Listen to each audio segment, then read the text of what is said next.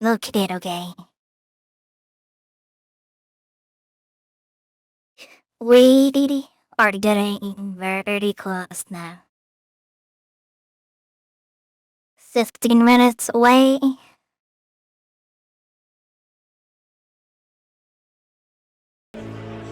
Yeah. Oh my god. Here we go. Hi, everybody. Let's fucking go. Hi, everybody. We're back. It's been so long. Hi, welcome to CitizenCon 2954. I'm Jared Huckabee. If you're in Hall A, let me hear you scream. If you're in Hall B, let me hear you scream. I'm gonna take this off. Here, George. Come on, dude. That's George. Say hi to George. All right, you didn't see George. Welcome to CitizenCon 2954. I'm Jared Huckabee. We are live from Manchester Central here in beautiful, sunny Manchester, United Kingdom. This is the, 11th CitizenCon? 10th CitizenCon? I should have counted beforehand. Basically, we're back. It's our first since we returned last year in Los Angeles. We've got a tremendous show for you. I'm sorry about the countdown thing there. This is the biggest CitizenCon we've ever done, and as one might expect, it took us a little longer to get things going than we expected. But we're ready to start. We're approximately 20 to 25 minutes from the show start, so we are not going to make our 11 o'clock on the dot start time, but you can guess about 20, 25 minutes. So we do got some stuff here. So what is CitizenCon? Anybody? You can't see them. There's a bunch of people down here below me. What's CitizenCon? I want this Zeus jacket, man. I got a Zeus. I want a Zeus jacket. Ships? What the fuck? It's more than ships. Actually, I don't like the Grand style of vehicles, jacket, okay. but We're not talking to that guy anymore. CitizenCon is our annual showcase of all the work our developers are doing for both Star Citizen and Squadron 42. It's also a chance for Star Citizens to come from around the globe and gather much as they're doing here. Let's take a look across the field here. I'm going to get out of frame here. Let's take a look at the field. Look at that. yeah, you need to This focus, man. is our hangar bay Still of looking at the him. UEES Barbary. Look at Here, now every CitizenCon we theme our Hall B, our Expo Hall, to one thing or another. In 2019, it was themed for Grimhex. In last year, it was themed for Pyro. This year, the UEE's in town celebrating Citizen Day, and we'll learn more about Citizen Day later in the thing. So what's on the agenda for this year? Well, CitizenCon, like it was last year, is now a two-day event. So we have a whole host of presentations today and then a whole host of presentations tomorrow. We're going to run them down now and let you know a little bit about what you can expect. So in about 15, 20, 25 minutes, I can't be specifically at this point, Chris Roberts is going to take the stage and kick off CitizenCon proper. We're just the pre-show here where we like to have fun. After Chris Roberts takes the stage, we are starting with Brave New Worlds. Now that is our Core Technology and Star Engine Group's presentation. You might remember that they kicked off last year's presentation with that amazing Star Engine trailer that was like 25 minutes long or something. We don't have a 25-minute long trailer today, but we do have a chock-full 90-minute approximately presentation of their new Genesis system, which is a subsystem within Star Engine that will let us build planets at the size, scale, and scope that we've always dreamed of. So you can check that out at the start of the day. Yes. After that, we've got a social universe. Now so they this have is the sleeper presentation of the entire thing. Now, we were a little cagey in the description on the website about what this is. You know, it's everybody getting together and playing with your friends and stuff like this. But I'll just say it's the sequel to a presentation we did approximately 10 years ago at CitizenCon. And if you want to look back at what we did back then, you can probably guess what it's about. Folks that are in large groups of people will want to pay attention to this one. After that, we're going to take a lunch break because this is a very long day and, you know, we all need to take a break here. That's your chance to get your snacks, get your food, say goodbye to your loved ones because the second half of the day, you are not going to want to be anywhere else but in your seat. Because when we come back, we've got that cosplay contest sponsored by Tobii Eye Tracker and then Dressed to Kill. Now, Dressed to Kill is also a sequel to a presentation we did in 2019 about armor specializations and basically bringing high function to high fashion in the universe. And then, as we said in our summary on the website, the return of an old friend from CitizenCon past. Yes, Virginia, it's true. What you've guessed on Reddit, it's here. And then finally, Beyond Pyro, where I promised on SCL just a few short weeks ago that there's no 4.0 content at CitizenCon. Well, guess what? There's no 4.0 content at CitizenCon. We're all beyond 4.0 this year.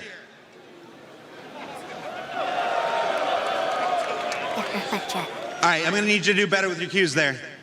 Yeah, we're going to look beyond Pyro to what comes next. And then we're going to take a short 15-minute break after that, let everybody recharge, and then there's something on the schedule that is currently redacted. I'm not allowed to tell you what that is, but I'm going to tell you guys watching at home the same thing I told everybody out front when they were waiting to get in. Do not let any force on this earth stop you from being in your seat when whatever that is happens at the end of the day. And then on day 2, we come back tomorrow with a look at crafting your home. That's a look at base building, which we first introduced at last year's CitizenCon, and the new crafting system. The crafting system that aims to dynamically change the face of all life in Star Citizen. There's a reason it's kicking off day 2. You're not going to want to miss that. Then Captains of Ministry, that's replacing our general ship talk 2054. Is that what year it is? 940? Yeah. George is saying yes. Replaces our generic ship talk segment with a presentation dedicated to the ships and vehicles that will make crafting and base building possible, with the return, with a revisit of an old friend that hasn't made its appearance in the Persistent universe yet, but it's getting a big glow up before it does. So you're gonna want to check that out. And then, well, if I can be honest, we got a tight zoom. You got a tight zoom? Yeah.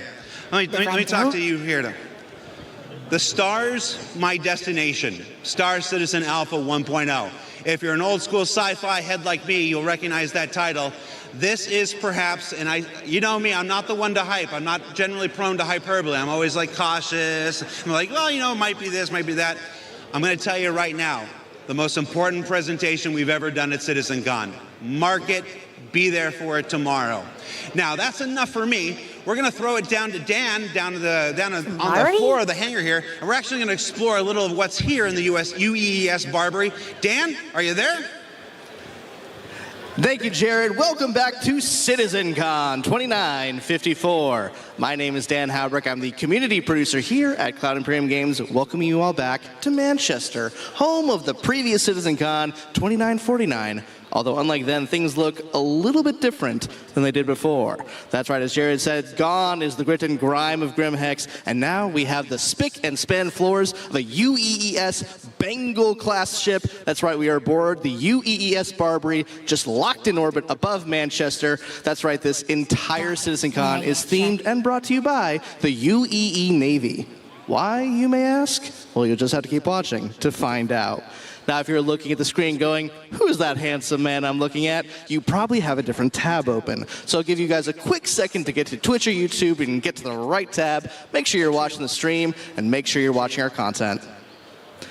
I know, it's a disappointment to me too, but I'm told that eventually you get over my face and voice and everything about me. But in case you don't, this year I'm joined by Manchester's very own Sam Haley as my co-host here on the show floor at CitizenCon. Sam Haley is one of our QA supervisors here at the Manchester studio. She also has some impressive street cred. She was the pilot of the Carrick in the 2949 CitizenCon demo, and I literally found this out yesterday. She's also the voice of the ASOP terminal. So we'll make sure that you guys get to meet Sam later today as we're going through. Now, I know Jared just went over this a moment ago, but if you're like me and you can't listen to a man in his, I don't know, mid-80s ramble on about how the sky used to be blue and dial-up used to be a thing, let me explain what we're doing here. I'm here on the show floor at CitizenCon here to show you guys the awesome stuff we have for those of you who are at home and aren't able to attend. So we want to make sure that you guys feel as though you're not missing out. So come follow me and we're going to check out some cool stuff here on the show floor right now.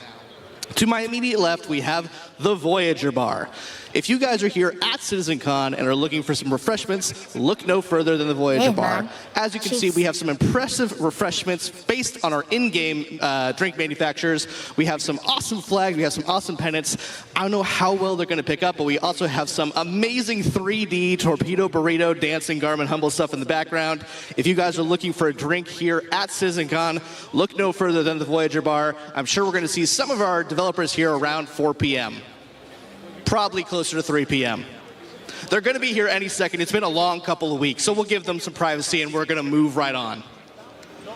Also to my left, we have our Monster Tech Sim Pit. If you guys are looking to experience Star Citizen in a way that you've never experienced before while you're here at CitizenCon, then the Monster Tech Sim Pit is a great place to be. Using our VKB sponsored joysticks, these are awesome places to check out Arena Commander and Star Citizen in real D4D. Now over here, come follow me. We're just going, excuse me guys. Come follow me. Now over here we have our community booth section. We're going to be visiting the community booth section a bunch during CitizenCon, so I'm not going to get into too much detail now.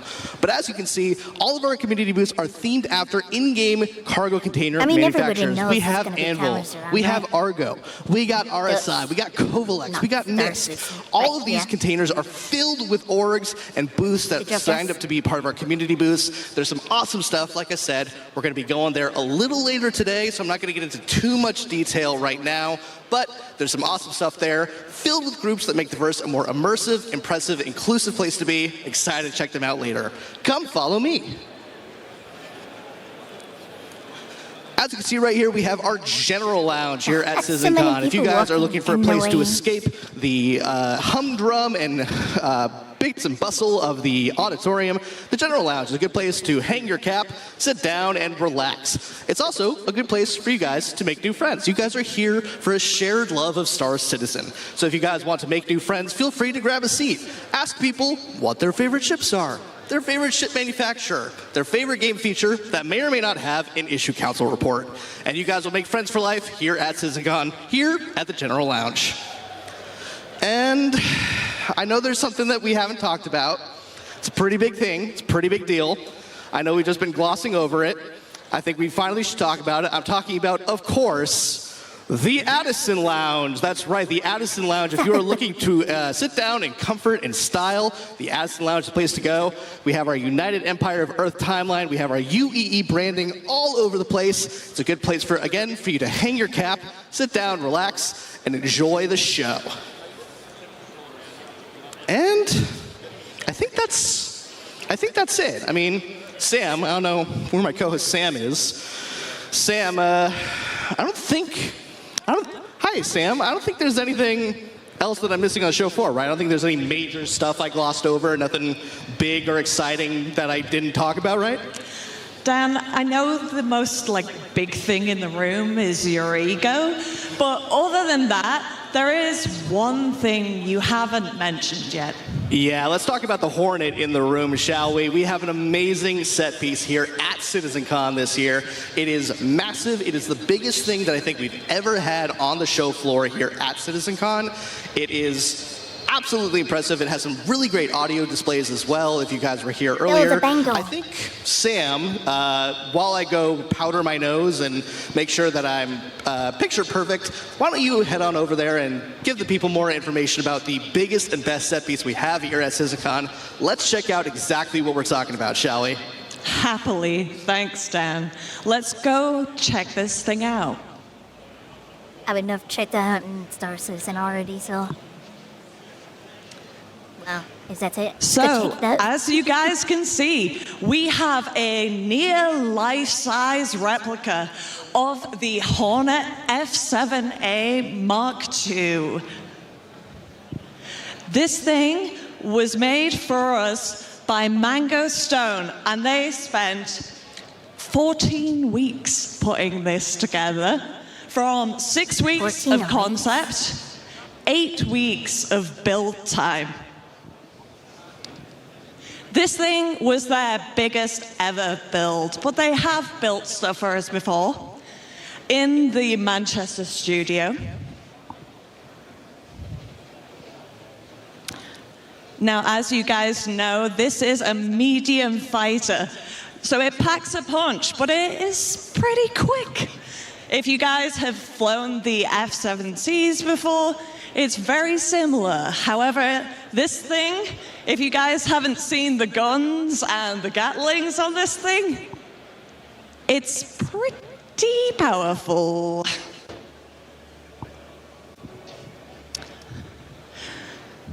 Well, yes, this is my now second favorite anvil ship. Dare I say it? I think everybody just wants you to get on with it.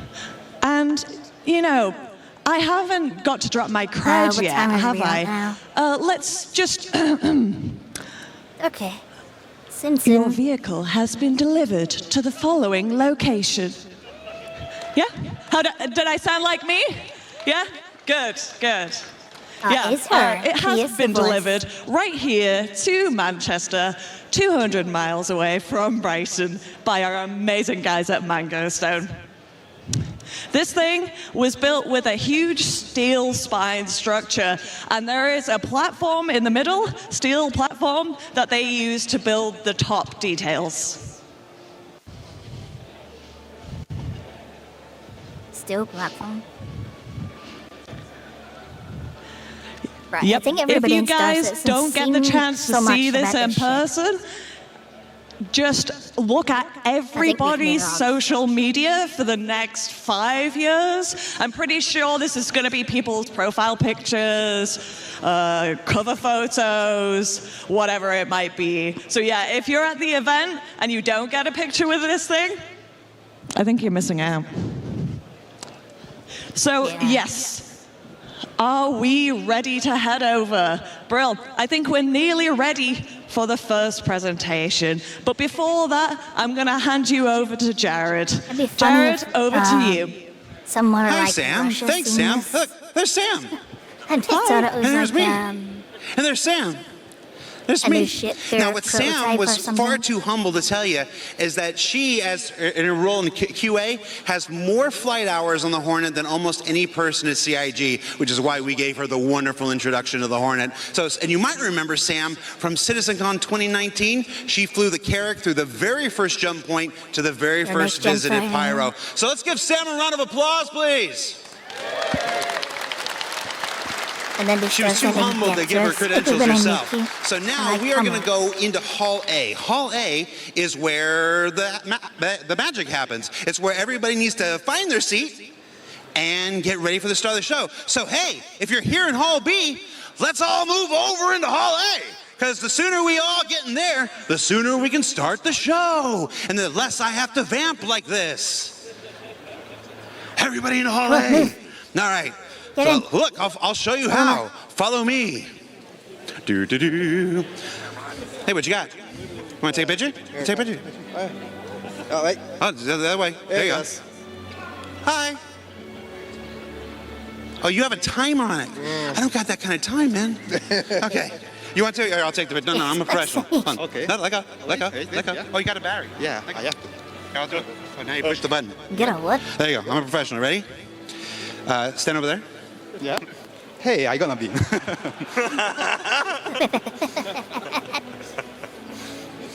we're good. All right. No, we're gonna do two pictures. Ready? We're gonna do down low, like we're in a rap album. He's You can see our bellies then. Well, guy will do this. Good call. And then up high, like we're teenage girls. And then one that's really awkward. Ready? Okay. Yeah, how's that look? How's that look? All right.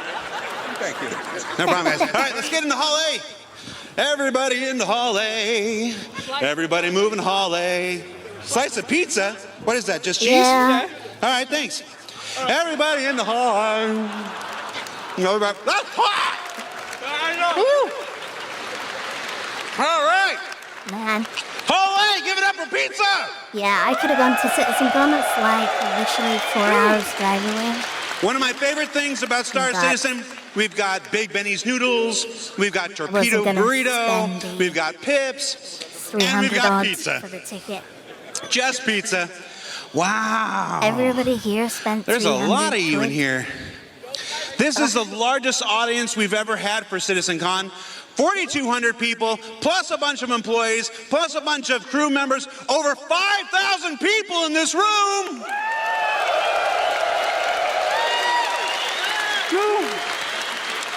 What, are you 4,200. streaming? No, I'm just Spending video. 300. Well, hi, Mom. Oh, you're streaming. What are you doing? I'm just recording, mate. Are you just recording? Yeah. Hey, everybody's just recording. All right, let's go. All right, there we go. Oh, what are you doing? You doing the same thing? All right, here, let me see. Thanks. All right. So, CitizenCon, who are you? Martijn. Martin? Yes. Where are you from, Martin? Netherlands. Netherlands. Yes. I love the Netherlands. I don't remember most of it, though. Do you? Okay, remember Sue's phone is too. Must be different for visitors. Different priorities. Yeah. I don't know if I'm supposed to say that on stream. Whose phone was this? There you go. There you go. Yeah, All there you go, right. see. What's going on? How much time do we got? Hold on, I got to put my headset on. How much time do I need to do this for? Where's Chris Roberts? Chris Roberts is here. Does he have his mic on? Okay. All right, sure. I mean, if that's what he wants.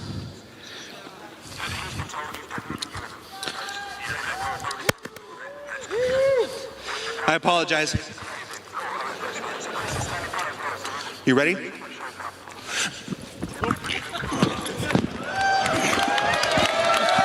they just drop something? Look at them run. Oh my god. I think I legitimately pulled a hammy. Oh, that thing is rock hard right now. Oh, you're gonna check out my shoes. Yeah. Donatello, Michelangelo, Leonardo, Raphael. Yeah, all right, so that's all I got, everybody. We're gonna take a few short minutes. We're gonna start the show. Chris Roberts, he's gonna kick this thing off proper. So stay tuned, we'll be right back. You're gonna love the show, everybody. Thanks. Love it.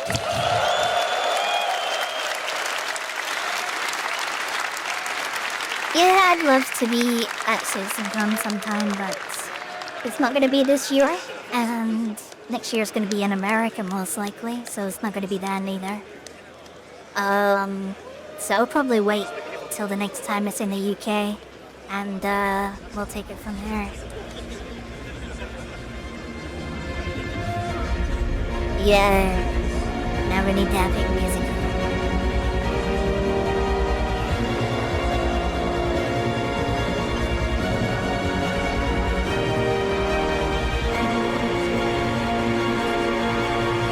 I wonder how many concierges there are here.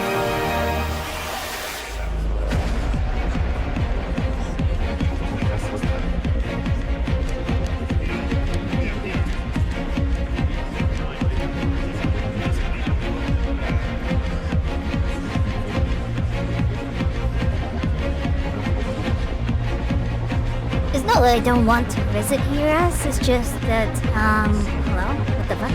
It's just that, visiting the US is more than just a $300 ticket, right? I've got to pay for the flight, the hotel, food, all that kind of stuff. So, yeah, I will most likely just hold out for, events in the UK.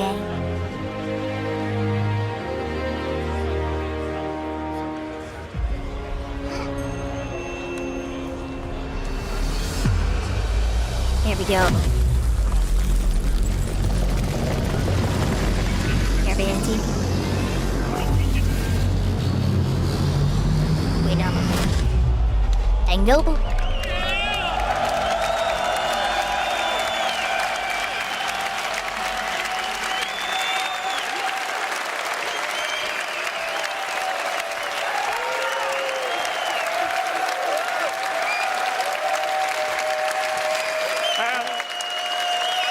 Hello, CitizenCon 2954. A lot more of you here than there were when we were here last year, 5 years ago. There was 1,200 people. There's almost 5,000 people in the building today, which is amazing. I'm so grateful. I know a whole bunch of you around that have come from around the world to visit the lovely, sunny Manchester. But inside here, there's going to be a lot of very cool stuff, although in this up-and-coming presentation, you may see a few things inspired by the Manchester weather. Anyway, so like the first title of our first presentation, Brave New Worlds, we're on the cusp of a new era for Star Citizen because server meshing is finally a reality. People are making their first jumps to Pyro in Evocati testing right now, which is pretty awesome. We're going to have it out at the end of this year. So I think it was going to be a great new phase for Star Citizen. And over these next 2 days, we'll talk about the new tech and tools in Star Engine that will help us craft those worlds that you're going to be flying around to. And you'll hear about our plans beyond 4.0 and how we get towards Star Citizen 1.0, which is out of alpha and for everybody to play. And a little later this evening, I've got a special surprise for you, so you definitely want to stick around for the 5:30 show. Anyway, the team has worked really hard on the lead up to CitizenCon and this year to work on, first of all, what you've been playing in live, what you're going to be playing, what you're going to see here. So I'd like to thank them all for working extra hard and putting all their love and care, just like you guys love and care what we're building, into what we're doing. So thank them and you guys. And without me waffling on, I'd like to bring CIG's CTO, Benoit Beausejour. Did I say it right, Benoit? Yeah, okay, good. I'm always bad with French surnames. To the stage to start our journey into the future. So let's have a great show.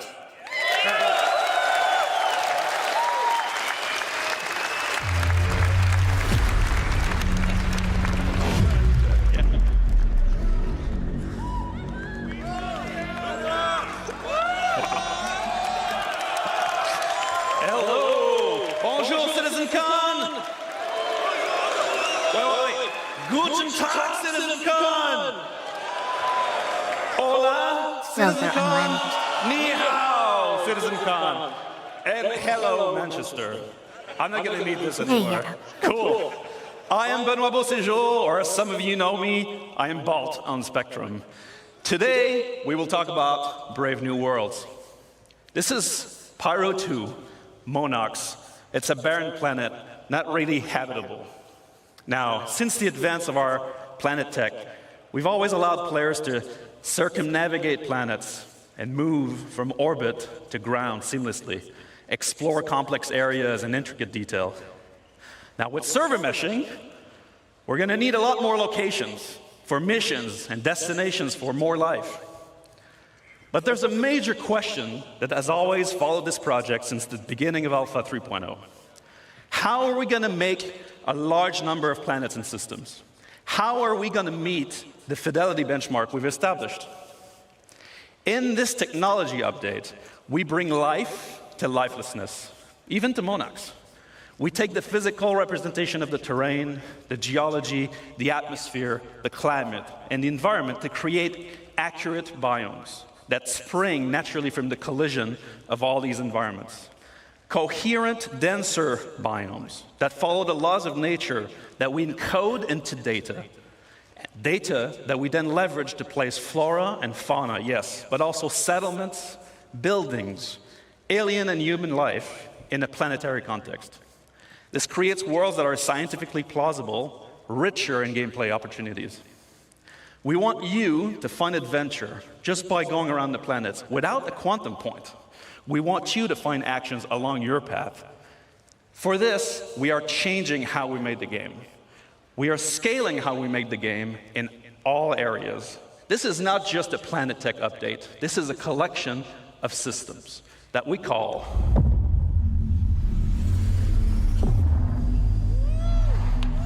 Genesis.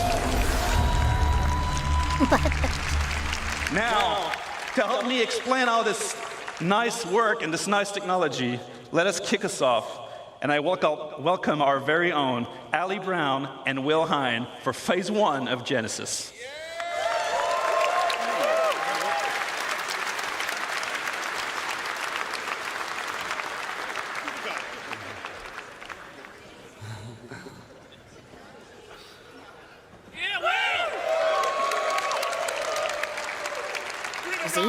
Hello, Star Citizen.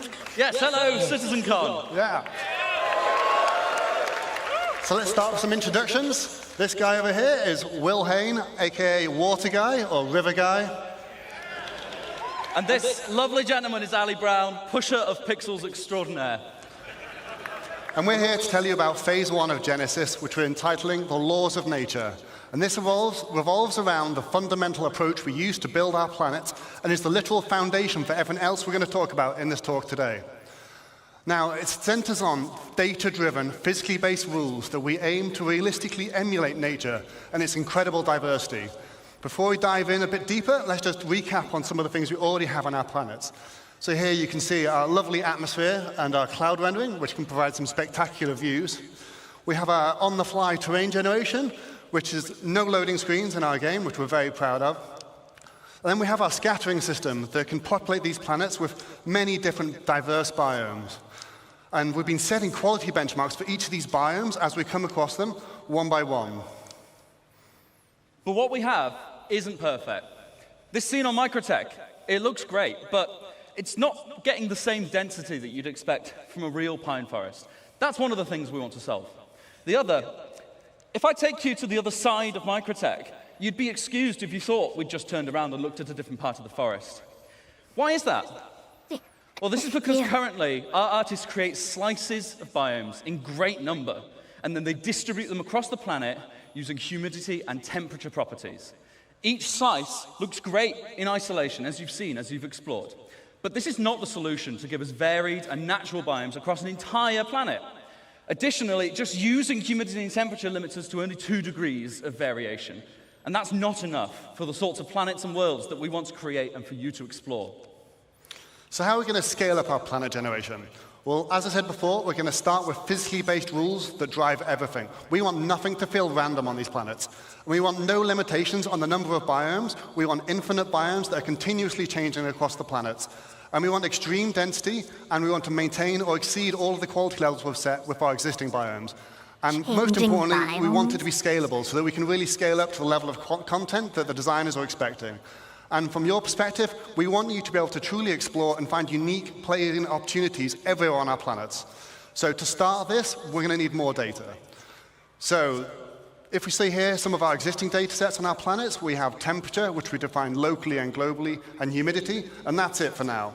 With Genesis, we add many other data sets, such as the geology type, the soil type, and then we also go for things like the soil depth and the quality and the nutrients, and many other properties all drive this complex data set that we use to build rule sets on that each individual asset can describe how it should work with them.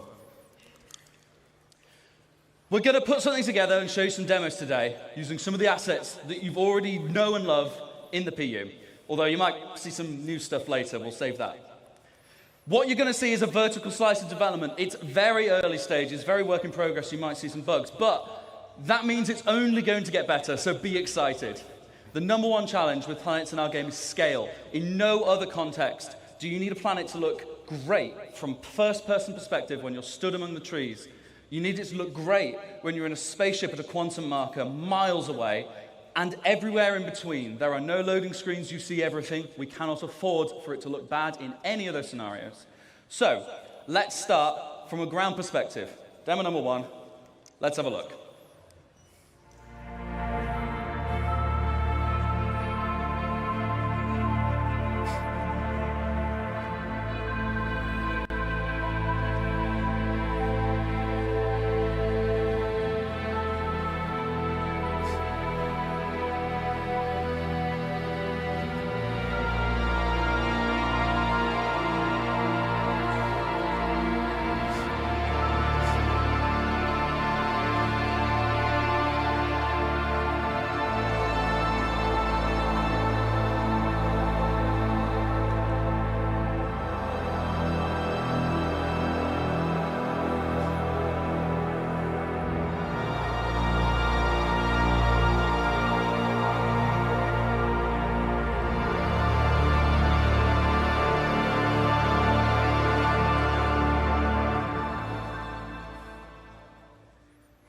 So, how do we make that? Okay.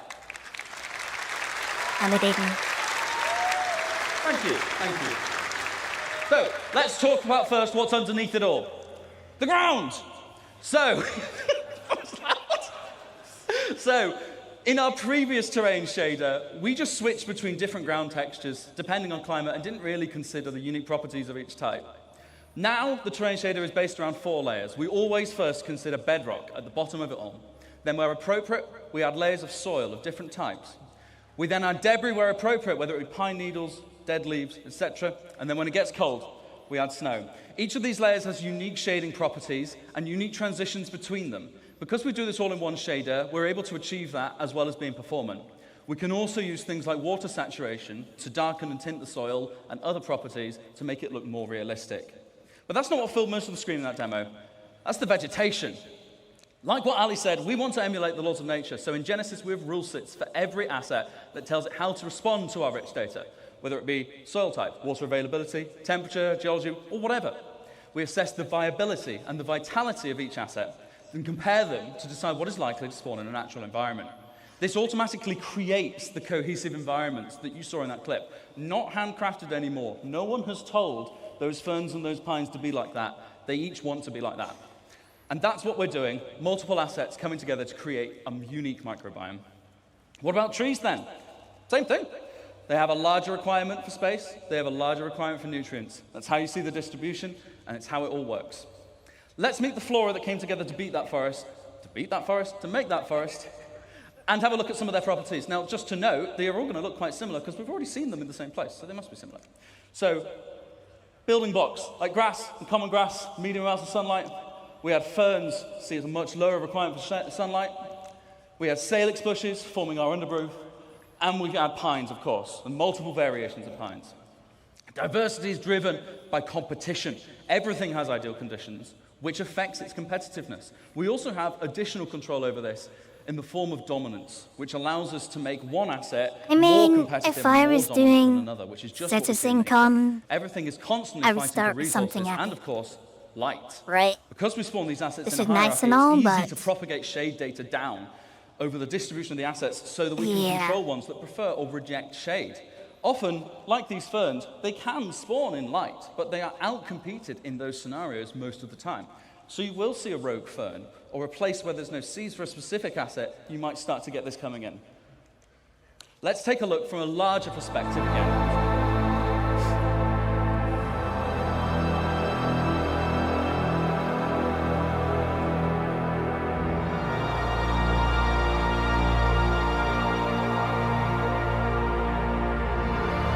So we need a 5090. Nice.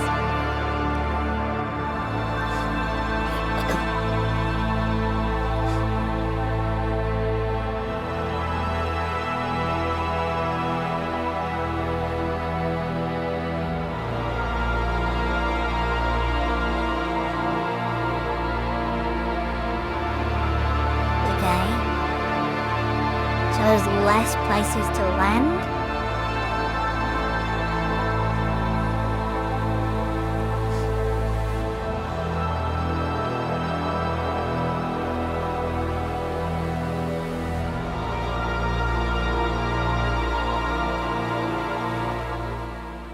Okay, I mean, it does good.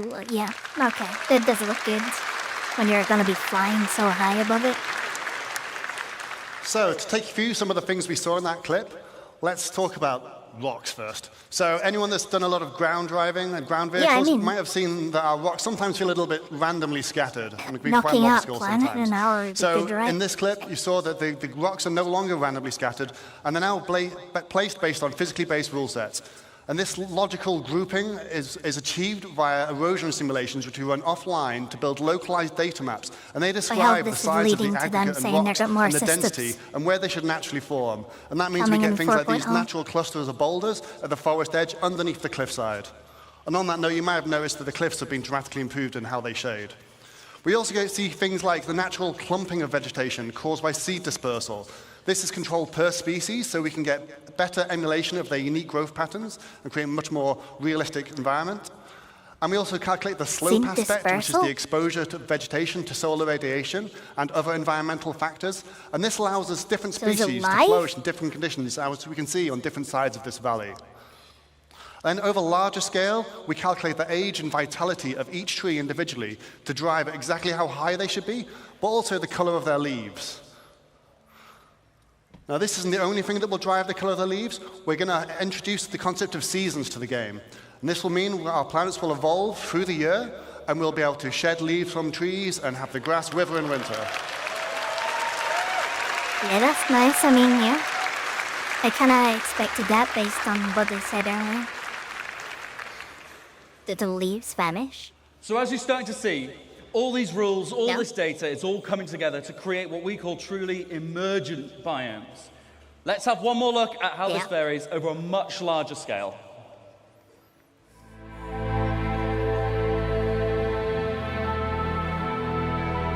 But they say seeds for the trees. Does that mean that the trees are gonna be a resource?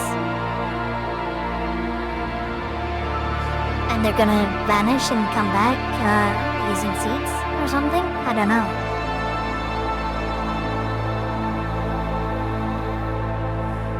Or is it just a seed that determines where their placement's gonna be during duration?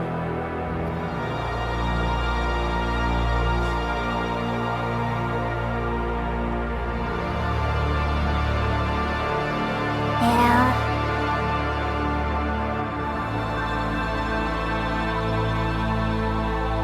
But they said they're not going to show any 4.0 content during the CitizenCon.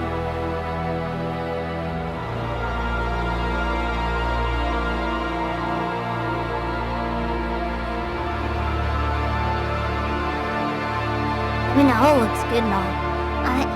The only problem I'm seeing here is there's nowhere to fucking land.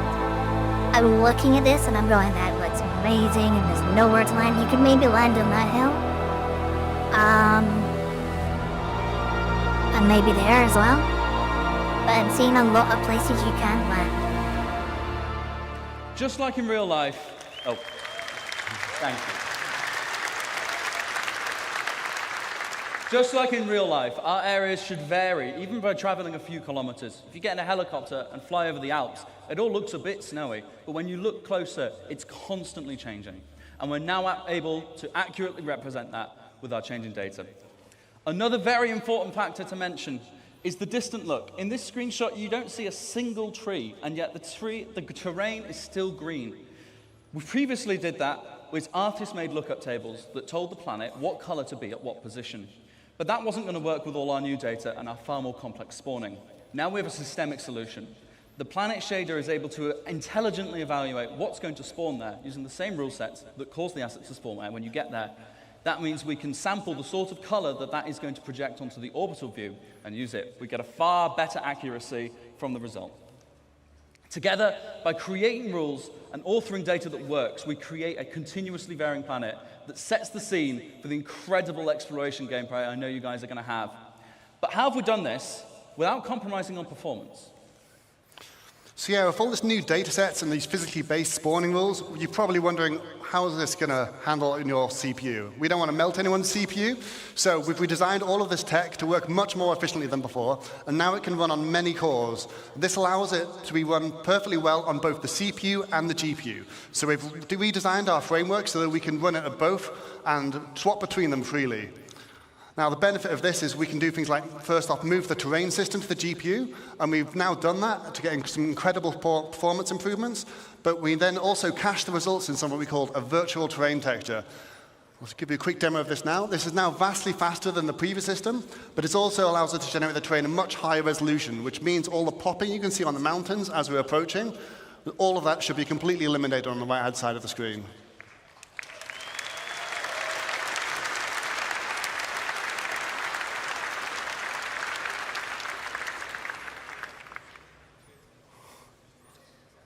Gee, the what? With the extra headroom we've gained by making our terrain system more efficient, we've been able to introduce some improvements, including high-resolution ground textures, proper blending between surface types, and of course, better tiling. If you're familiar with any of our planets, we've taken off all the assets so you can see the issue, And now how it looks, you don't see those lines going at all. I mean, I did it, but okay, that's better. That's better. And one more. How about With the terrain data cached on the GPU, like Ali said, we can perform the scattering there too, which is significantly faster. All those algorithms that we've used to generate those first bits can run there without being more expensive on your CPU. And it also means the results are directly there on the GPU. We can render straight from them. That allows us to have dramatically more density in our new system. We can render objects directly without having to go via the CPU every frame. We also cull at different levels of granularity, with bigger groups in the distance and individual assets up close. Just as a demonstration, this is the sort of density you can expect on Microtech today. And in a second, we'll flip over to what you can expect from the new upcoming tech.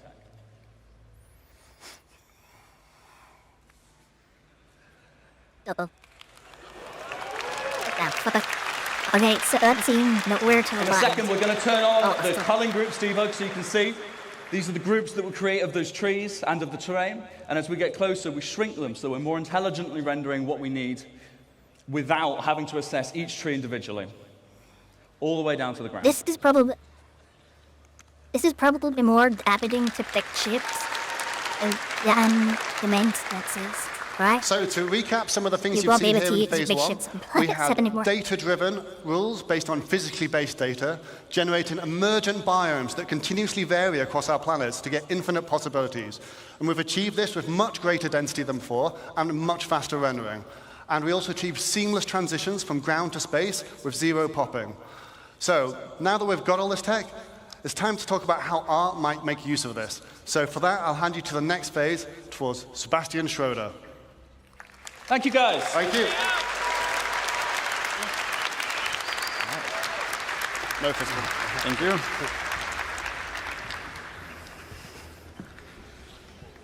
Wow, thank God it's only 20 of you, otherwise I'd be nervous. Right, thanks for having me. I'm here on behalf of the Planet Content team, and we're very excited to finally show you some of the things we've been working on. As you've just seen from Will and Ali, the system keeps growing in both complexity and capability, so our libraries have to grow alongside it. Wait, should I click? No. No, I should click. Yeah, click. Oh, there we go. So, our goal with the content is to provide the content that the system needs to populate every corner of every planet with realistic environments. And this content is what this phase of Genesis is all about, emergent biomes. For our first example of today, it's almost a shame Will left because it's about moisture, but let's look at very high moisture and medium to high temperature. Just the word moisture. Nice. Moisture?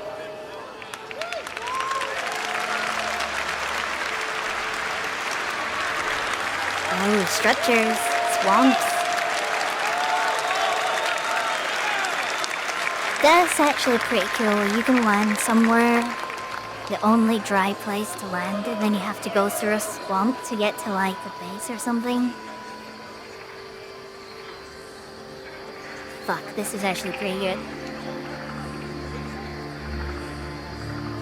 Imagine just having to land the landing pad like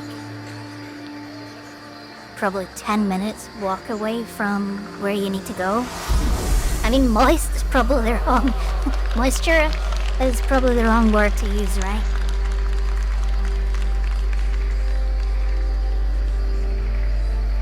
I mean, they did clarify it with swamps, right? But this could be so fun. Even like for people like doing PvP, what the fuck?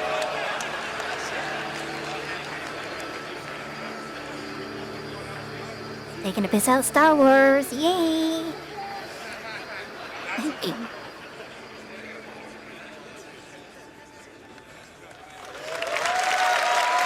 Yeah, swamps is cool. Swamps is cool. Like PvP, if Thanks. you're doing That did look combats really in good. swamps, So, where no for ships or swamps, tanks we can obviously get need in, that'd be vegetation so that feels cool. at home in or near water.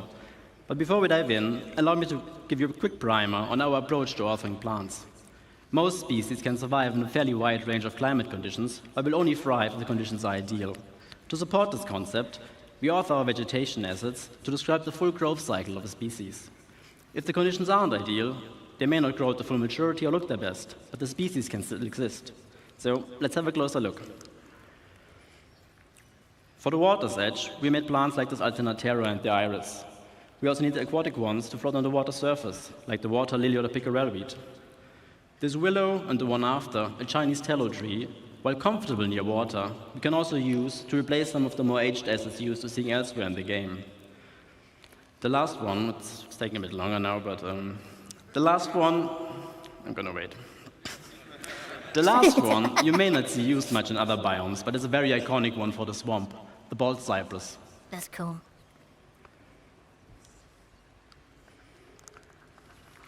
I like the swamp trees, they're nice. So another feature we need to make a swamp experience a proper one is water interaction. Over the last year or two, a lot of work has gone into improving the way our water reacts and renders. So naturally, we wanted to make a biome that highlights those advances. Let's have a brief look at what it's like being inside the swamp. Oh, shut up. As you walk through or swim through the water, you may come across obstacles like logs or debris floating on the surface. Nice. They Oh, will does it react move? to the player Oh, character come and can be on. pushed out of the way. That is nice. We were also pleasantly surprised when we first saw how the water simulation systemically affects assets floating on the water surface, making for some really immersive moments. That's fucking cool.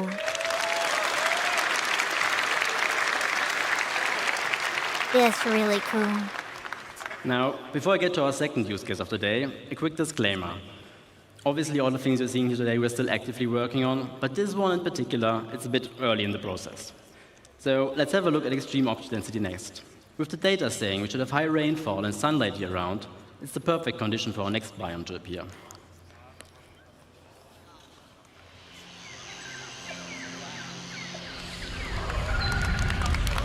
Jungles.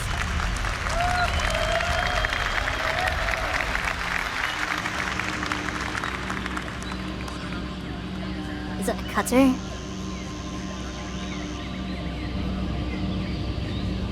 Yeah. It fits so well with the environment. How it looks.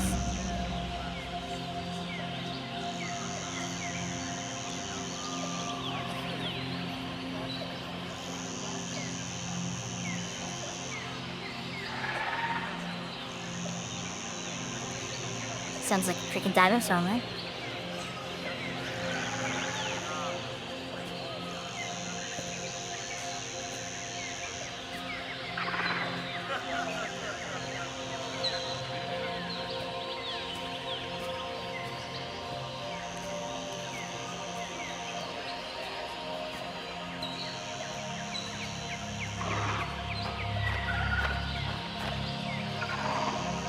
You know, I have not...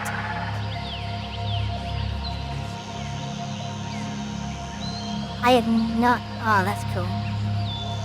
I have not seen any animals yet in Star Citizen.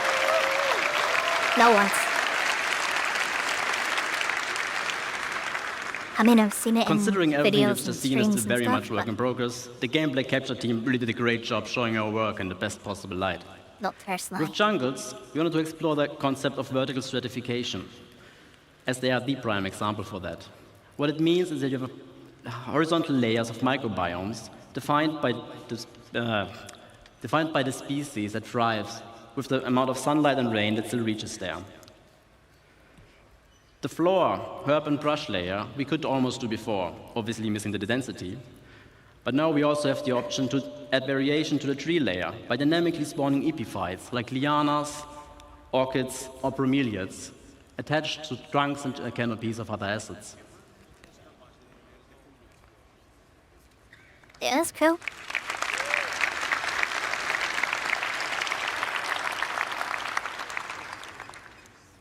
With this and improved density is what will finally allow us to make convincing jungles. And the best part is, we don't even need a lot of different species to create what we refer to as a canvas of a biome. Yeah, The idea being that we can vary what kind of copiums through forest this. you're in by adding or replacing the plants that visually stand out the most. Chasing you to your forest. Now, to get us started on our certification, we made EP files like the Epiprenum and the Bromeliad, including a potted version for your hab. Then obviously you need jungles for, lianas for a jungle. And we also made the Grias, which add character to the herb and tree layer. For tall trees, we decided on the fairly generic rubber tree, as its different growth stages serve as a nice foundation for all height levels. And that's pretty much it, what we need to make a pretty good base for jungle.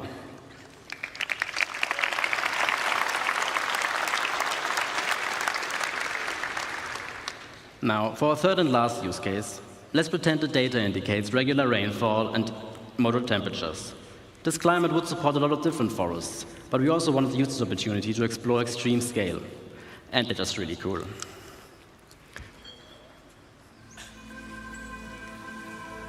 Oh my god, nighttime? Can you imagine nighttime in this?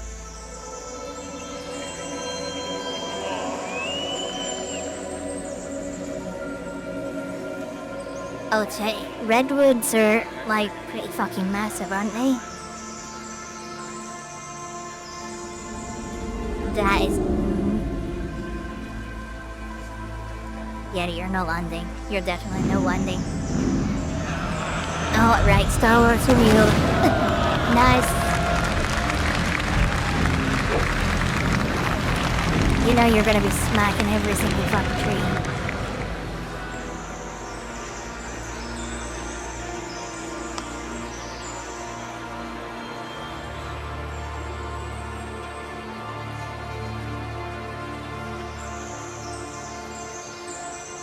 Ewoks? Oh yeah, how much about the Ewoks? We need those Ewoks.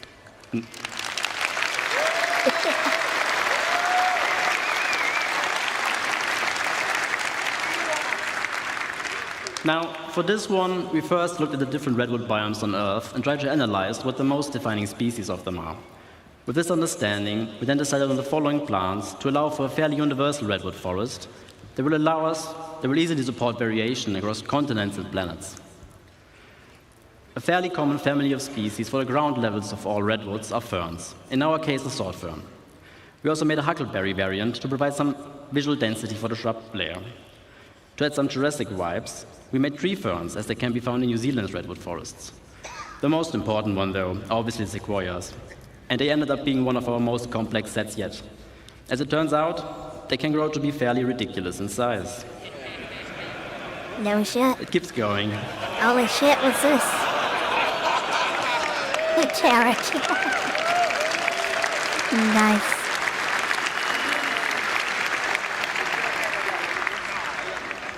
Now, one thing our game's foliage is sorely missing is the ability to properly react to what's happening around it. The goal here is to unify all forces from all sources. Sorry for the horrible rhyme.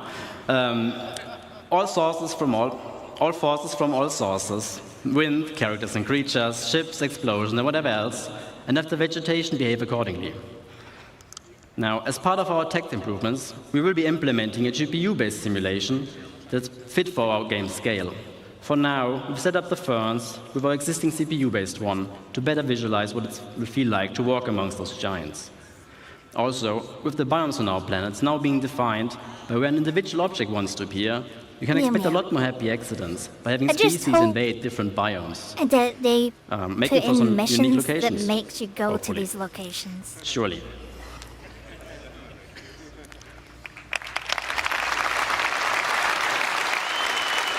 Give you a reason to go into the middle of a forest or a swamp. Now, before I get to disappear off stage, I just want to say a big thank you to everybody involved, especially my team in Frankfurt for doing such amazing work and being all around great people. And also all of you guys. I really hope you have a fantastic CitizenCon. This concludes this phase of Genesis, so please welcome Ian to the stage so I can tell you all about the next one. Phase 3?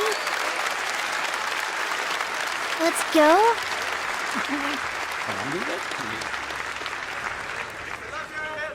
Thank you. Hello, CitizenCon. All right. Those new planets and biomes were pretty, right? But it's time from Phase 3 Civilization to give you some stuff to do. Civilization, yes. So, let's talk about location density. We've emulated nature as well as we can to make sure our planets are physically based and realistic, and our biomes are emergent. But it's time to start populating the verse, because where there's people, there are their lives and the structures they build. So it makes sense that whenever you go and explore these planets, that you find their lives. And what's even more important is that when we make these structures, that they use and they follow the same rules as our biomes, such as the jungles and the swamps. But before we continue, let's first take stock as to where we are now. At the moment in the verse, we have these custom, beautifully made locations, such as Ghost Hollow, we've got our distribution centers, or even just some outposts. And these have all been handcrafted by our designers and artists to hit that benchmark. And they've been working directly on the planet. However, going forward, this doesn't really scale with how we want to go forward with the game. Server meshing is about to arrive, and we're going to have a way higher player count. So those 73 bunkers across Stanton just won't cut it. But in general, it's also pretty barren. There's not much for you to explore and find stuff out there. So there's no exploration gameplay. You haven't really put your character to use for the way that you should. So this means we need to go bigger, which means we need to change our workflow. And with any workflow means we need to first establish a new benchmark.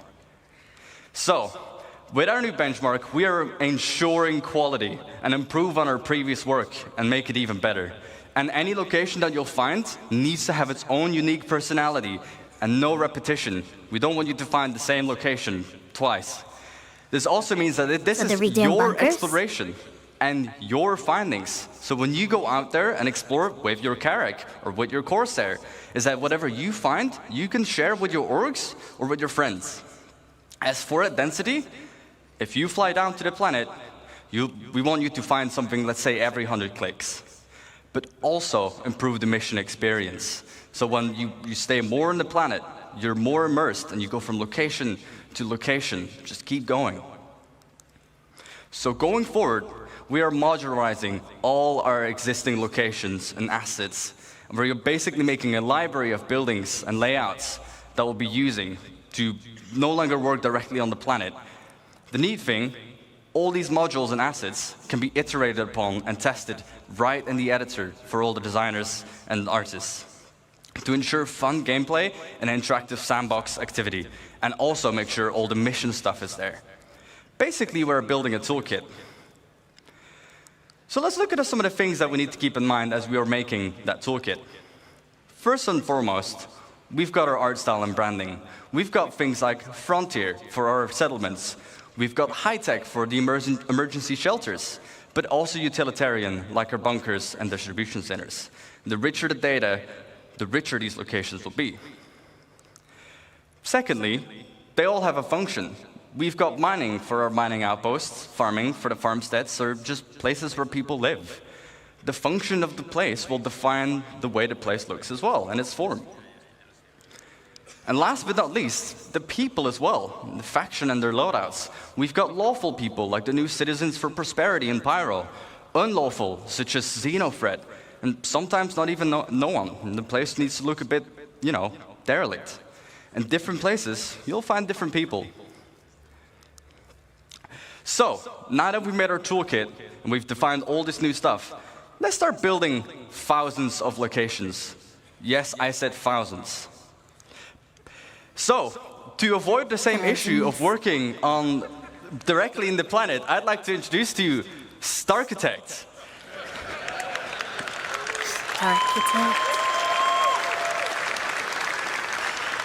What Starchitect allows us to do is directly on a planetary scale scatter all these new libraries and modules and assets and no longer work directly on the planet. And it uses the same logical rule set as our emergent biomes. And it also gives us full control over the data that we set on these locations. So expect locations in places where they make sense.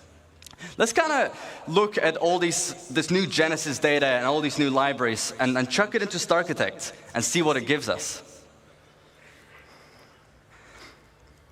As you can see, we're now able to make full-size locations, and they will look completely different based on where you'd find them. The layouts are controlled by the rules, and it will reflect its place in the verse.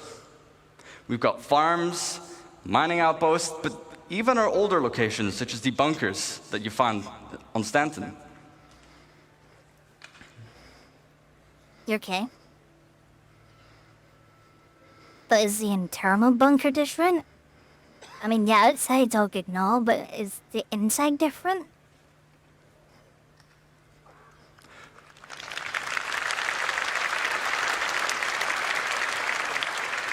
So, let's look at an example and kind of use the tool to really, make a location. We can define the rules, as I've mentioned a couple times by now. So for our mining outpost, it wants to be near a resource. We can specify what this resource needs to be. But we can also give it suggestions where sometimes you'd find it here and sometimes you wouldn't. If the location has refineries, it might want to be near water to refine the resources. Then secondly, we can define what buildings should be there. So obviously we need mining buildings, houses for people to live as well, and even power buildings that we can leverage with the resource network. StarArchitect will intelligently figure out where to place these and what needs to be at the location. Have missions to go fix stuff there. That's cool. Next up, farms. It's rules, Farms. well, temperature. Not every plant can live in every temperature, but the same with soil type. Only certain plants can be in certain grounds. And then we can query the seed map to determine what plants you would find there. What are the harvestables? As for the targets, again, farm buildings, obviously, power buildings, houses, but even animals, such as our beloved quasi-grazers. And last but not least, derelict ships. We've got these all over the place currently.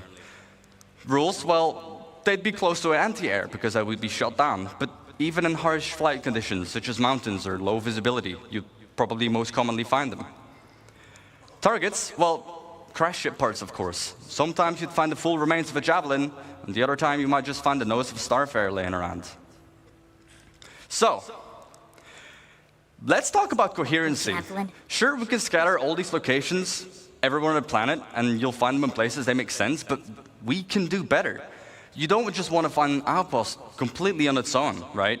We want to make sure it really feels like people have built their lives here. So, let's talk about some missing bits. We want to tell tighter stories, such as the people's lives, but also logical exploration. If I find one thing, I expect to find something similar or something else nearby. We also need more data control. What defines one mining outpost being different from the other ones, aside from the harvestables? And also give the narrative development. Make sure, people build near rivers, on mountains, they build near town halls, they build near distribution centers. So to hit that bit of our benchmark, we make sure that locations are near each other and group them together. The effect it gives is a fully developed landscape with vistas and points of interest all over. Wow. And we group them together in what we like to call a cluster, like this one, that has 13 locations. Okay, that's cool. Let's talk about clusters. Clustering means generating locations near other locations.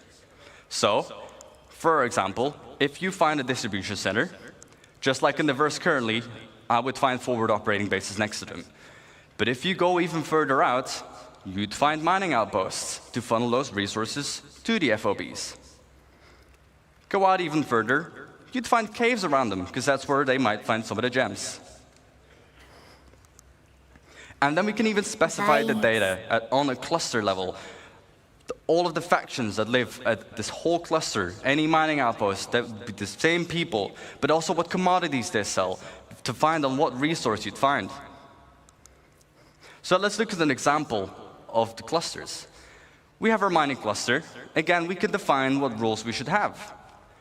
Rules, well, near a resource, just like our mining outpost, but also it needs to be on a lawful planet. We can target on a planetary scale where they would need to be. They need protection. As for the targets, well, caves, mining outposts, but even trade posts. Let's go to the other side of the spectrum. Before I do so, I forgot. Data. We can, on a cluster level, specify, again, what mineral commodities, but also what harvestable types you'd find are in that region. Now let's look at the other side of the spectrum, an unlawful cluster. What rules? Well, they need to be far away from any other cluster, because they want to be isolated and do their evil deeds on their own. And also on an unlawful planet, such as somewhere in the Pyros system. For the targets, outlaw outposts, crash ships, because they would shoot them down, and also ruins from just places they just completely overrun. The data on this one, you'd find specific loadouts, and they'll be using weapons that you wouldn't find in any other legal system. And these weapons will be sold at the shops in these regions. So, now that we have a cluster, let's go even bigger. Just like our locations, we can put clusters near other clusters, and we group them together, ranging between 10 to 15 locations each. And we group this into what we call a sector. Like this one, that has about 120 locations. However, on a planetary scale, we can define how many sectors we should have, with each their own data and persona. And every single one of these locations is now ready for the mission system to hook up and give you gameplay. And for you to find a bunch of places on your own. There's gonna be so much to do. And just on this side of the planet, can you guess the number? We've got about 3,042 locations. Wow. And again, this means as Starchitect, we're just able to, on a planetary scale, just define how many locations we need, what you'd find there, and to just give that full identity. Let's hope they're not bugged. Thank you for listening. And I won't just see you in the verse, but I'll see you in a denser verse. Nice. However, this was only the first phase of Civilization. Let me introduce you to the stage, the person who will introduce life at these locations, Francesco Raccucci.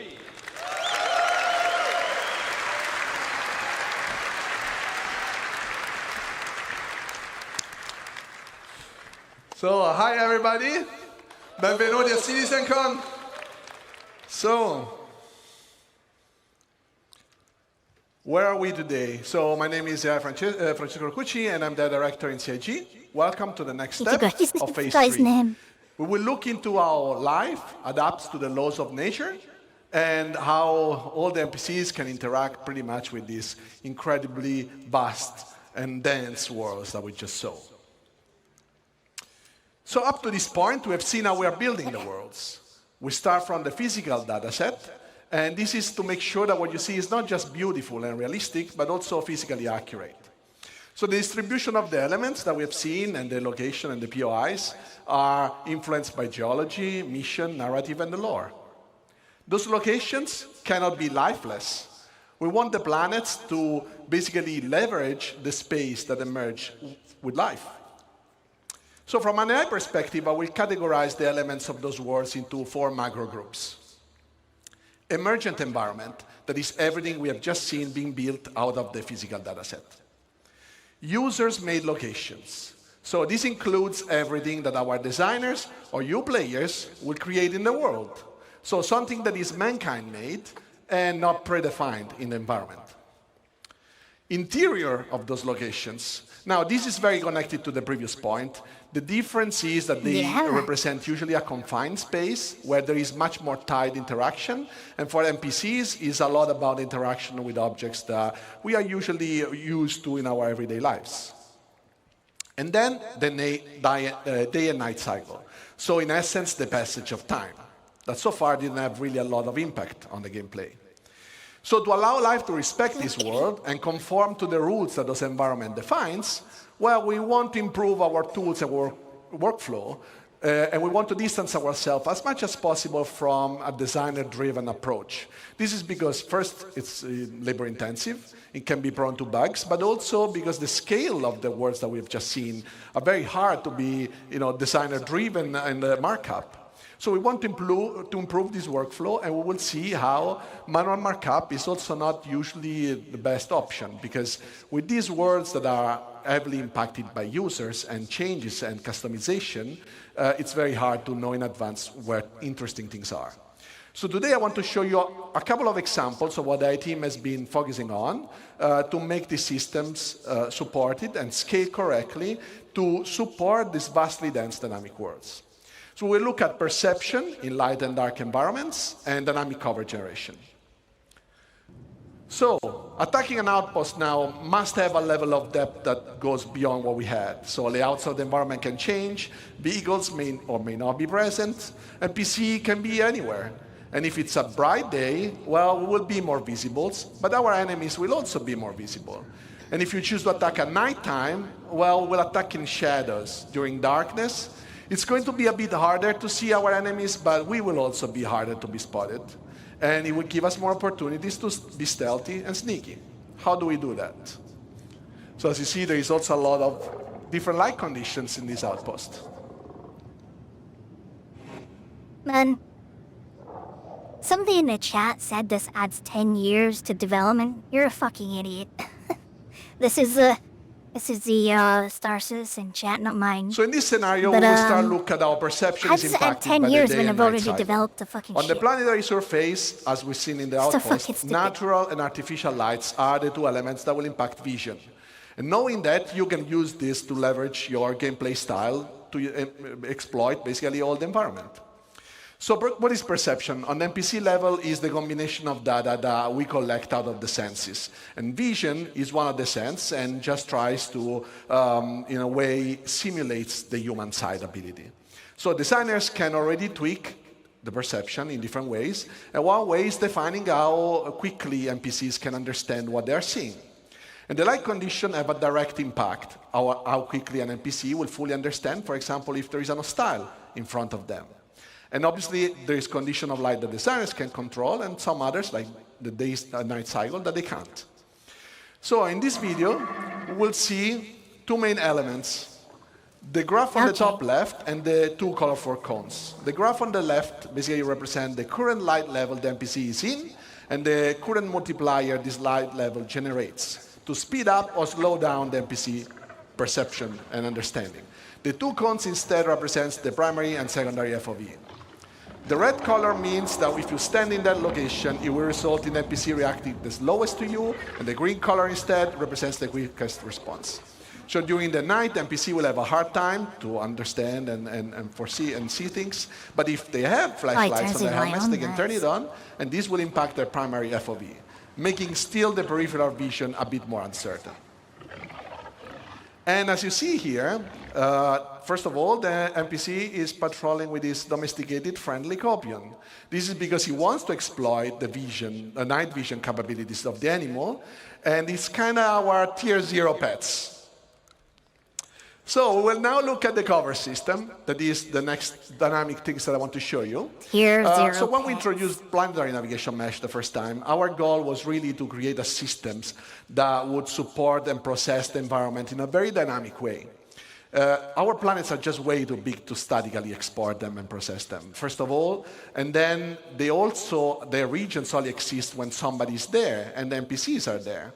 So essentially, environment has its purpose only when life exists. Also, let's keep in mind that even if we could export dynamically and statically those planets, so processing dynamically all a static version of the planet, this would be, first of all, wasteful and on the memory side and time-consuming. And also because we have a lot of runtime modification of the terrain, this would require us to still reparse it at runtime, and pretty much that will be almost all the time. So to generate the cover data, we want to leverage the navigation mesh system. And what we do is, as you see here, the blue polygons are basically where NPCs can walk, and the green ones are what we call cover surfaces, that are our simple representation of the environment, what NPC uses to understand if they can hide behind something and if they can shoot from some positions. So up to now, we have an approach where designer would be a designer-driven approach. Designer can define in the locations where cover was interesting. They could mark it up, either the location itself or prefabs. And then with a special entity that would just sample dynamically the environment, but would still be designer-driven.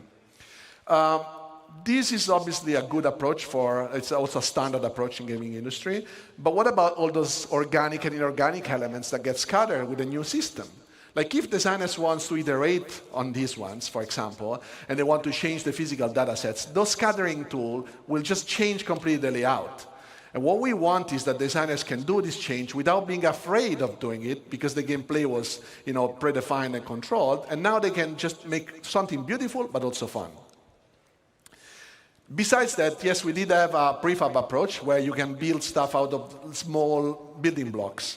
This is obviously a good approach because it's, in a way, you can build stuff out of smaller version, but this creates a lot of unnecessary data.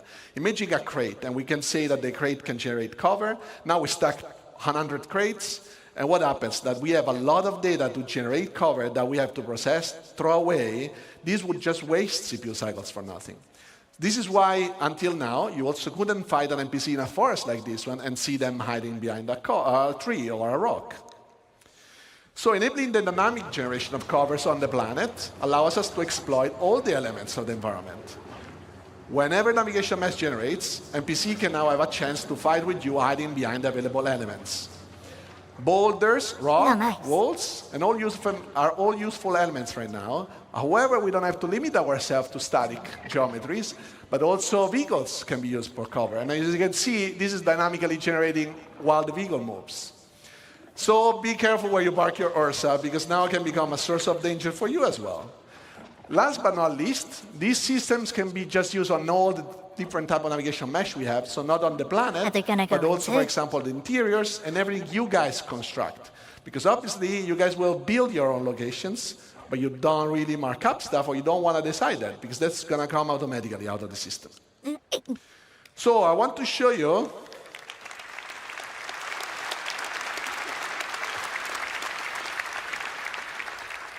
So what I want to show you now is just like a little bit of insight of what goes behind the scene when we generate cover and navigation mesh. These are some of the steps that our system does. So we always start from the environment voxelization.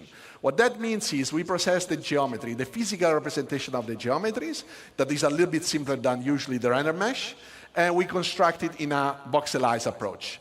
This is also using different types of agent definition.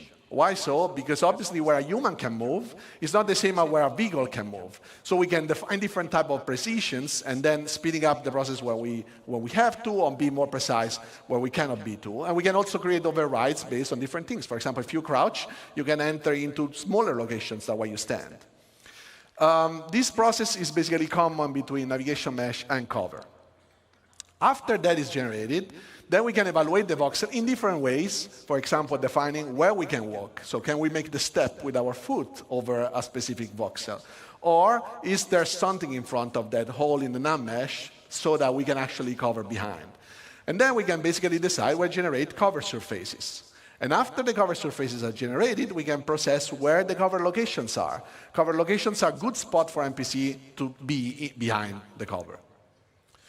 So what we see here is with the introduction of Maelstrom last year, obviously we knew this would revolutionize how you guys are playing. And we did have to find a solution to handle all the destruction you can create. So you would destroy so much stuff in this world that we had to find a solution. Right? So this is why we approach the cover generation navigation mesh as it is, because there is just no way for us to predict anything that you're doing, and we want just Maelstrom to be another trigger for word evaluation. So as you see, this is all dynamically generating. And destroying anything just makes the word be reevaluated. So as you see here, we can have also lots of rules. So you can see that a bit here. But when things break, first they invalidate, and then when they rest, for example, we can decide when is a good moment to regenerate so that we also don't waste too much CPU cycles.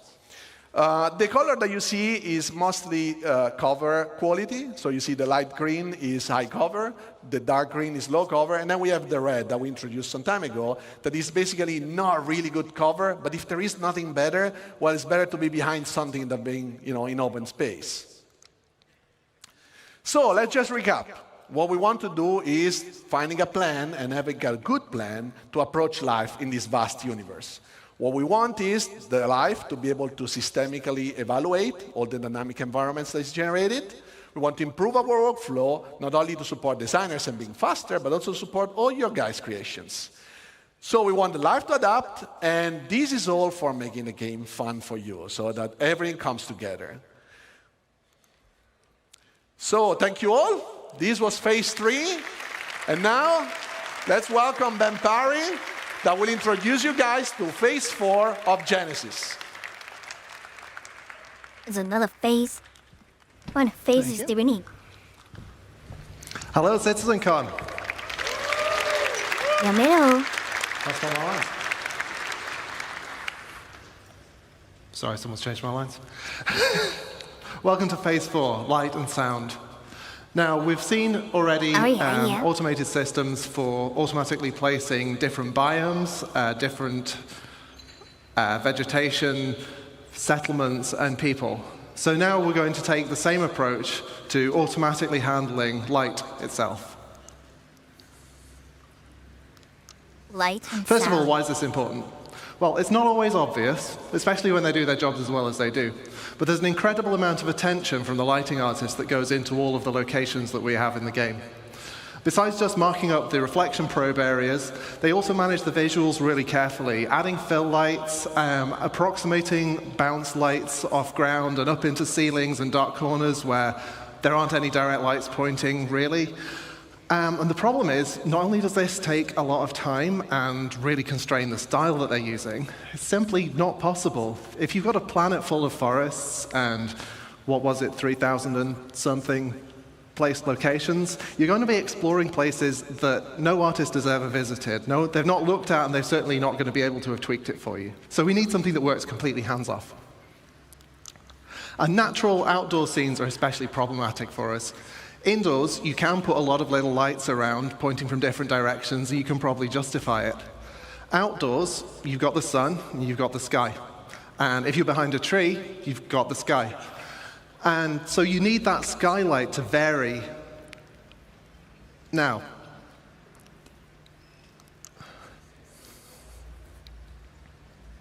so this is the forest as you'd see it without the GI system.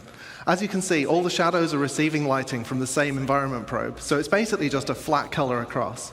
We replace that with around 40,000 mini ray trace probes. Each of them has their own view of the sky, and so that gives you way more contrast and variation as you move in and out of the canopy.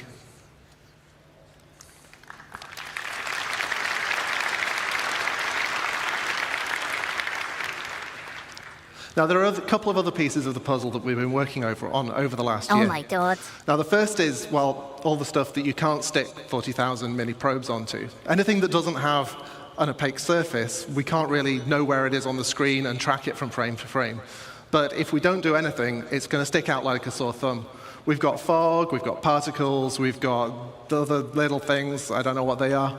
And so we need something to do with those. So to address this, we've added a kind of stable grid of medium-y kind of probes that are generated around the player as you move around. So that gives us approximately matching lighting that we can apply to all of those things. Now, this is a little bit difficult to illustrate in normal scenes, so for once I've been making my own levels. As you can see, Pico's in trouble again, but because the lighting team hasn't helped, you can't see anything in most of the scene. If you add the transparency GI system, suddenly the whole scene comes alive. And this is something that we could never have done until we added this tech.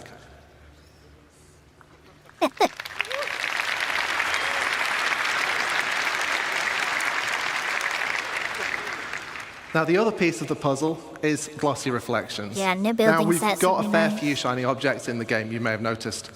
And we've got the same problem that if we fix the lighting on one thing and then the reflections don't match, it's going to look terrible. Also, ray tracing reflections is really cool, and we wanted to do it.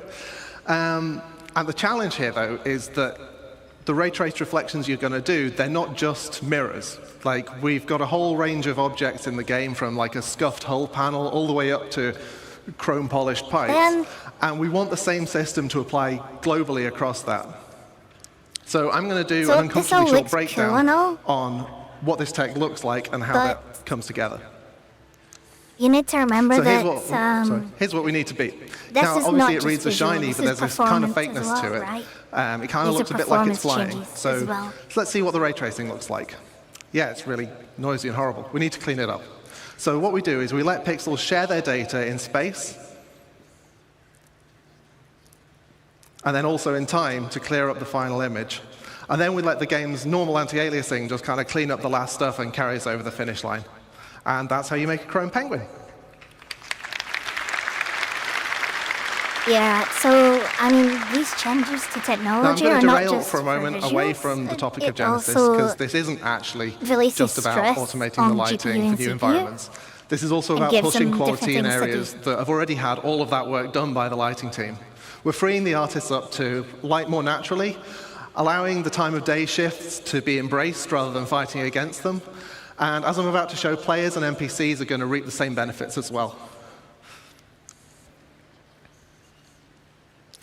So here we start adding natural areas of light and shade and warm and cool colors.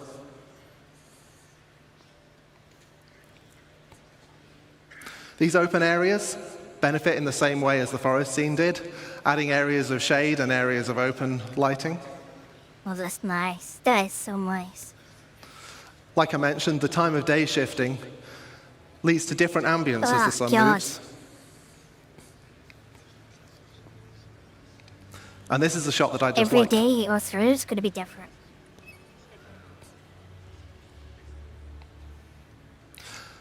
Finally, let's see how the new GI system can brighten up your character's day. Yeah, it's one hell of a character. What the hell is the armor? Oh, okay, yeah. And also their day as well, whoever they are. Well, I promise you light and sound, but I don't actually know anything about sound. So here's the man who does, Graham Phillipson.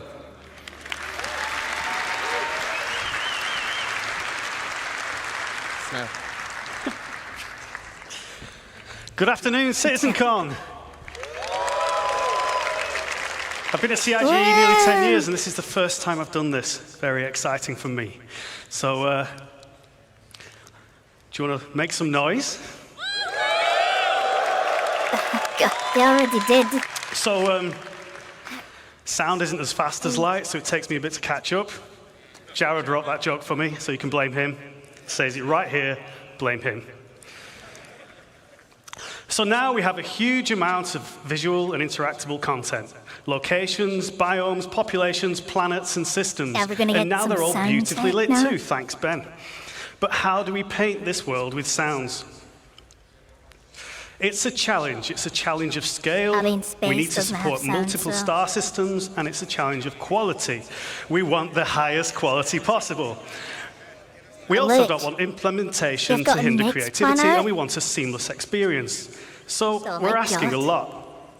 But with Star Audio, They've shown we us can mix. rapidly implement audio for entity classes, brushes, or audio sweeteners, all of which can be reused and reflected immediately across the game, including all of those emergent locations we talked about earlier. So again, this is Genesis data driving what happens in-game. And we can do all this without breaking the flow. So here's a fairly dry video. It gets more exciting later, I promise, showing you our rapid workflow.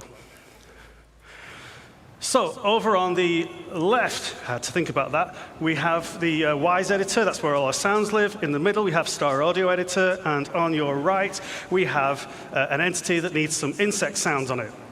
So we can very quickly drag from Wise to Star Audio. We can mark up very quickly a bit of logic, and we can re-trigger this entity's spawn sound so that it immediately makes a sound.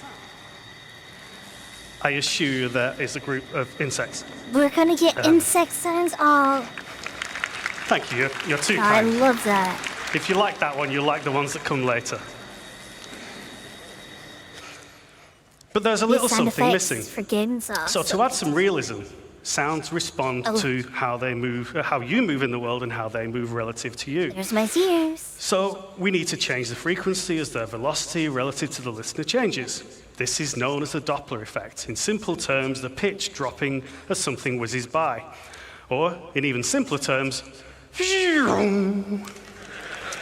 Okay, good job. Now, sound designers traditionally needed to implement their own Doppler sounds. But given how fast we can travel through these rich, dense locations and the sheer number of them, we can't afford to be doing that any longer. So we've created a systemic Doppler solution. And I'm going to show you that now, the only way I know how, by putting a big Benny noodle machine on top of a mountain. Okay. Oh, it's got... Oh no, it's got annoying sounds now.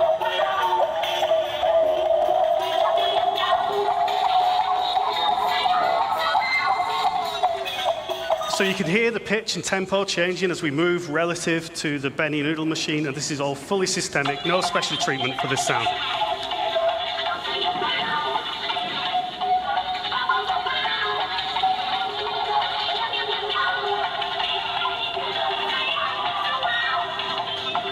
That is not the best example. And I expect the noodle bar to be very busy after that commercial. So, how does it work? That was not the best Well, example. the listener is surrounded by variable time delay buffering, not the horrible kind of buffering on the internet. This is a really nice kind that helps the game sound good. Each buffer represents a section of the sphere around the audio listener, and the audio is mixed into these buffers at a position that is appropriate to the object's position in the sound world. based on location is Changes what in they're the trying to position show are here, applied but, to the delay buffer by interpolating the audio that was data. not the best example. But that's not all was we're so doing bad. here. Now, I know there was a bar citizen yesterday, so some of you may not be thinking as fast as you might normally, but you may have realized that by buffering the data in this way, we're not just creating a speed of sound, we are not just creating a Doppler effect, we are indeed, and I just spoiled my own line, creating a speed of sound effect. So, introducing systemic speed of sound to the game, I now have a couple of minutes of video, and we go through rapid fire, looking at some fantastic examples of what this brings to the game, starting with a spaceship pass by that is supported tonally by the systemic speed of sound. Like,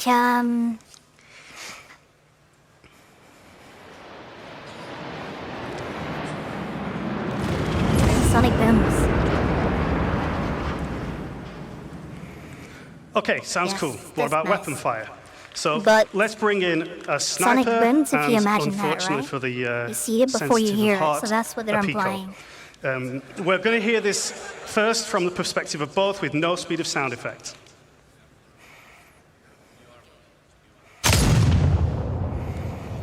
Okay, so that's, if you were at the Pico perspective there, that's how you'd hear it in game right now. Let's hear it with speed of sound enabled, and this time we're just going to listen from Pico's perspective. See? So Pico's down before he even hears the shot. But don't worry, he's not dead. Okay, let's finish him off.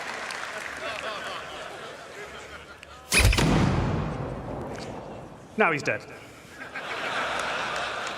And as the voice of Pips power up, I need to get some proper placement in. So there's one more example for you. Now finally, oh, not finally, we have ship weapons, so listen to the fire rate as the ship approaches the camera here, giving you a bit of a sense of threat.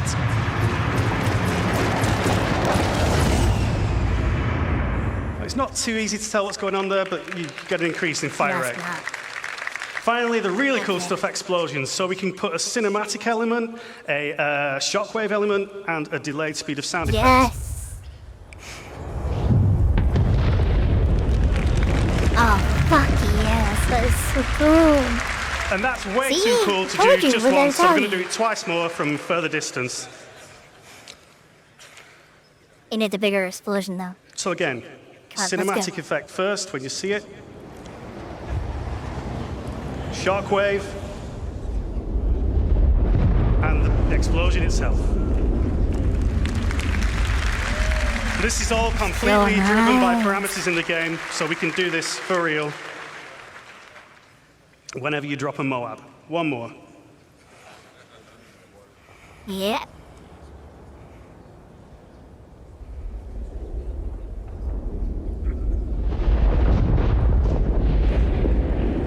Yes. So you That's pretty cool. Like, good. It is pretty cool. So, the speed of sound simulation gives you a better sense of distance, it improves the sense of speed, and it supports those amazing cinematic Can you imagine they moments. add, like, thunder and lightning as well? In summary, we're trying to make the game more immersive and respond to all this Genesis data and make it feel more real. And that's not all we can do. We can make sounds respond differently to changes in atmospheric pressure and resultant changes in temperature. So, for example, the sound will travel faster in extremely hot, high-pressure environments. We really look forward to getting this in-game for you and getting you enjoying it at home. Now, that's all from Phase 4 of the Genesis cycle. It's fine, Lighting I've got sound. 2 GPUs. So I'm going to hand you back to the amazing Ben and Ali to bring us home with the final phase.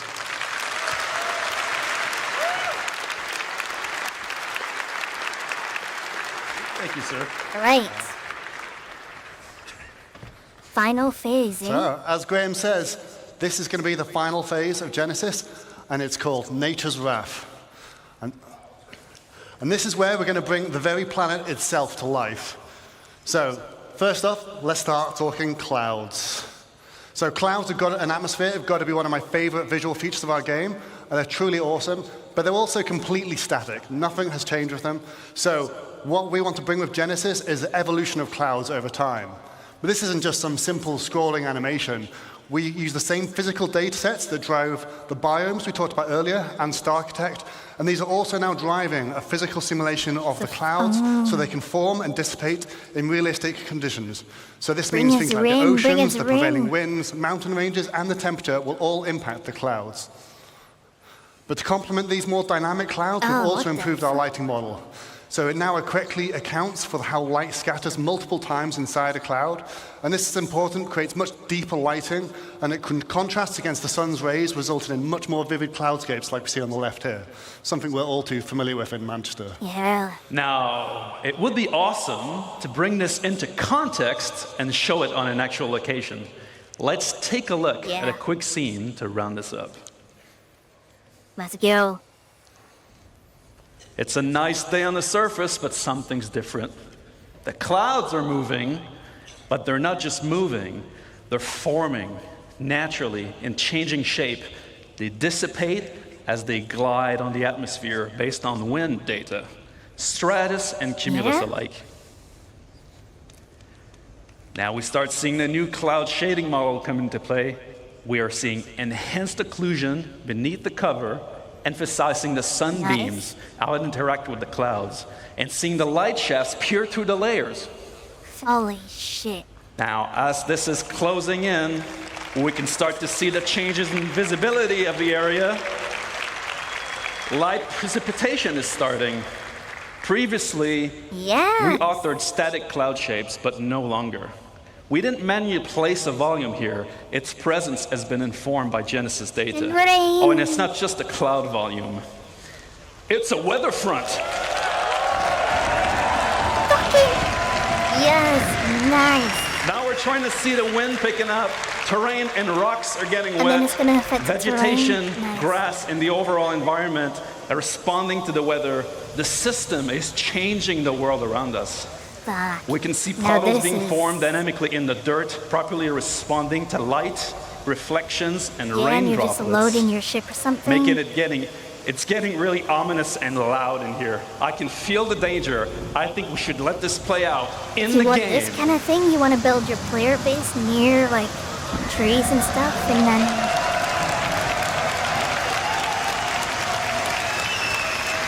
this is so fucking cool. Volunteer. Weather is looking fast on this location. Conditions are deteriorating. Severe items. We need to leave now. Get back here. We need more announcer stuff like this, like operational announcers. You know, that they're telling the people or the NPCs around the facility what to do and stuff like that. Oh my god.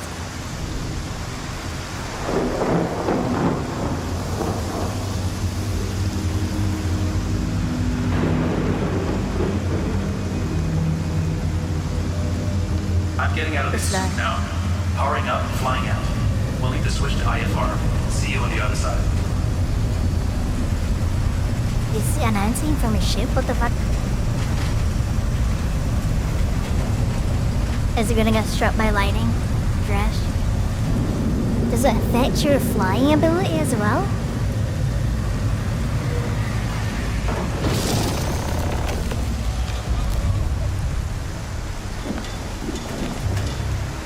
But you're missing the point. They have the tech. You're seeing the tech, right? Like, this is there. Obviously, it's in the future, I mean, but you're already seeing it. We can say that about a lot of things. We've seen videos about a lot of things. And it took a long time, but I don't know. Their tech for node creation and all their tools and stuff is just... They've already said that the tools are complete. I'm sure we're trying to be optimistic. The tools are complete, right? So all of this is ready. Are you gonna open the side? No? Oh yeah, what does it look like on the window?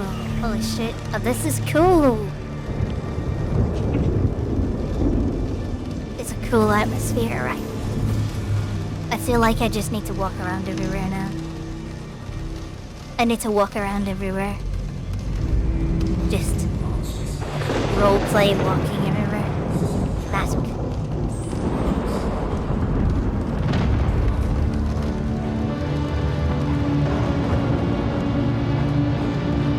Is it affected by the weather? I mean, at this speed it might not. Oh, look at that. Yeah, there's water on the street. Nice. All the sound.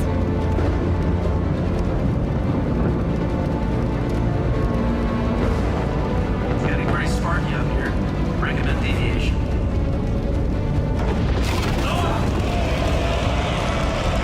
Oh, fuck.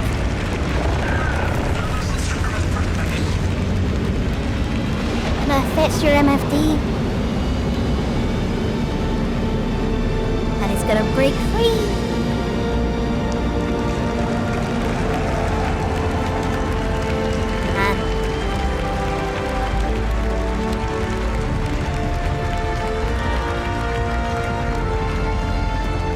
Yeah, roleplay walking. Just walk around the villa slowly, enjoying the atmosphere. Wow! Man, that's what we call the Falco maneuver, to get out of there. Ali, please break this down for us. What did we just see? Yeah, so that was a combination of lots of tech we just saw that all combined together to make a really great cohesive experience. So we started with the cloud simulation, which wasn't really a cloud simulation, it's a weather simulation.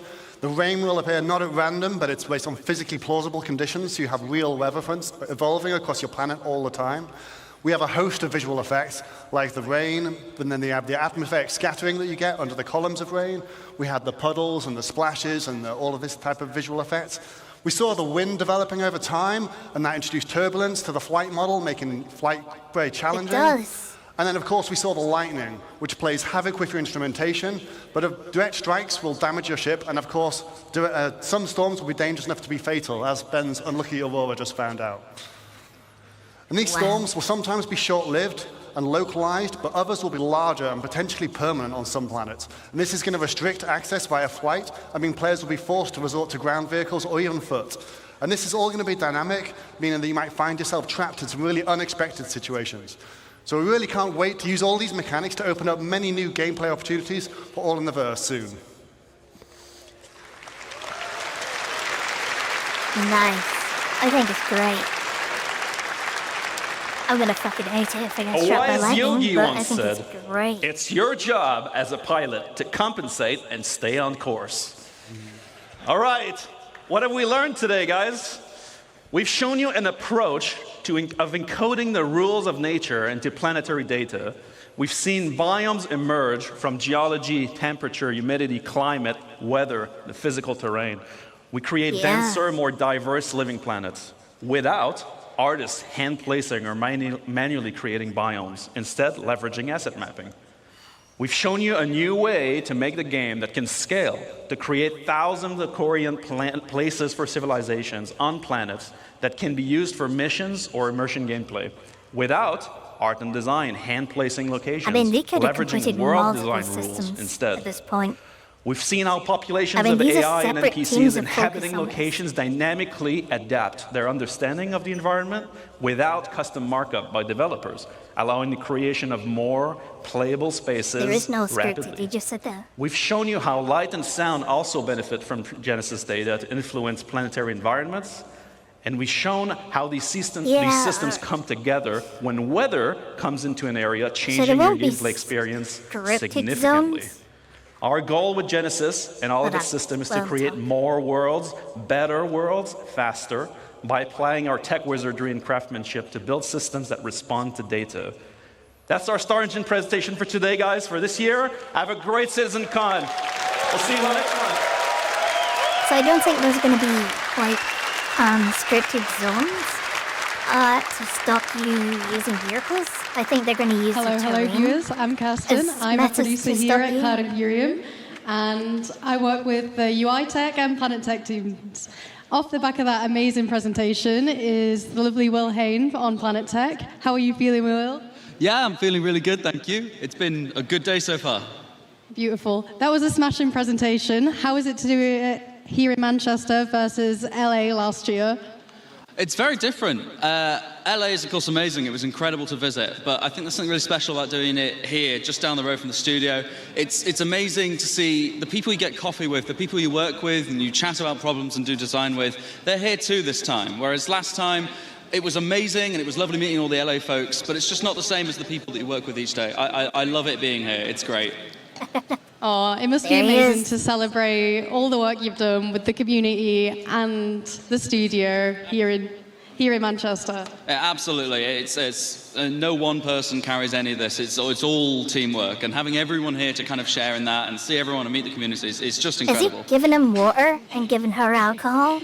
Well, with all that hard work that you just got to show off to everyone here today, what are the main 3 takeaways from today's presentation? So it's like Benoit just said, the whole Genesis set of technologies I is think all it's about amazing. creating more worlds faster and better. We've got a benchmark. Things look great. Pyro looks incredible. But we want to be able to deliver that more. We want to be able to exceed that benchmark and do it across everything we make going forward. And the whole Genesis panel, I won't pretend that I know everything about everyone's section because they're all experts. But all of it is coming together to create a much better game and much better content for it.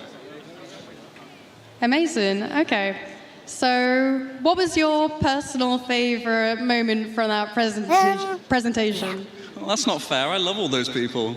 The dynamic weather demo, I'd not seen that cut. It's incredible. I love it.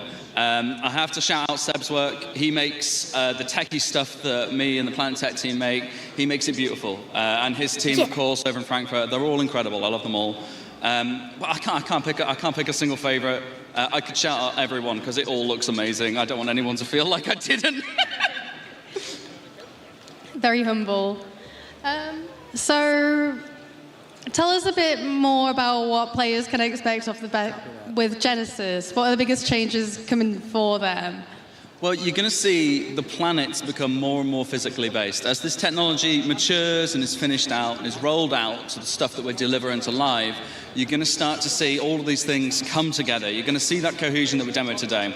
And I'm hoping that we're going to show you some more of the steps along the way as well in the future, where we won't just be showing you Pines anymore. We're going to be showing all that incredible stuff that Seb's been busy authoring. Together, it's just going to look amazing. I'm so excited to get this into people's hands. Beautiful. A personal highlight for me was seeing the water interaction with the biomes. Is that something you're excited for players to interact with? The Absolutely. The swamp demo with the water interaction.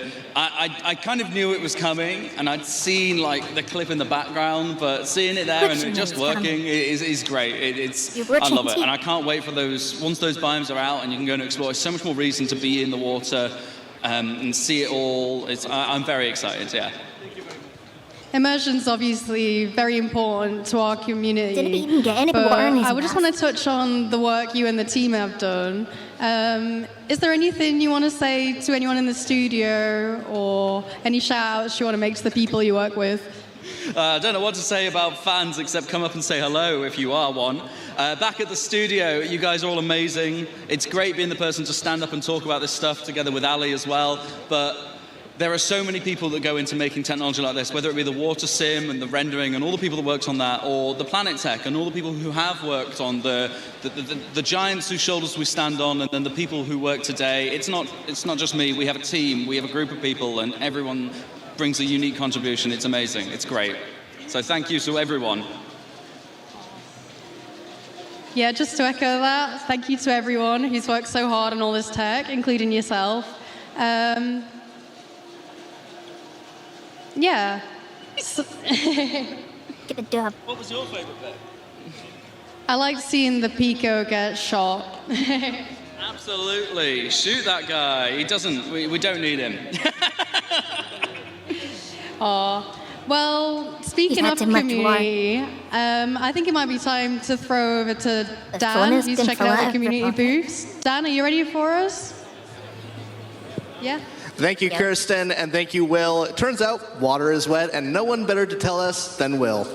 Now, guys, we are here back at CitizenCon on the show floor waiting for the next panel. We'll be back in a little bit for that, but I want to continue showing you guys some of the awesome stuff we have here on the show floor. So I'm here now at the Monster Tech Sim Pit area. Monster Tech we had an awesome promotion with earlier this year where we have these great themed chairs. Look at this. This is an RSI branded Monster Tech chair. Let's get a close in on that if we can.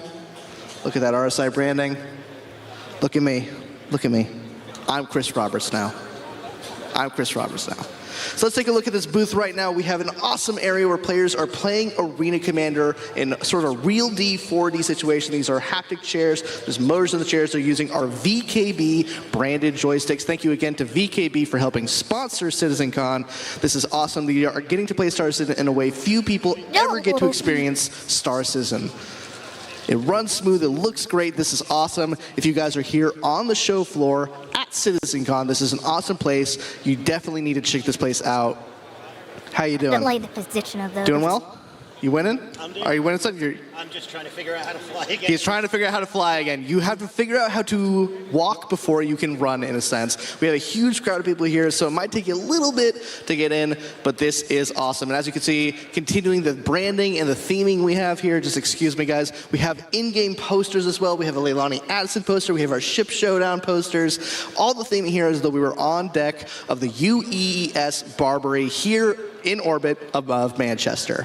Now, guys, we also have some awesome stuff we're about to show you. We're going to head over to the community booth in a little bit. But first, I want to take a quick moment to also thank one of our other sponsors, Scan PC. So for those of you who are attending CitizenCon, you didn't even know this, but all of you are actually entered in a competition right now to win a free themed Star Citizen Scan PC. If you check into your bags, you have a challenge coin. Every single challenge coin in every single one of your bags has a unique number on it.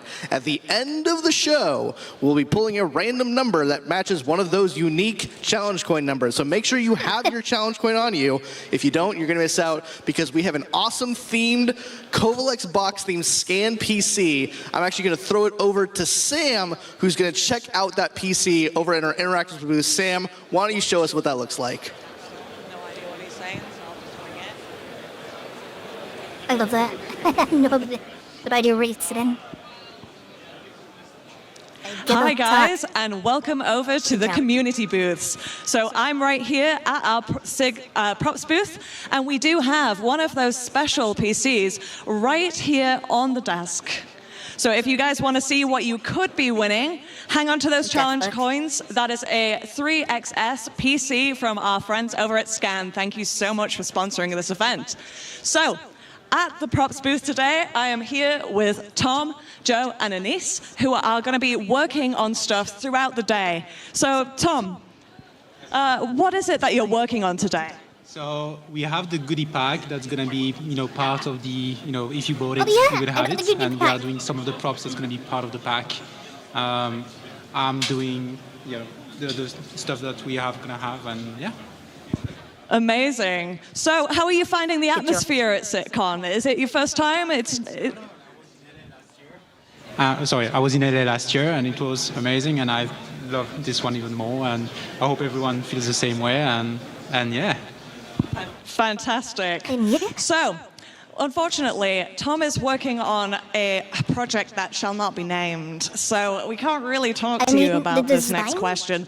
But let's move swiftly on over to our Star Citizen props artist, Mr. Joe. How are you getting on? Doing good, thank you. Brill. So could you tell us about one of the props that you're most proud of from Star Citizen? Most proud of? Well, that's to come later. But at the moment, I think my most proud is the item banks, the infamous item banks. But lucky enough, the art's cool. But yeah, probably those ones. Amazing. Thanks so much. Well, we'll leave these guys to their very important work. If you want to catch them, you can catch them at any point throughout the event, both Saturday and Sunday. So go say hi and, give them some suggestions. They might make it into game. You never know. So on the right over here, as you can see, a very popular booth, we have JRDF, who are our amazing model makers, and they have done a lot of work for us in the studio as well. So if you get a chance, do try and visit their booth. They will be happy to show you guys all of their amazing work. Models are expensive. And next, we'll take... imagine bumping into you here. Just happy to be here, as always. I think I'm going to take over for a little bit. There's a lot of stuff that I want to talk about because I'm a narcissist. Yeah, I'm going to go over this way, I guess. Yeah, so we'll catch up with Sam in a bit. So this is the Dan show now. Come follow me. Now, guys, as community producer, one of my favorite bits is getting to interact with you guys, the community. And one of the best parts about being part of the Star Citizen community is being part of an org. And one of our first orgs we're going to look at today is Nova. Now, Nova is one of our awesome orgs that has a community booth here today. You can see they're giving a ton of stuff out. Let's take a quick look at some of their theming of the booth. They have some awesome video stuff playing. We've asked them to turn it down a little bit because it's a little noisy here. But as you can see, they have some awesome giveaways. They have some awesome stuff. They have some merch, which we'll be looking at the merch in a second. Let's make our way behind the booth. Is there a good way? That is a terrible idea if I try and do that. We're not even going to worry about it. If you can come on down and join me, though. Give me my Banu, man. How's it going, man? They better give me a Banu update. Great, thank you for letting me into the country. So tell me all about Nova. What's the history of Nova? Well, at the moment, Nova was established in 2948. Nova is a lawful and independent, self-sustaining organization where citizens from all origins can come together and create a better future for themselves and the people around them. Nova has quickly grown to become one of the biggest and most active organizations in the game. Our goal is to provide an inclusive environment that allows all of its members to have fun and enjoy the verse, and also provide an awesome community of like-minded individuals. Our primary objective is to just have fun together, and we respect how others may want to enjoy their game and experience. That's awesome. So both new players and old players alike can sign up for Nova. Anyone who's interested in being part of you guys. What would you guys say is your main focus as an org? Are you guys just trying to get a rounded experience for Star Citizen, or is there a specific focus, like role play or career focus? What's the hook for Nova? Our main hook for Nova is the operations we run for our members. Our commanders, specialized in each of one of our 5 branches, put on operations every day of the week for our members to just enjoy and get out into the verse. Last year we had over 2,500 operations that we ran for our members, and hopefully they enjoyed that, and hopefully that continues to have them stay in the verse and enjoy it. So how many members do you guys currently have in Nova? On the last count, we had just over 13,500, and we hope it steady, keeps on to keep on climbing. So 13,500 people. That is awesome. What do you guys have here? Let's take a quick look again at their booth. There's some really cool stuff they have here. Right. On the booth, right. Here we have the postcards that were part of a screenshot competition we hosted with our members. The winners, obviously, got to have their screenshots posted at CitizenCon. On the back of each of these postcards, we have the QR codes leading to each individual branch's recruitment video. So walk me through the branches. What are your 5 branches? Right, our 5 branches. We have Nova Relief, which is our medical and search and rescue branch. Anything to do with helping people, that's what they do. Nova Defense is our Navy, Air Force, Marines on the ground. If there's anything that Nova needs to defend, that's what they do. We bring them in. Nova Corps is our industrial branch. They deal with any of the mining, salvage, cargo transport, and in the future, construction, hopefully, for building. Anything to do with money, that's what they do. Nova Frontiers, our scientific and exploration branch. They're the ones that go out into the black and bring back the information for us. They also create our grid maps, cartography maps, and everything like that for us. And Nova Skyline, our diplomatic and racing and touring branch. They're the ones that do the races with Atmo Esports, Anzio Racing League, and the Fleet Faithful Knights with their race across the verse. They also help build the booth for our community events. And it's a great looking booth. And that was all of them, right? Yeah, that's all the branches. Yes, that's all the branches. Amazing. So, guys, if you are here at CitizenCon, check out Nova. Thank you so much again for inviting us into your lovely Nova home. So, guys, we're going to move on to the next booth. We have, pardon me. We have Palakis Workshop. We have some amazing minis here. These guys are making some awesome Star Citizen minis. Take a look at these minis. We have some painted razors. We have an Apo Santaki. We have a Mercury. No, that's, yes. Lots of ships. Sorry, people are talking in my ear. We have a Fury. So, guys, I want to thank you guys for coming to CitizenCon. I'm being told we need to wrap for time, so I unfortunately need to throw over to Sam. Let's make sure we go over to Sam. Oh, we're going to Jared. We're going to Jared. Never mind. Let's get ready for Jared. Lots of people talking in your ear. What people don't realize is people talking in your ear, you can't really hear what you're saying, but I think we're ready for Jared now. Jared, let's throw it over to you. Thank you guys so much for having us here at CitizenCon. Back to you, Jared. Did Twitch just tell me to do a collab with fucking Star Citizen? Is it not? Main stage disco. The fuck? Yes, That wasn't a gag earlier. Let's go out. I really messed up my hammy. Pro tip, don't get old. All right, so we just finished our Star Engine presentation, Brave New World. I want to do one more round of applause for all the CTG guys who got up here and showed you their work. Okay, now amazing. Just when you think our plans couldn't get better, they come up to us about 3 months ago and they're like, hey, we've got this. Do you want to show this at CitizenCon? I'm like, yes. Yes, we do. We want to show this at CitizenCon. But you don't think it'll be like an ISC kind of thing? I'm like, no. That's CitizenCon worthy. All right, so our next presentation are a group of several dear friends of mine and Sean Tracy. You know I love you, baby. I love you. It's a presentation that I have wanted to do here at CitizenCon for years, and in 2024, well, the stars seemed to align, and I'm so excited that you're going to see this. This is was what I called in our pre-show our sleeper presentation of the year. I hope you give them all the attention and all the admiration they deserve. Please welcome Benoit Beausejour and A Social Universe. Can we buy the Bisbee's jacket? This a bango again? Oh, never mind. Social Universe? Okay. Hello! Can you hear me? 1, 2. All right, cool. Okay, so in the Star Engine presentation, that was Benoit. In this one, I am Bolt, my player persona. I will now channel my inner Jared in this one, and I will be your host for this panel. Woo! It's time to discuss a social universe. But before we start, I have a couple warnings. First one, let's take a look at this one. Oh my god. I took this in our last technical preview demonstration. And God, I was so happy to see all these people on the train. It just made me like very emotional.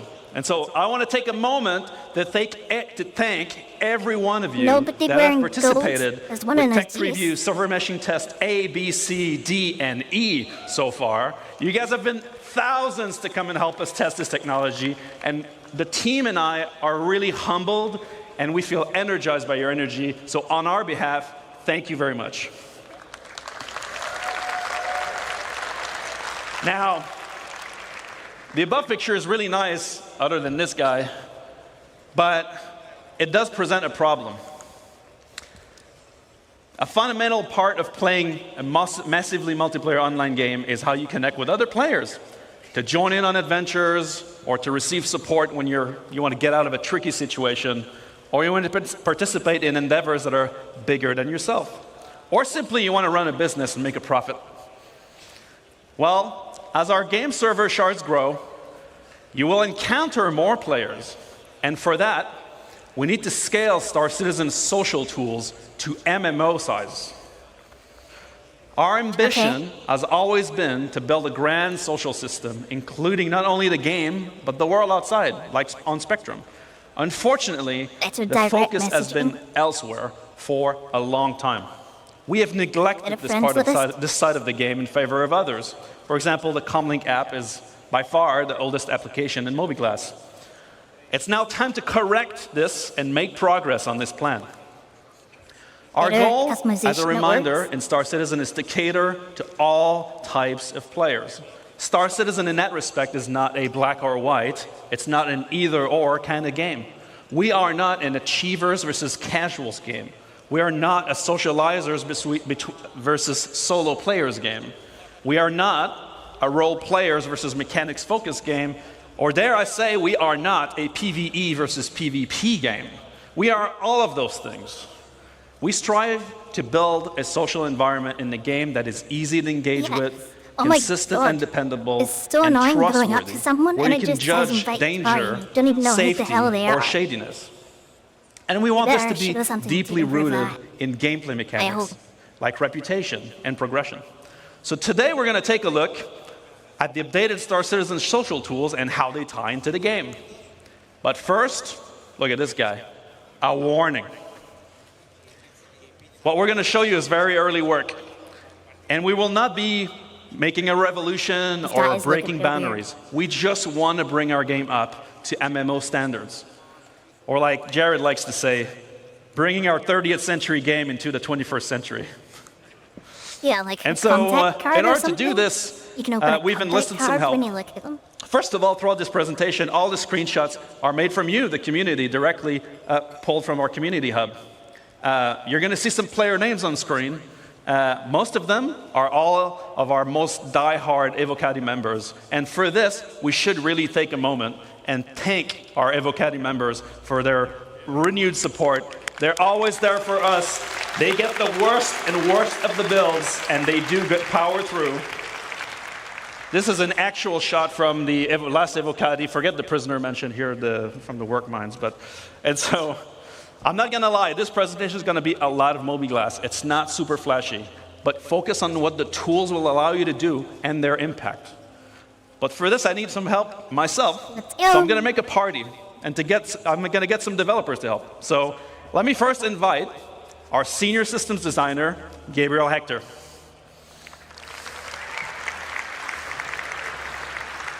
Hello, CitizenCon. Hope you're doing all right. And Ben, you forgot to cover the Swedish before in your earlier introduction, so tjena. Ah, nice. All right, we need some more. Let's invite Assistant Design Director, JJ, to the stage.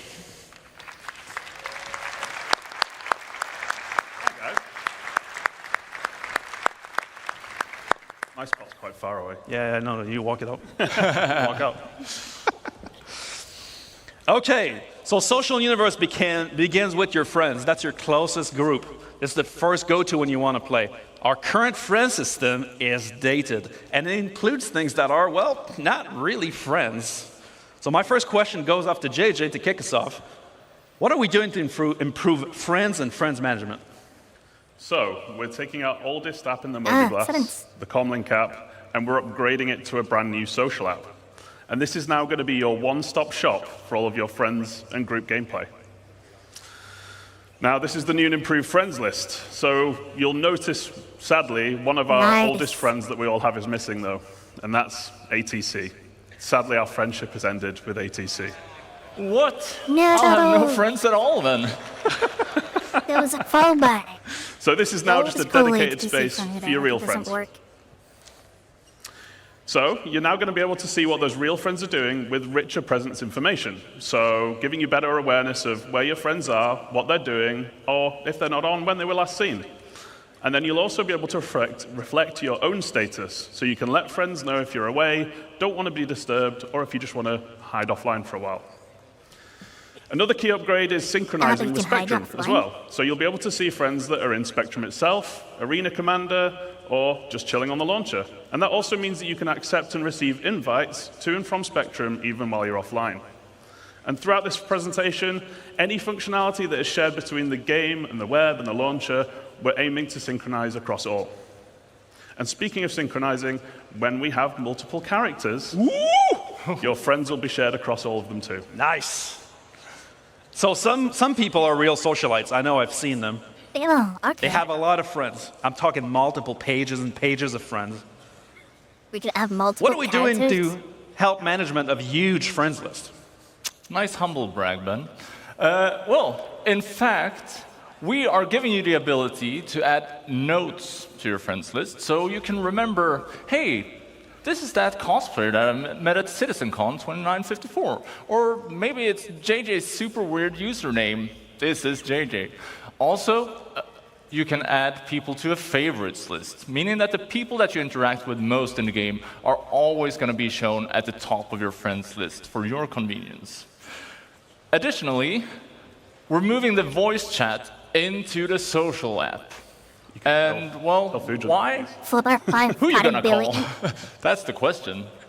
You're going to call your friends. You're going to call your party. So this is where it should live. Nice. Seem to have got a lot of UEC there as well, Ben. I swear to God, I didn't dupe any cargo. This is just my personal allowance. Yeah, sure. All right, so that's all cool for your close buddies, but the one thing that always happens when you meet people is that some of them aren't nice. Abusers, pad rammers, active griefers, you know? Currently, we can't do anything about that in the game. What are we doing to help the situation? So, in addition to the friends list, we're also now going to have a block list. And we like to think of block people as reverse friends. They're just people that you really don't want to talk to anymore. So, what we're trying to do is we're doing something called blackholing them from communications. So, you can't see them talk, and they can't see you talk anymore. And not only for communications, whenever you see some of these other systems we're about to talk about where you can group up, we're going to make it harder for you to see each other as well. Now, we also have a much requested hostiles list for people who have made a real enemy of you as well. The KOS list is finally making its way in. Oh, yeah. You'll also be able to add notes here as well, just so you can remember that person I blocked 2 years ago, you remember why, because you're going to forget. And then for those situations where someone really wants to go the extra mile to be a super mega ass, you can report them to us, and we'll deal with them for you. All right, so now I have my friends list up to date. I can find my friends easily based on rich presence in real time, and I'm ready to go on an adventure. But for that, I need a party. The party is at the core of the social experience when you're heading into a mission, meeting with other players, or whether they're a friend or not. Our party system is very bare bones at the moment. It does have some cool features, but what are we planning to improve parties? Yeah, so as you said, it does have some cool features like party launching, the party markers, quantum syncing. It's all good stuff, but let's take a closer look at the new features of the party list. So, with server meshing, we are right now at a unique opportunity for us. So we already support large parties, but we want to do this well. We have been seeing what you do in the tech previews, and people have been partying up in hundreds. 100+ people in one ship? Come on! And that's all right. We just want to make sure that we're adding better support for this, like search functionality, making it easy to find people in your party. Also, just like we did with the friends list, we're adding rich presence here as well. But for the party, you're going to want more real-time gameplay-related info, like if someone's downed or dead or maybe offline for some reason. Oh, dead, yeah. A big thing, though, is the ship and seat breakdown. So, you will see. Yeah, maybe that's worth applause. So, you will see all the vehicles that your party members are in, as well as the seat that they are in. This will give you great situational awareness and allows you to coordinate better than ever before. It's essentially a mini fleet manager. Okay. Oh. A bit confused. So there's going to be more improvements as well. So you're going to be able to control permission for invites. So only your leaders and assistant leaders can actually invite people. So it's no longer an absolute free-for-all. And we're adding an absolute MMO staple as well, which is the ready check. So as we add more and more challenging group gameplay, you're going to be able to coordinate a lot better. And while we're talking about group play, and maybe it's unwanted group play in this case, we're improving the quality of life for our streamers as well. So we'll no longer have a shard player list. We're going to be obscuring things like your on-screen name and location and so on, just so you're a bit harder to find while you are streaming. And that's the full friends and party tab. Pretty cool. It's a party for the eyes. It's a party for the eyes. All right, so the new Friends and Party place is really the one-stop shop to manage all your real-time interactions with other players or access your comms channel. That's cool, but as we navigate the verse, it's always very difficult to find people. We have a single channel. People are blasting, looking for groups. It's a bit awkward. You never know what you're going to find. With bigger shards, I know I'm the bigger shards guy now, but we're going to have a lot more players in there. There must be a better way. Well, Ben, we have given this some thought. So, the second tab in the social app, introducing the Party Finder. Nice. So, the Party Finder, it's a dynamic system that's going to make it easy for you to find interesting and engaging gameplay. This is just going to be filled with recruitment now. It's basically player-powered matchmaking. Join us for PvP. So, if you are looking for more players, just go in here, advertise your party, give it an informative name like Ben has done here. Space Combat Fun Times. But you can do a party for you friends could even and they can just join set themselves. things like a specific contract that you want to play, or roles that you're looking to fill. Maybe you need gunners, engineers, pilots. Meat shields. Maybe that. You could also limit the number of members. You might want to do some, again, specific content. So you want to do with a set number of members in the party, or you might want a tight-knit group. That's something that I would like very much. Maybe you just don't want to split the contract rewards, right? So once you have that information, then it's time to list your party. And then people are going to be applying to join your group, which is kind of like a reverse invite. You're applying to the party, you're joining yourself, you're getting involved. You're the reverse guy today. I'm stuck in one gear.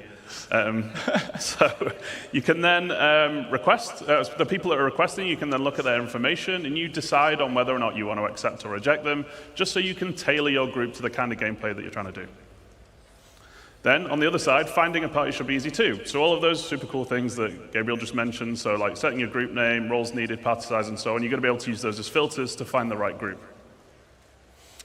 And this is all purely because we want you to find the kind of group gameplay that you want to engage in. And it's for all types of players. FPS combat, racing, beacons, roleplay, eating burgers at Whammers, finding cool vistas. It should always be easy to find action, things to do, and people to play with. So I can create a party from a couple friends. I can party launch into the game on the same shard. Then I can share my party with the Party Finder.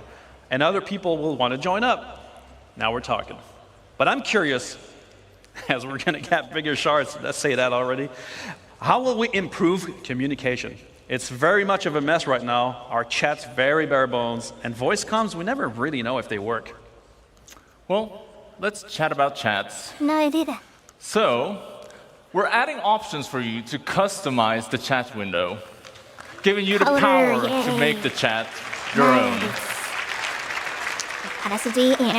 We're also adding chat tabs. We're bringing back tabs.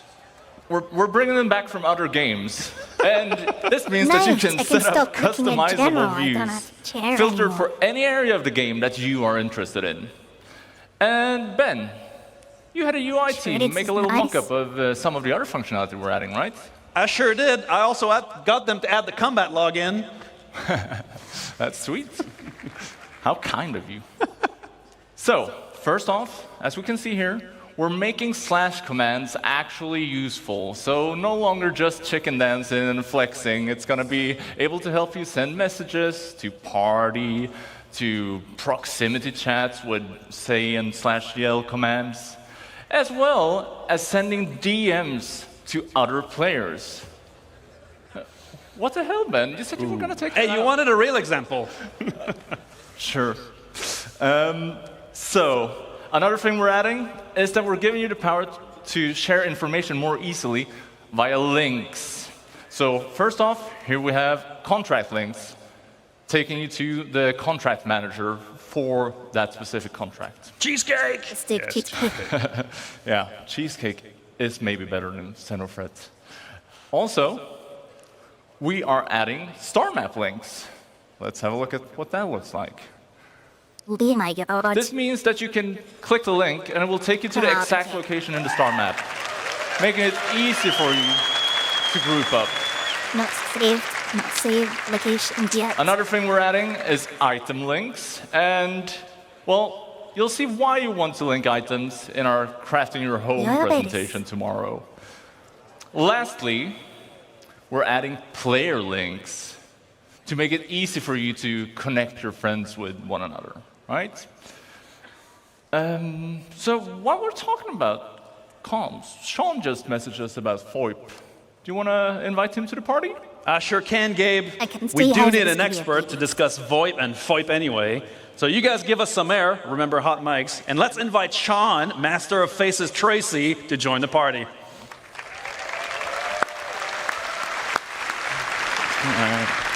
Star map links to the current locations. Hey, Ben. Hey. How you doing? I'm good. Hello, everyone. Good to see you all here. So, I've come up to talk a little bit about FOIP and VOIP. So, it's a bit of the communication channels beyond just text chat, right? All right, so FOIP and VOIP are our systems in-game. VOIP, Voice over Internet Protocol, and FOIP, which I termed way back in 2019, Face over Internet Protocol.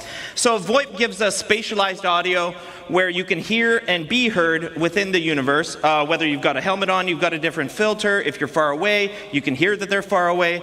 But we added face to that way back in 2019. So it's cool because you can place video calls, you can speak and see each other speak in the game, and you can take fun selfies like this. So again, I mentioned, it's back in 2019, so it's been in for a little while, but it hasn't really been updated so much since then. So the cool part about it, and I really got to mention, it's not a replacement for motion capture equipment. It's not a depth camera. It uses pretty much anybody's 2D-based web camera to track your face. So it can do great things, but it's got its limitations as well. What's kind of cool about it is that FOIP and VOIP are actually coupled. They're encoded and decoded together on the network super efficiently so that it's always in sync, and anybody that's worked on facial animation with audio data knows that sync is super important. So it's been used in expected ways and unexpected ways by the community. Let's have a look. This is Wallace Klim. Yes, let's. Klim? What is it? Seems someone's on our case. One of our Ninetales facilities was sacked last night. Total loss. The bunker was destroyed. Fuck. And 3, 2, 1, go.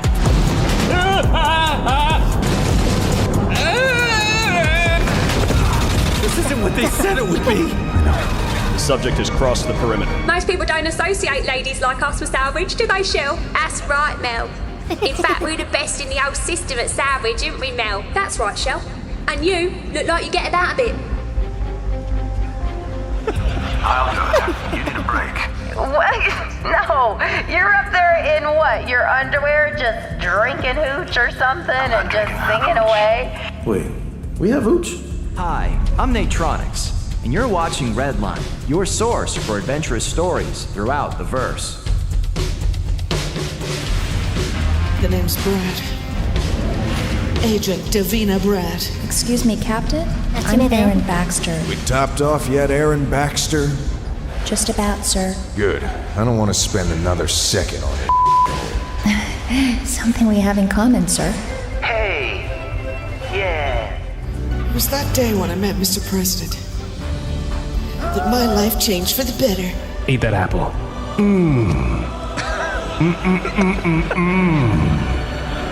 Apples. You were never supposed to know any of this, Detective. You were supposed to die at Safe Haven. Rachel. Rachel's dead. Hey man, I'm back again. You have any hats? Oh dude, I read the cap. What are you looking at, sir? Go away.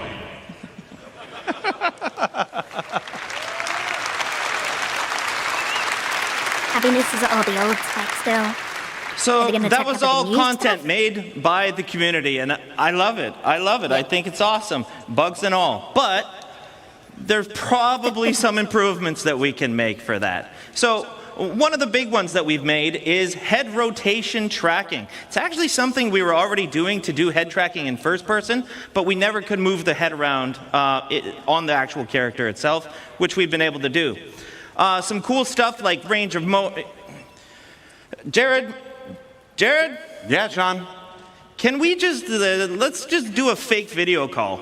Can we do a fake video call? Oh, you know we can do a fake video call, John. All right, cool. So let's call one of my guys, Oliver Cook. He's been working on some new tracking updates.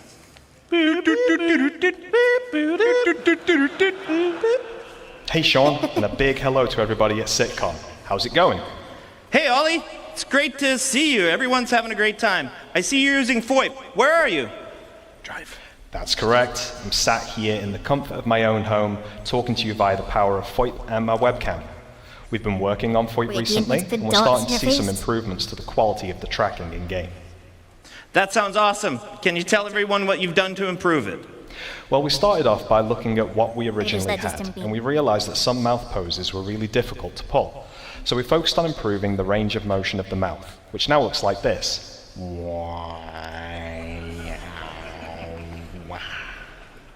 Hopefully, you can see there's more of a one-to-one relationship with what's going on in my webcam. And this has helped some of those problematic poses we were seeing before, one of which being a closed-lipped smile, which was quite difficult to achieve previously. We've also started to add in secondary motions that happen naturally when pulling combination face shapes, like squinting in the eyes when smiling or frowning. And when we combine these secondary motions with the wrinkle maps, it really goes to show just how much work has gone into these heads. Let's see how many wrinkle maps we can trigger, huh?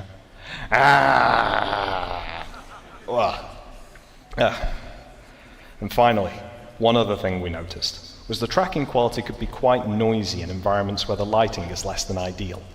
So to combat this, we've introduced tracking stabilization, which helps to reduce the amount of noise we get from the webcam. We're seeing positive results in low light conditions, but we're also seeing a small quality boost in optimal lighting conditions. The result is a more expressive and stable face, which is great for using in-game or making videos in the verse. And we still have a little ways to go with FOIP, but the future is bright for this feature, and we can't wait to see what wonderful things you use it for in the verse. So I see you in the character creator. Let's change how you look.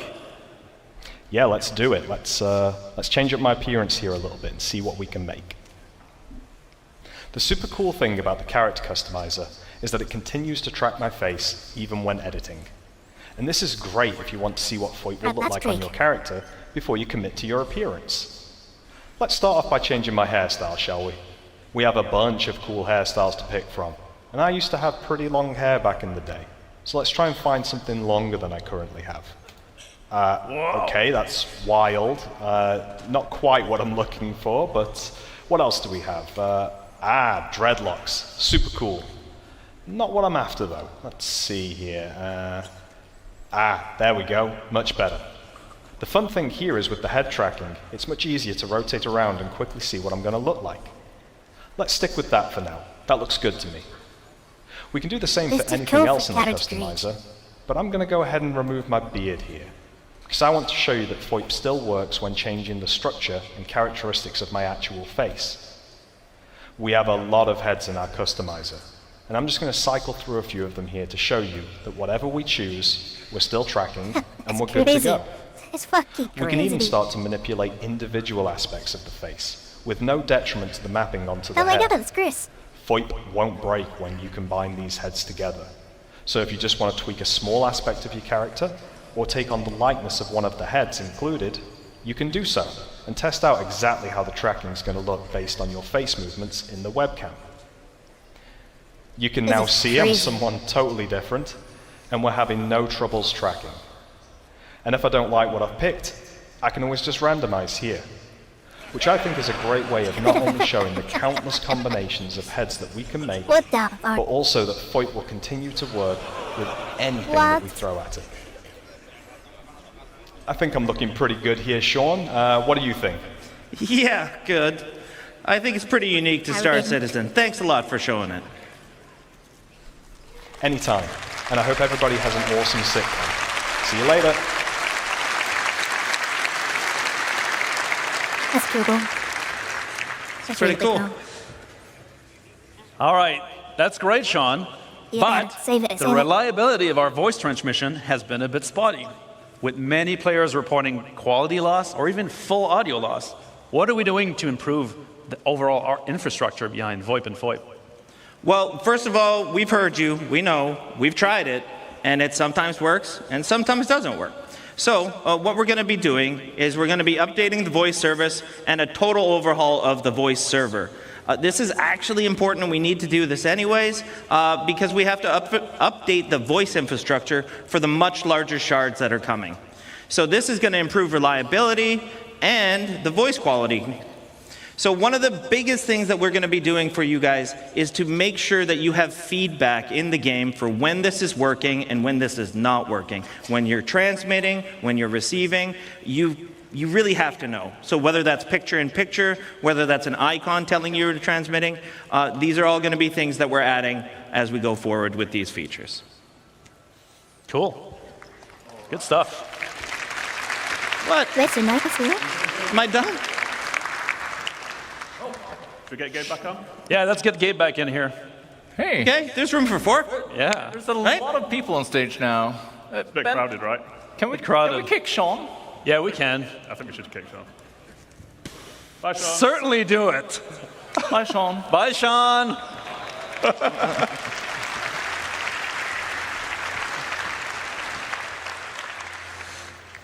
All right, now we've made some friends, we've joined parties, and we even kicked some people. That's super great. But what if you're new to the game? The city of screen. Oh! The guide system. So we've introduced the guide system on the web a while ago. And this allowed new players and experienced players to match up, basically for a new player to get training and learning the ropes. Wait, are we bringing it in the game? Yeah, of course we are.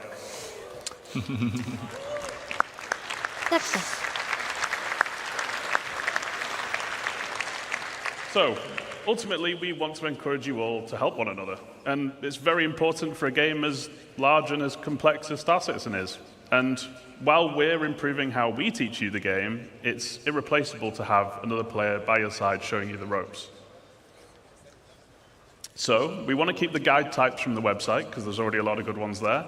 And they already cover a very wide variety of gameplay. And as we add more game systems, more guide types are going to get added too. You get rewards. And base building's a great example of that, which is a little teaser there for tomorrow. No, teaser. You're teased. Oh, yeah. But now, how do you become a guide? So now there's going to be a list of requirements that you've got to meet. And this list will require you doing content like contracts, beacons, or many other things as well. And ultimately, once you've checked that list, you can then opt in to become a guide. And really, we've done this because we wanted becoming a guide to really mean something, both to yourself, to other players, so they can rely on your experience. But why become a guide? Out of the goodness of your own hearts? No. You want to get paid. Some of you love to help, and a lot of you already are. But while I don't have time to get into specifics today, there are going to be rewards available for those of you that do put the effort in. Because we like to get paid. You do like to get paid. But ultimately, we want you to want to help. All right. So I've been doing a lot of guide stuff, and I've reached a guide level in a field that I like doing tons of content on. Or I'm a new player and I need training in a key area. How does this all tie together? Let me answer my own question. It ties into beacons, trust, and rating systems. Or as we say internally, beacons, but actually good. But I mean, you're meant to be able to sell beacons. So beacons have been in the game for a while, but we are juicing them up. Yeah, so let's look at how we're juicing them up. So first off, tying into the guide stuff, we're adding a new type of beacon. So guide beacons. It means that if you are a guide, you'll be able to respond to them. If you need a guide, you broadcast them. And if you need a guide, you can be certain that whoever responds to them knows their stuff. So this is obviously good for new players needing to learn the game. But even seasoned players like yourselves, you're going to have a great use for this because there's always something new to learn in the verse. So you just post your question, you broadcast it out, the guides get alerted, they can accept it, contact you, and once you have the information you need, you take the beacon down, get out there, and use your newfound knowledge. So obviously there's many different types of guide beacons here, but we're also adding more categories to service beacons. Now all this beacon stuff sounds fine, but let's be honest, I have a friend. Yeah. Not me, but every time they use a beacon, they get ganked. How are we going to do what are we going to do to make sure that whoever is answering my call for help is trustworthy? Are you sure that's your friend and not you? Yeah, okay. So we've got a few ways of tackling this, and one of them is actually subsidizing the beacons. So guilds contribute rewards to the payouts on service beacons, and we'll get to guilds shortly. But that could be money, reputation, or potentially other rewards as well. Because we like getting paid. And ultimately, that keeps the cost down for the people that need help, but rewards the people that are helping. And this actually finally makes it viable to do beacons for whatever profession you like to do. Medics, refuelers, and repairers, just to name a few. But if you misbehave and you fail the beacon, there's no payout for you. So that's one incentive. The other is that we're adding a proficiency rating. Responders can earn that rating by successfully completing service beacons. You go from bronze up to gold, which indicates your level of experience and success, and only the top few will be able to earn platinum status, which essentially puts you on a leaderboard and marks you as one of the best playing in your region. I don't like the leaderboard thing. So when broadcasting, responders offer to help, and you'll see their rating. Then you'll get to pick who you want to help you out. People that have more time. Then let's say you're not very good, or you like to misbehave a lot. And then brag. Failing a beacon will result in losing rating. And then repeat offenders will enter the red zone. The bald zone. And then only really desperate people are going to take you on. We're making the system much more robust to the point of automatically determining success or failure. So we're putting a lot of focus on making the system difficult to exploit as well, in the many different ways that it can be right now. So criminal types, like you, Benoit, will have to get much more creative. So yeah, that's all great from the beacon broadcaster's perspective, right? Pretty cool stuff. But they're not the only ones getting ganked. The beacon responders, they're also in a bad position. So what are we doing for the beacon responders? Well, we want to give you some idea of the risk you're putting yourself into by responding to the beacon. So we're adding trust rating. So if we look at this person who's looking for some help to repair here, well, you can see their last 5 recent beacons that they've broadcasted. They have 2 neutral ones. Something's gone wrong, but it wasn't necessarily bad or illegal. Then they have a red one. That's bad. They have been up to something. But they have also been successful with 2 beacons. So, well, at least you can assess the situation before going into it. It ensures your safety when doing a good deed. And yeah, I think that's it for beacons. Good. So, well, we've got one more big thing I guess we need to talk about, right? Which we're really excited for. Are we done? Oh, yeah. Look at that. That is exciting. I like this one. Did someone mess with the slides? In Sweden, we call this a double barrel. Well, it's not time for lunch just yet. So, who would like to talk about player organization? I don't know, get organizations. That's all right. It sounds like we've got a few people in orgs in the house today. But Benoit, you talked about this a while ago, right? It's been 84 years. Yeah, I suppose. So I was originally asked to outline the original ideas behind how organizations would work in the very early days of the project. A younger Ben, big ideas, same ideas, now action. You have no idea how happy I am that we're finally tackling this task and this design in the game to truly give you all the tools you need to make your empire in SC. There are more than 70,000 organizations registered on the RSI website. 69,999 of them of decent size, and then test. Ridiculous. Too big. But all of those have custom identities, logos, charter. The amount of creative and high-quality content you guys have always produced has always amazed us and inspired us. Those orgs range from a small group of friends with just the name to large companies spanning a large amount of players with the intent to share wealth, missions, and campaigns together. Now we want to make those orgs matter in the game. Should you choose to join or create an organization, we want this social aspect to be part of your progression. But don't let me spoil it. Let's get a real designer to cover this stuff. JJ, you are a self-proclaimed big MMO player yourself, so why don't you give us the details? I didn't realize I went around self-proclaiming so much, but thank you. But as an MMO player, I understand that different terminology is used in a lot of different games, so I just wanted to very quickly go over how we're using it in Star Citizen. So orgs, as many of you know, the players coming together to achieve a goal, whatever you want your goals to be. We give you the framework and you set it up and drive it forward. And we were going to shout a few of them out, but I was actually told we couldn't play favorites, so we actually made our own. So we've got the Fellowship of JJ and the Balt's Fault Buccaneers. Those what? Guys. You guys made your own orgs? Yeah, we kind of left you out. Sorry about that, James. We also have NPC factions, and they're already in the game. And you can earn or lose reputation with them. Now, contracts and doing nice things will earn you rep.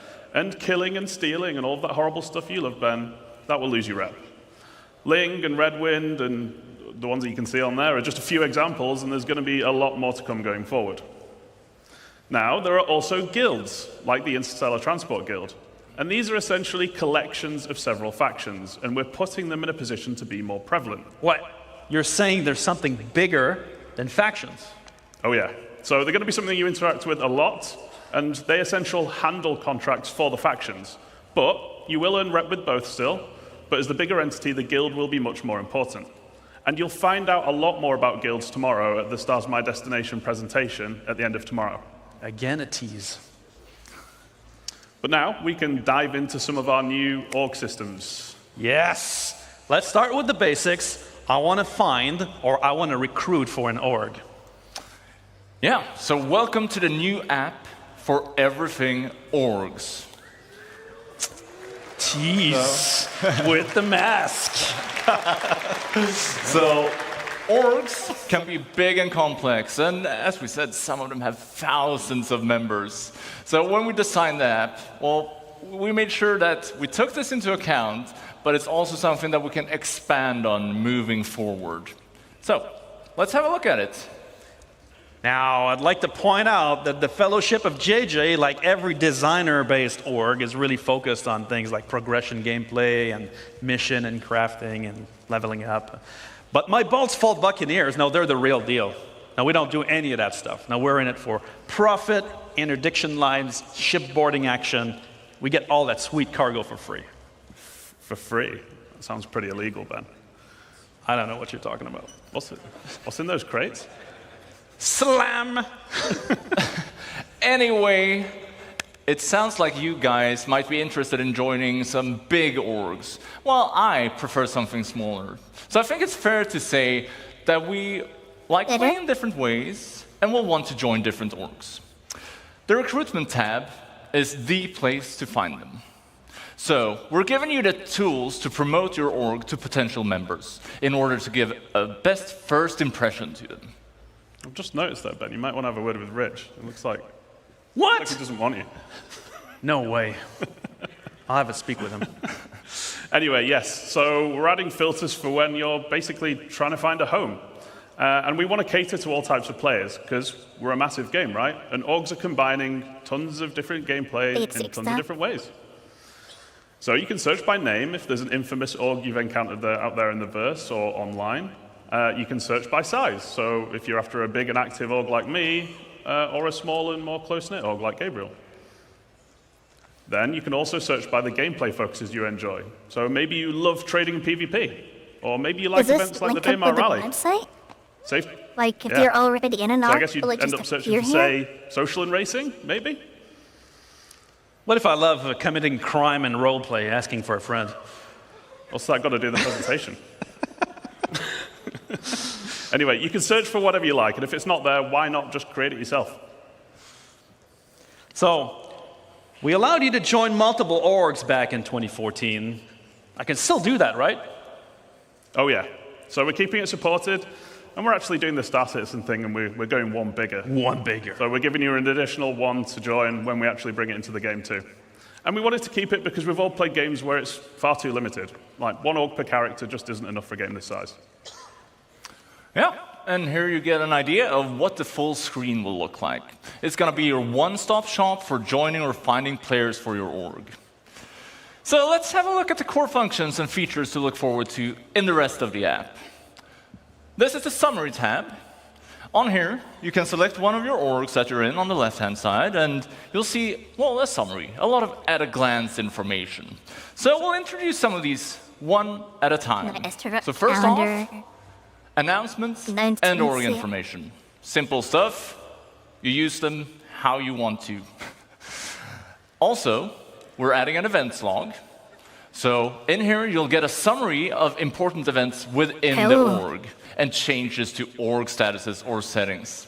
In short, these things, well, it's a big verse, and it's easy to miss cool things that happen in your org. And these features will help you stay on top of the day-to-day life of being an org member. Okay, we're also adding an events calendar. So, by default...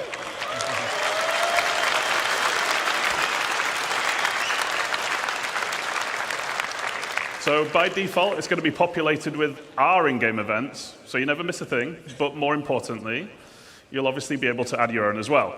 So you'll never miss another meetup to get together for group content. It's tough to get everyone on at the same time, right? So use this for your Convoy Tuesdays, Casual Fridays, holding hands in Horizon Saturdays, whatever you want. Getting crushed by the Buccaneers on Monday. That's Gabriel's favorite. It is my favorite.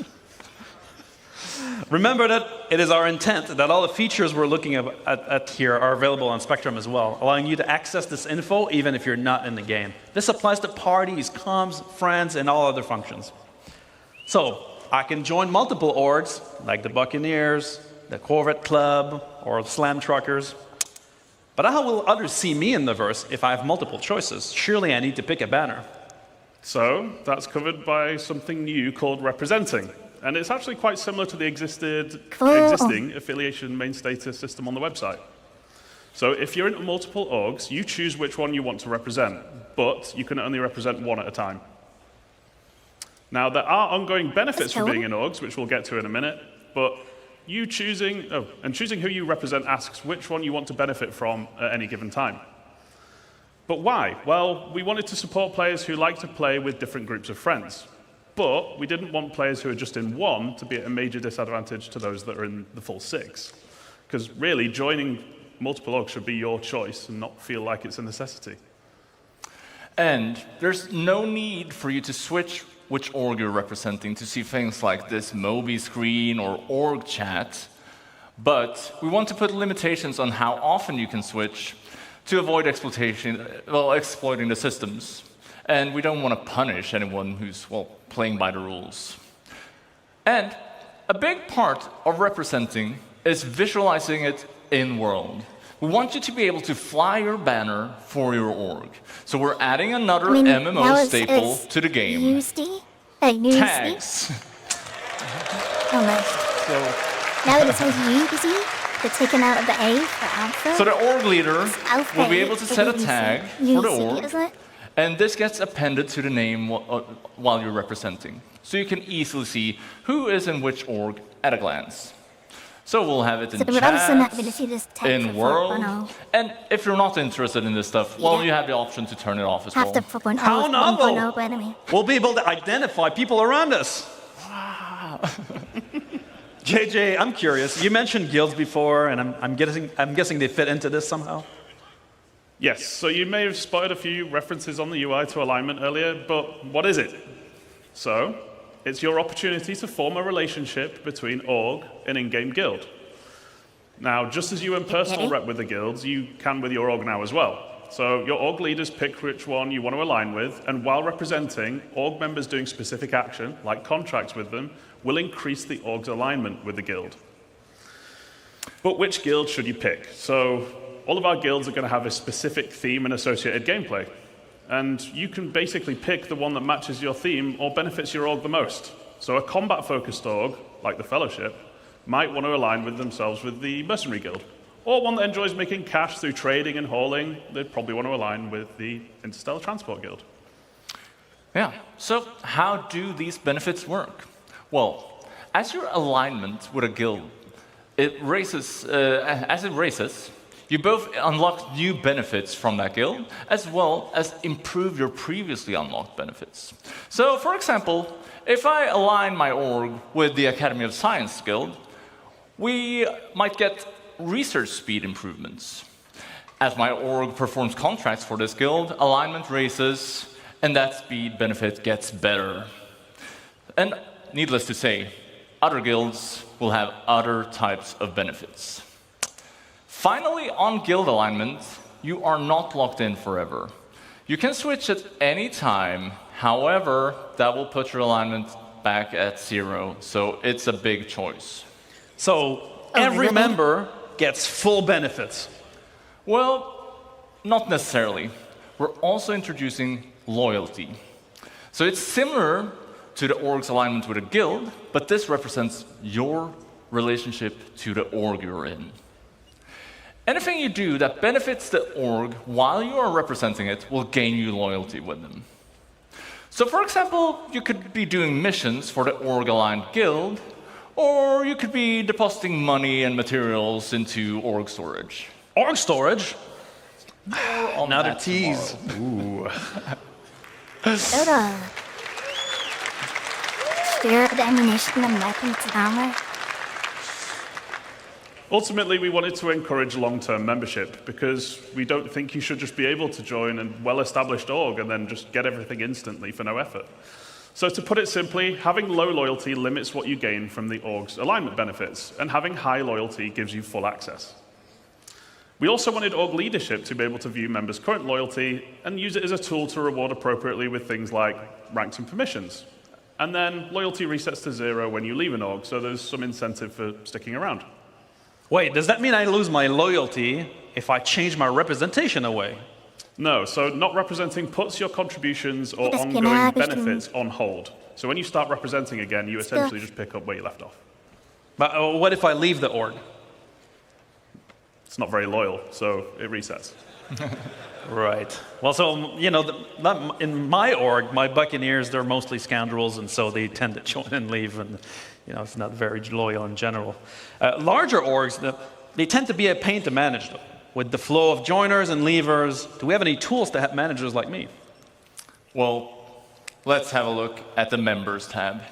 So this is less complex than the previous tabs, but it's equally important. This is where you see the community of your org and your place in it. So in here, you'll be able to manage members, you can leave notes, and see the ranks of members. And as we did with the friends list and the party list, we're adding rich presence in here as well. This is the rank panel. It gives you a clear indication where you sit within the community. And you'll see permissions on here, but that's something that we'll delve more into at a later date. For now, I'll just say that the leader might be able to determine permissions for each rank, and Well, it could be things like inviting new members or accessing org storage. Stop teasing us with org storage! God! Come on. So, all right. So, orgs form and friendship and animosities build up. Maybe my Buccaneers and the Fellowship of JJ don't really see eye to eye most of the time. Would be great for this to translate in game, wouldn't it? It would, wouldn't it? Blasted.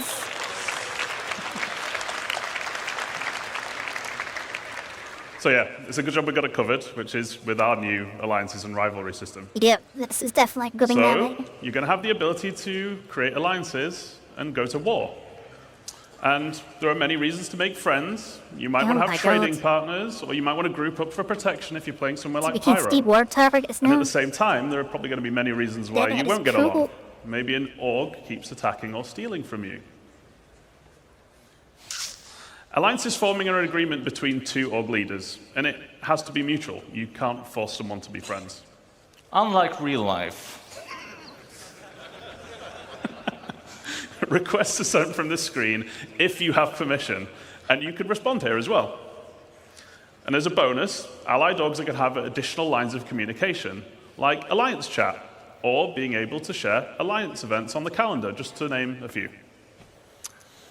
So, rivalry, that isn't a mutual agreement. If someone decides you're their rival, well, tough luck. However, you could reach a mutual agreement to make a truce, putting you back at neutral. And there's no real benefit to having rivals, so we want to make them easy to identify.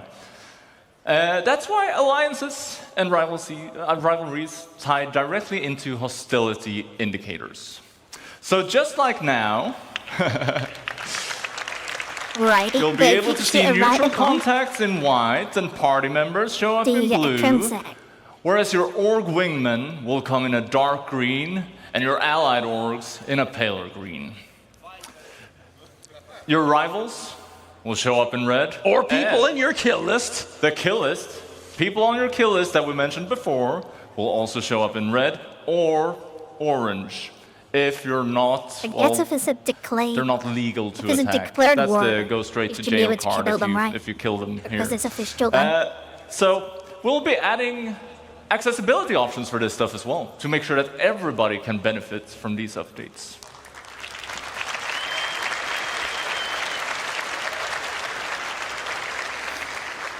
So that's everything for orgs today, but it's just the tip of the social iceberg.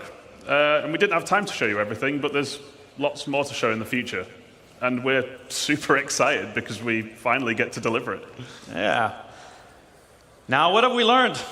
I don't think there's We're upgrading Star Citizen social tools to MMO size. With a new social app in the MobiGlass, proper tools to manage parties with rich presence, ready check, and ship information. Richer chat with the niceties normally present in every game. A new party finder, a system that allows you to find players to play with. Revamp beacons and guide system powered by rating and proficiency. On orgs, we're bringing orgs in the game.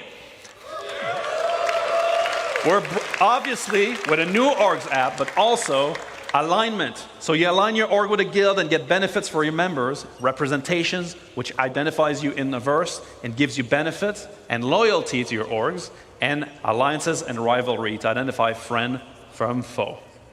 And now, we're going to leave you with a short video to end on because we couldn't show everything we're working on. But what would it look like in the unlikely event where our two powerhouse orgs came together as one? And my org, right? Yeah. It's a little teaser for tomorrow's Crafting Your Home presentation and what you can build together as an org, and teasing something else coming in the future. Have a great CitizenCon, guys. See you there. Yeah.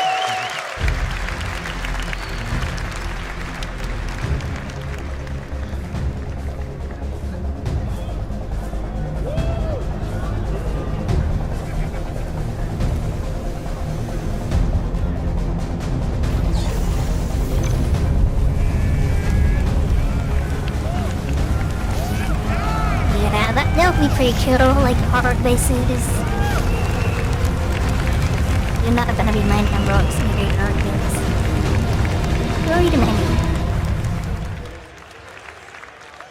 Yes!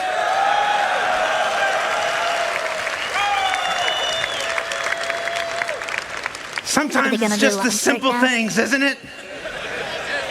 Let me put that crap on a shirt.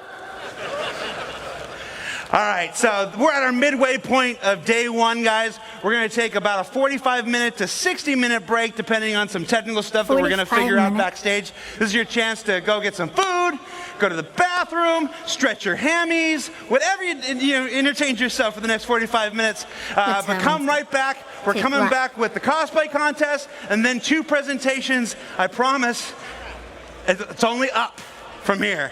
Thanks for watching, guys. We'll see you in about an hour.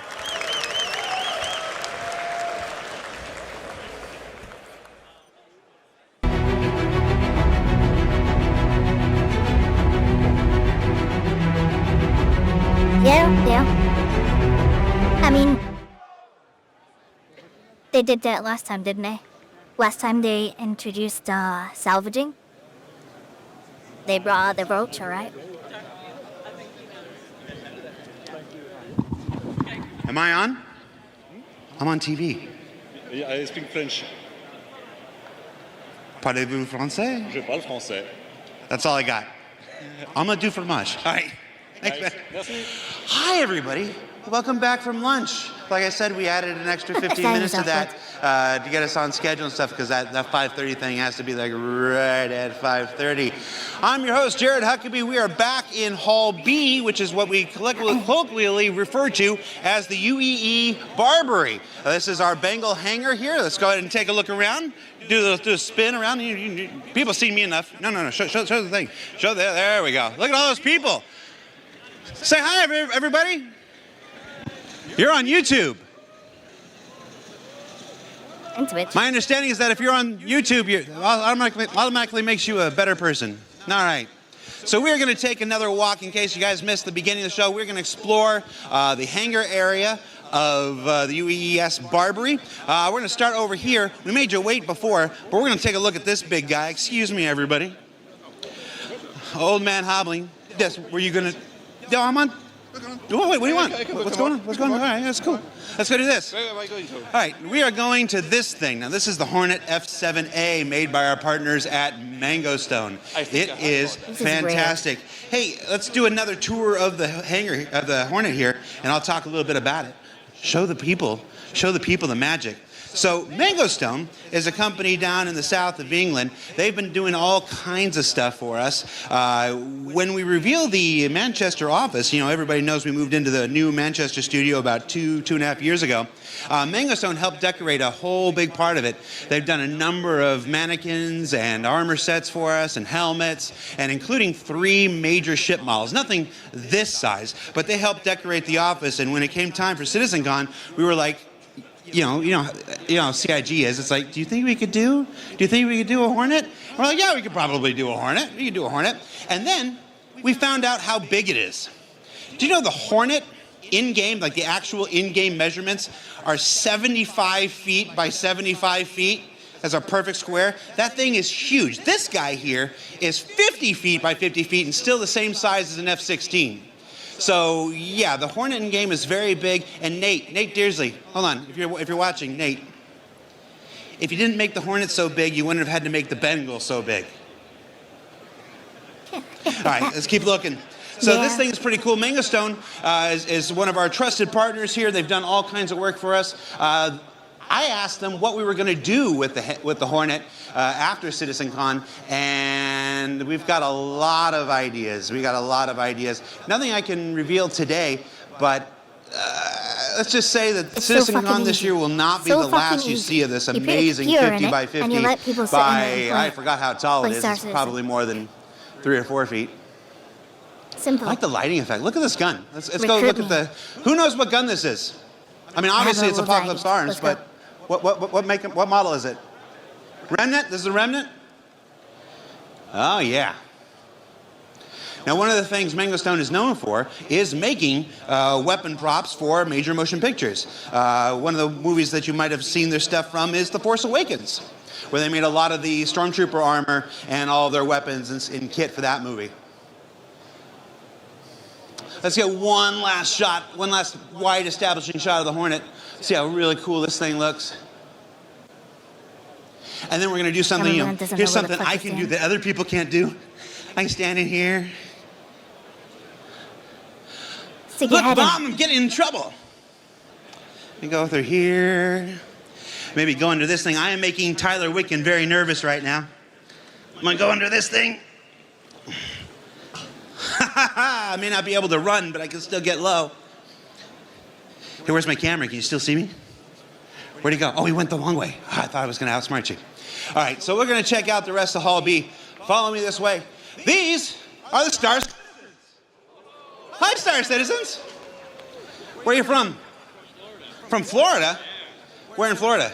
He's delaying. Tampa area. Tampa? Yeah. You got a season pass to Disney? No. We used to. Yeah, Used we to. got flooded out. Ah, fair enough, fair enough. Where are you from? Just outside of London. Just outside of London. Thanks for making the drive, man. Hey! Oh my gosh, it's embarrassing. We wore the same thing. Where are you from? Czech Republic. Czech Republic. Wow, what brought you here? You could buy this fucking thing? Well, obviously. It wasn't a trick question. I was just setting you up. It's all right. I haven't slept in about 3 days, so I'm like, what the heck? All right. Hey. No. I haven't slept in 3 days. Is this thing really here? You're seeing this too, right? Cornerstone? All right. Company? Ratty, What the hell? what's your deal? You're like a Cornerstone's a technician? big company. All right. Hornet technician, I'm guessing? A little bit? I'm thinking about doing something really dumb right now. Do it. No, I want to be able to come to work on Monday. Thanks for being here, Ratty. Rats are carriers of communicable diseases, so that's all right. What? Who said hey, Jared? You said hey, Jared. I did. Oh, you said hey, Jared. What's going on? I wanted to give you this. Want to give me something? Oh. So one of the great things about being here at CitizenCon is people hand me all manner of stuff. And then it goes in my pocket, and then it goes in the back, and by the end of the weekend, I have an entire bag full of stuff. And which is not so bad when you live here in the UK. When you have to travel back across the world, and you have a bag full of weird metal trinkets, TSA really loves that, but thank you. This is a challenge coin. Challenge coins are a staple of the Star Citizen community. How many orgs here have their own challenge coins? That's not an org one. Yeah. It's 1, 2, 3, 4, 5. So that's a pretty good round. This is a what coin? U.S. Army Aviation. U.S. Army Aviation. Okay, hold on. I am getting older. I got to say without this. So United States Army Aviation. Nice. Well, thank you, sir. Thank you very much. You got your M1A jacket too. Keeping it. I like yours. Yeah, it's just a normal flight jacket. Yeah, no, it's the inspiration for the ones we're selling right now. So yeah. You broke your mic.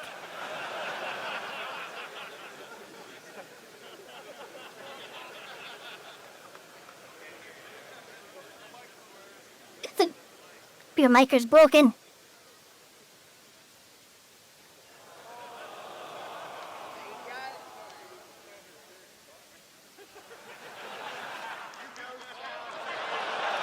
Nice.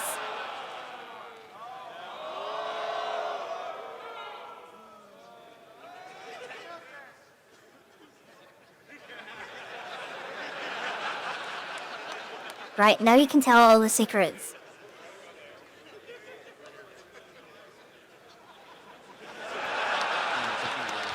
Hello? Are we on?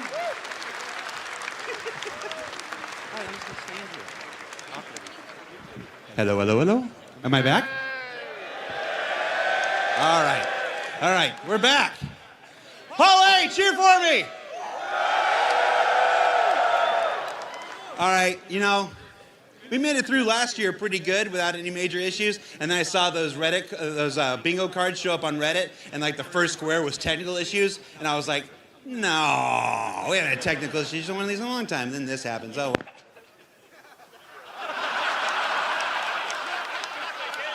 He just did it again.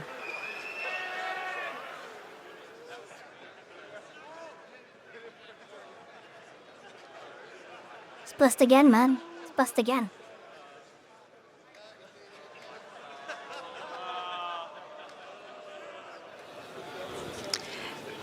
Hello everyone, everyone. Welcome back to CitizenCon. Here we are in the Addison Lounge. And thank you, Jared, for handing over. I think we lost you for a second there, Jared, from your voice. Thank goodness, is all I have to say. So here we are in the Addison Lounge, where we'll find all sorts of uninteresting people and devs and whatever else. I wonder if there's anyone around here we could possibly annoy. Why, hello, Benoit. How are you doing today? Did she just call everybody seeing you here. uninteresting? Awesome. Hello. How are you doing? I'm doing good, thank you, Benoit. You've had 2 amazing presentations already this morning. How are you feeling about the next ones? Oh, I feel excited I'm sure she as just said hell for I'm everything anxious. that's left at CitCon. I think everything is The fuck? chef's kiss. Beautiful. Are there any highlights from this morning? Any main takeaways from either of the 2 presentations you've given already? Well, now that my stress level... You're doing a good job, man. Thank you. You're doing great, too. Well, I doubt that. He's the man. He is the man. So, highlights. Well, I mean, now that my stress level is down, I think both presentations were just stellar. I'm really happy at how it went, and I'm especially very proud of the teams that have shown content today, either being in the Social Universe panel or in the Star Engine Brave New Worlds panel. I think the teams have been working like crazy. They deserve a hand. Let's go, guys. Let's give it up for the teams from the first 2 panels. They were outstanding and have really given it their all, and it shows. And so for me, I can't really call a highlight, you know? I can't play any favorites. But damn, that Zeus exit was, wow. Cool. Yeah. Big respect she's to not everyone who good- worked wow. so hard on all the presentations today. So, as we mentioned, today's pretty stacked already. We've got a lot more to come. But how does this CitizenCon here in Manchester compare to years previous? I couldn't believe we could do a bigger CitizenCon last year, and this one's one bigger. And so it's absolutely fantastic. It's also great to have the biggest office right next to the venue. Last year was really complicated logistic-wise, right? To get everybody on the same page, flying people over. Now everybody's on site. It's been fantastic. We brought the crews from these other studios in, but overall having everybody here has been great. Plus, I mean, look at this. We have a almost full-size Hornet in the place. This is absolutely incredible. I couldn't believe we were actually doing it when I actually heard about it. And seeing it for real is just completely mind-blowing. And I just want to sit in it. Jared, can I sit in it?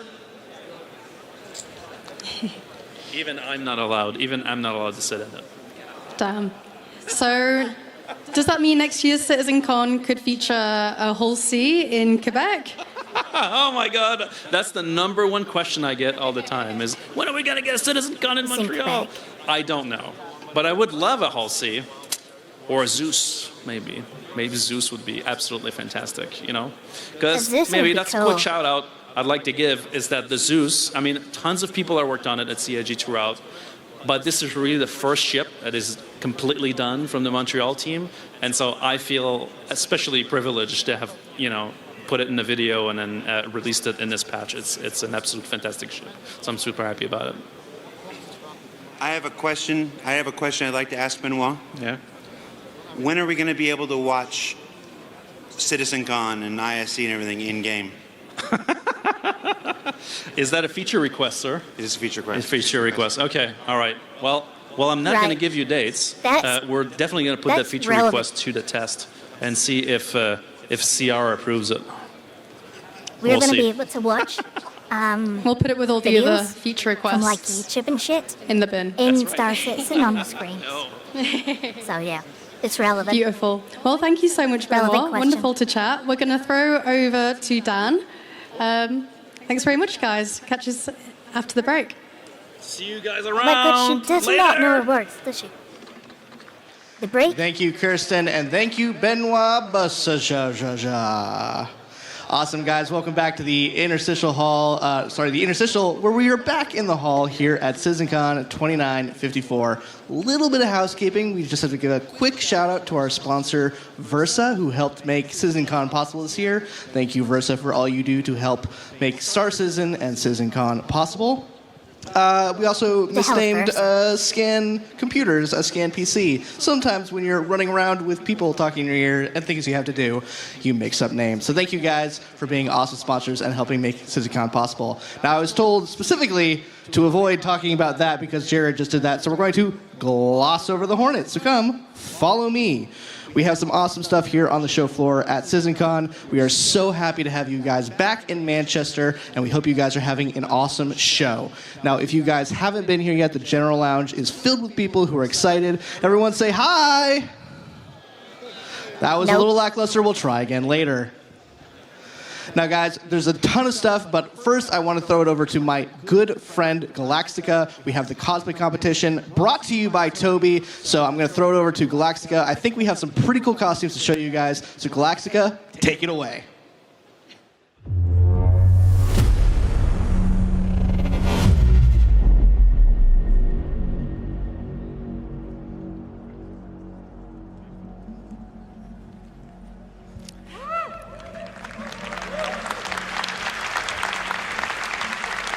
The good thing is, greetings, citizens. I hope you all talking. had a wonderful lunch break. How many of you guys had some torpedo burritos?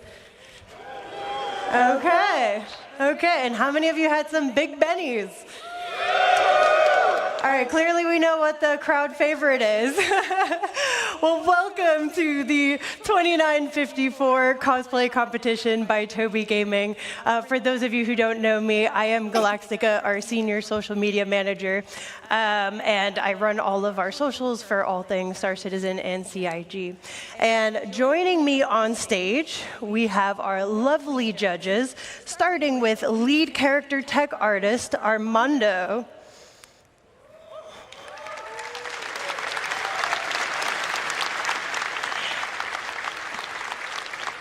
And up next, we have principal tech artist, Forrest.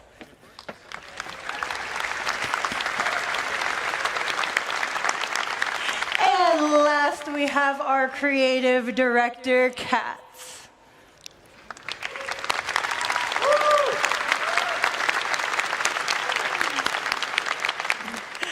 Our judges today will be judging contestants based on creativity, stage presence, quality of craftsmanship, and authenticity.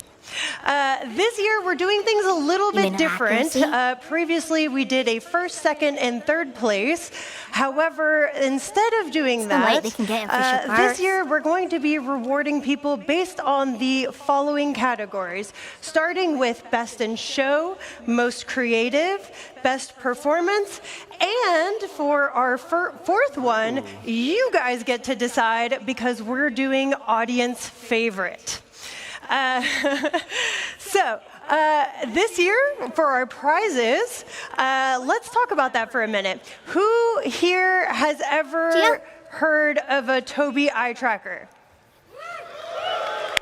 Quite a bit of you. Okay. It's expensive. And how many of you guys have actually used one before? Okay, awesome. So if you're not familiar with the Tobii eye tracker, it is the only device that is capable of tracking both head and eye movements, allowing you to take your Star Citizen immersion to the next level through effortlessly following your targets, locking on with just a glance, bringing your character's facial animations to life, and more. So, now for the prizes. Our Best in Show winner will receive a Tobii Eye Tracker 5, complete with an accessory bundle, which includes a mounting kit, carrying case, and a tripod bracket. All of our other winners will also receive a Tobii Eye Tracker 5, and they don't know this yet, and I'm announcing this on stage, but all of our contestants will also receive an RSI Zeus MK2 ES with LTI and a game package. Ooh. All right. Said, are you guys ready to see our contestants today? Woo! Awesome. Contestants, let's get the show rolling. Our first contestant is Shiley. You get his use. Welcome Shiley on. is cosplaying Just for walking on. a Pyro Bounty Hunter. That's cool. Shiley, I'm going to have you stand right here. All right, and our second contestant today is Hain, who is cosplaying as an advocacy agent.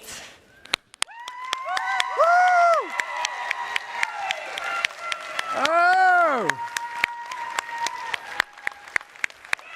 Yeah. Do you wear glasses? Hendrissa, I'm going to have you come right over here. You were here last year, you know the drill. And our third contestant is Faber Finn, cosplaying as a mining worker. Woo! Look at you. Yeah! I think I've seen this outfit on ISC at one point. All right, and for our fourth contestant, we have Cat Goddess dressed as Molly. If you saw our commercials from last year's IAE, you might recognize her. Oh my god. Really? What are you doing? Oh, what do we have here? Pico! Oh! Who wants a Pico? Oh! The judges Just are over love here. it. Thought we had a deal. Bribing the audience, I think. All right, and up next we have Amon Grask, who is a Xi'an diplomat. Oh, Yeah. Wow. Well, this is It's a real life original. character. Yeah.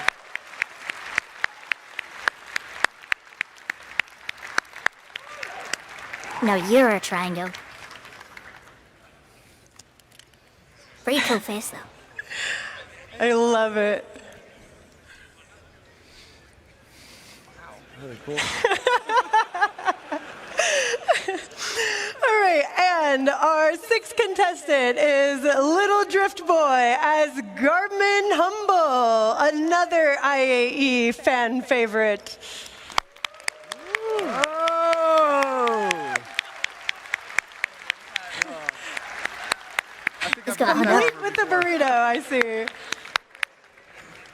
That's a hot dog in it. Got a hot dog in it.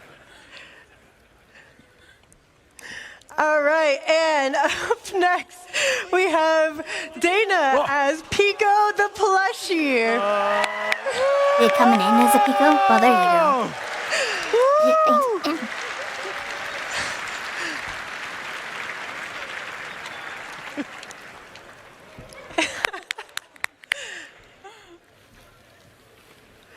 All right.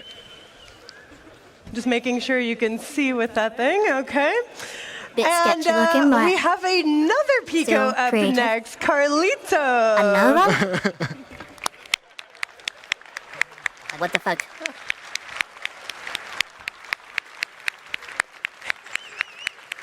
This comes as a limited He's got edition a one as well. snowboard.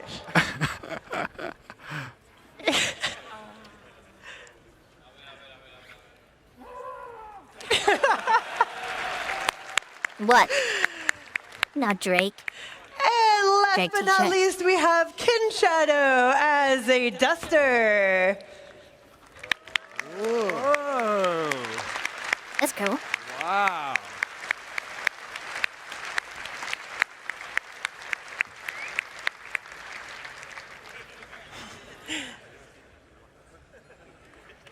All right, now that we have all of our contestants on stage, judges, feel free to come take a closer look, ask questions, and they all let me get know when Zeus. you're ready to make your final call. All right. She did nothing. She just built a fucking t-shirt. And she gets a youth. What's the fuck? Yeah. These.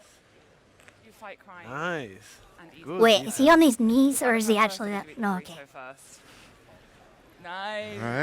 Right. What is he? Kat is asking Garvin No, you cannot. Humble if he fought crime today. All right. Oh, good. That's the best thing. Oh, good to see you. How you been? Why is he on his knees? Oh, good.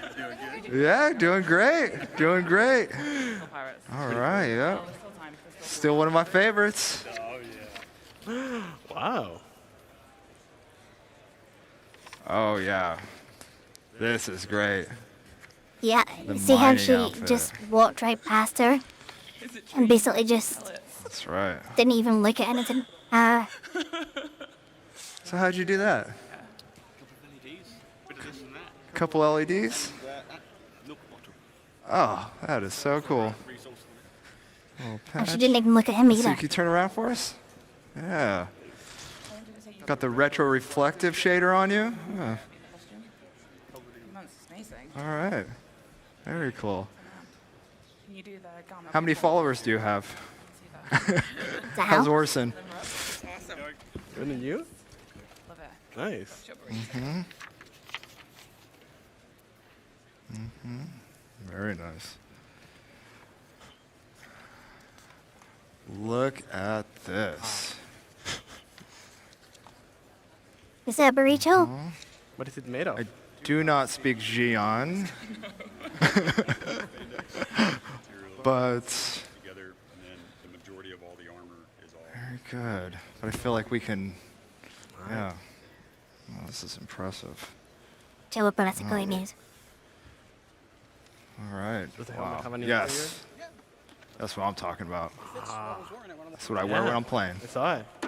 Nice. Oof. Yeah. Will you stop squeaking for a second? I'm trying to concentrate. Always ready. Always ready. Nice. Spare one strap because obviously you don't want to lose them. All right. Of course. Very good. Very good. Nice. Very nice. Okay. Look. Wow. Right. Where to even begin? This sure rum is gonna be lost. And there are You people really who whacked got that thing. Yeah. All right. Extra points for you. All right. Well. Oh, here we go. Oh. Down the snowy slopes. Microtech. All right. Awesome. Yes. 3D scan you, put you in the game. All right, awesome. Fantastic. All right, You gonna give that up? cool. How great were all they? Okay. Real life players, real life characters. He's honestly making all the decision making by the sounds of it. He's the only one that's real quick, judges, are you good to turn your mics off? Yes. All right, if we can turn the mics off for our judges while they decide who our winners are going to be. Give me a little test. All right, I think the mics are off. All right, cool. In the meantime, Hydrosa has given me a tiger claw to give out to the audience. And, oh, are you giving me one too? Okay, let's do this. So I don't want to chuck this thing because it's quite heavy. But if you have not gone to the community booth section yet, there might be a device that you can put this into that will maybe redeem a prize in game.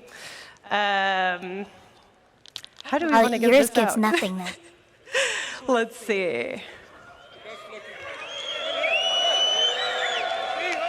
All right, I want you guys to make the loudest noise. How's she gonna pick someone from the loudest noise? All right, let me Seriously? see. I want to see who's the most hyped. The most hyped. I mean, the dude's standing. He's at least got off his ass. Oh, there's more dudes standing. Oh wait, they're in there, right?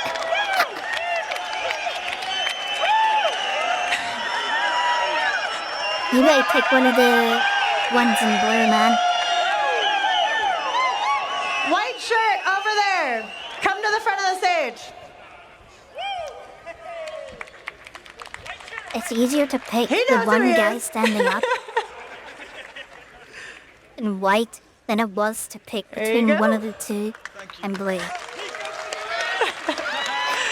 And then we have a med pen.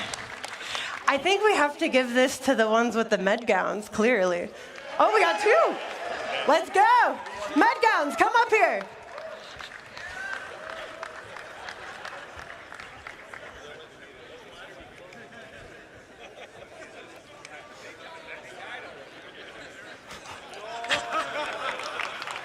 But he has something. Oh, he has some You mid know what? box. I do not regret this decision. Thank y'all.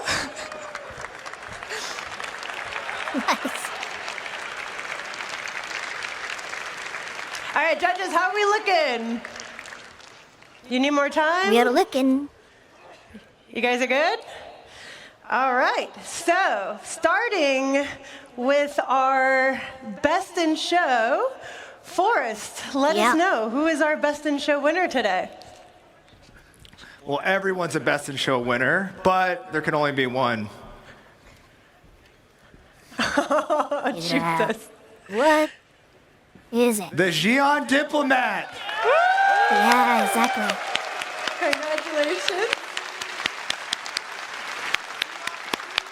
All right, Armando. He's nodding his Can head. you tell yeah, of course, us I who fucking is won. our best performance winner?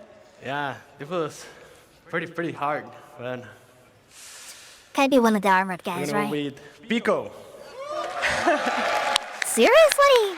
The Pico got? And Pico got second place. Congratulations. I mean, that's a lot, and right? But that's fine. Kat, what do you got for us for most creative? Anyone that stops crime and eats burritos in armor that good a quality is the most creative. So it's Garmin Humble, guys. Awesome. All right, so for you guys are all right next to each other. Okay, if we can have you guys step forward. Now we're going to do you as well. Oh, you might need help. That's okay. We got you. We got you. Garmin Humble's here if you need extra help too.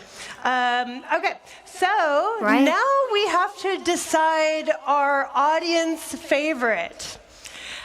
So let's do this.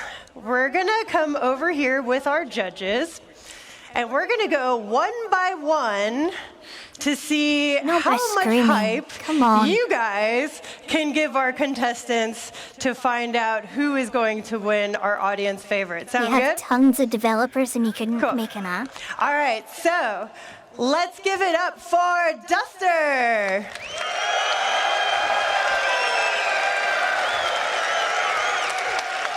That's a lot of hype.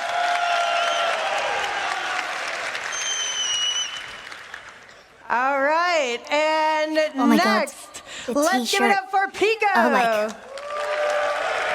The t-shirt girl, man. All right, and then we have Molly.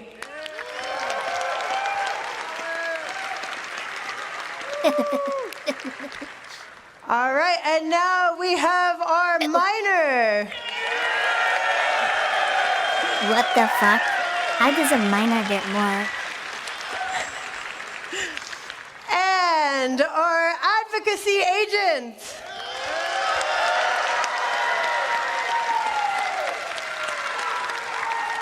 He's very cool, though. I like this. And last, our pyro bounty hunter.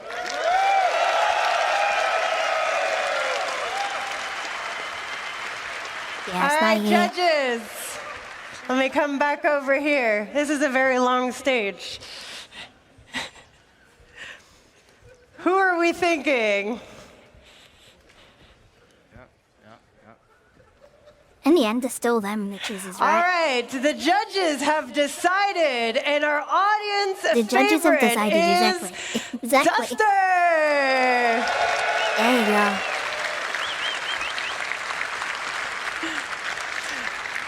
Awesome. And as I mentioned before, our prizes today are supplied by Tobii, who's actually here with us. Tobii? Welcome Tobii on the stage, everybody. If that is not your name, I'm gonna be disappointed. Are you both, Can I borrow Tobii? two of you guys to carry some of the prizes, and then we'll take a picture? Come up here too. Nice.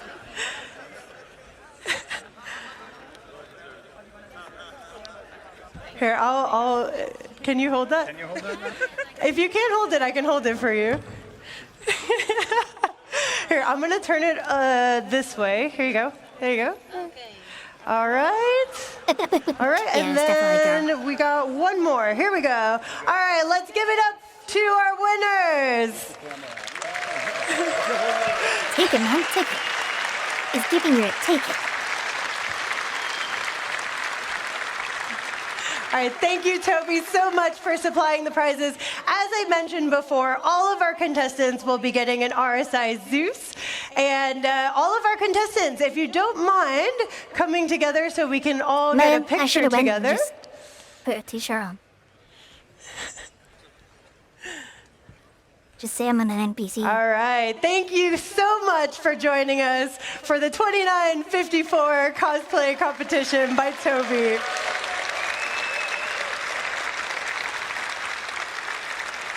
Sorry.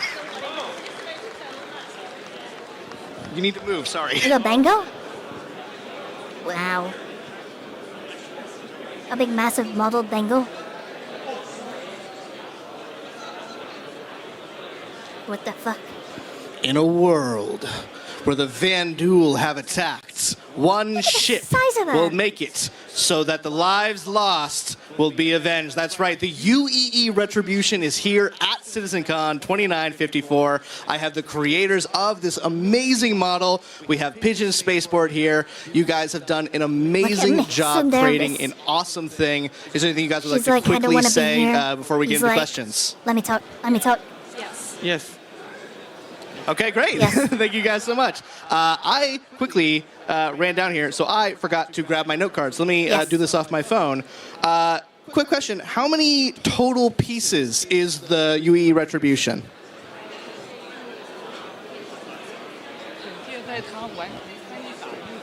Oh, Chinese? Yeah. About when the 3D printing finish for the Retribution is around 300 in total. 300 pieces. 300 pieces. That is a lot of pieces for, I mean, it's a big ship, so that definitely makes sense. How many people worked on creating the UEE Retribution? It was me.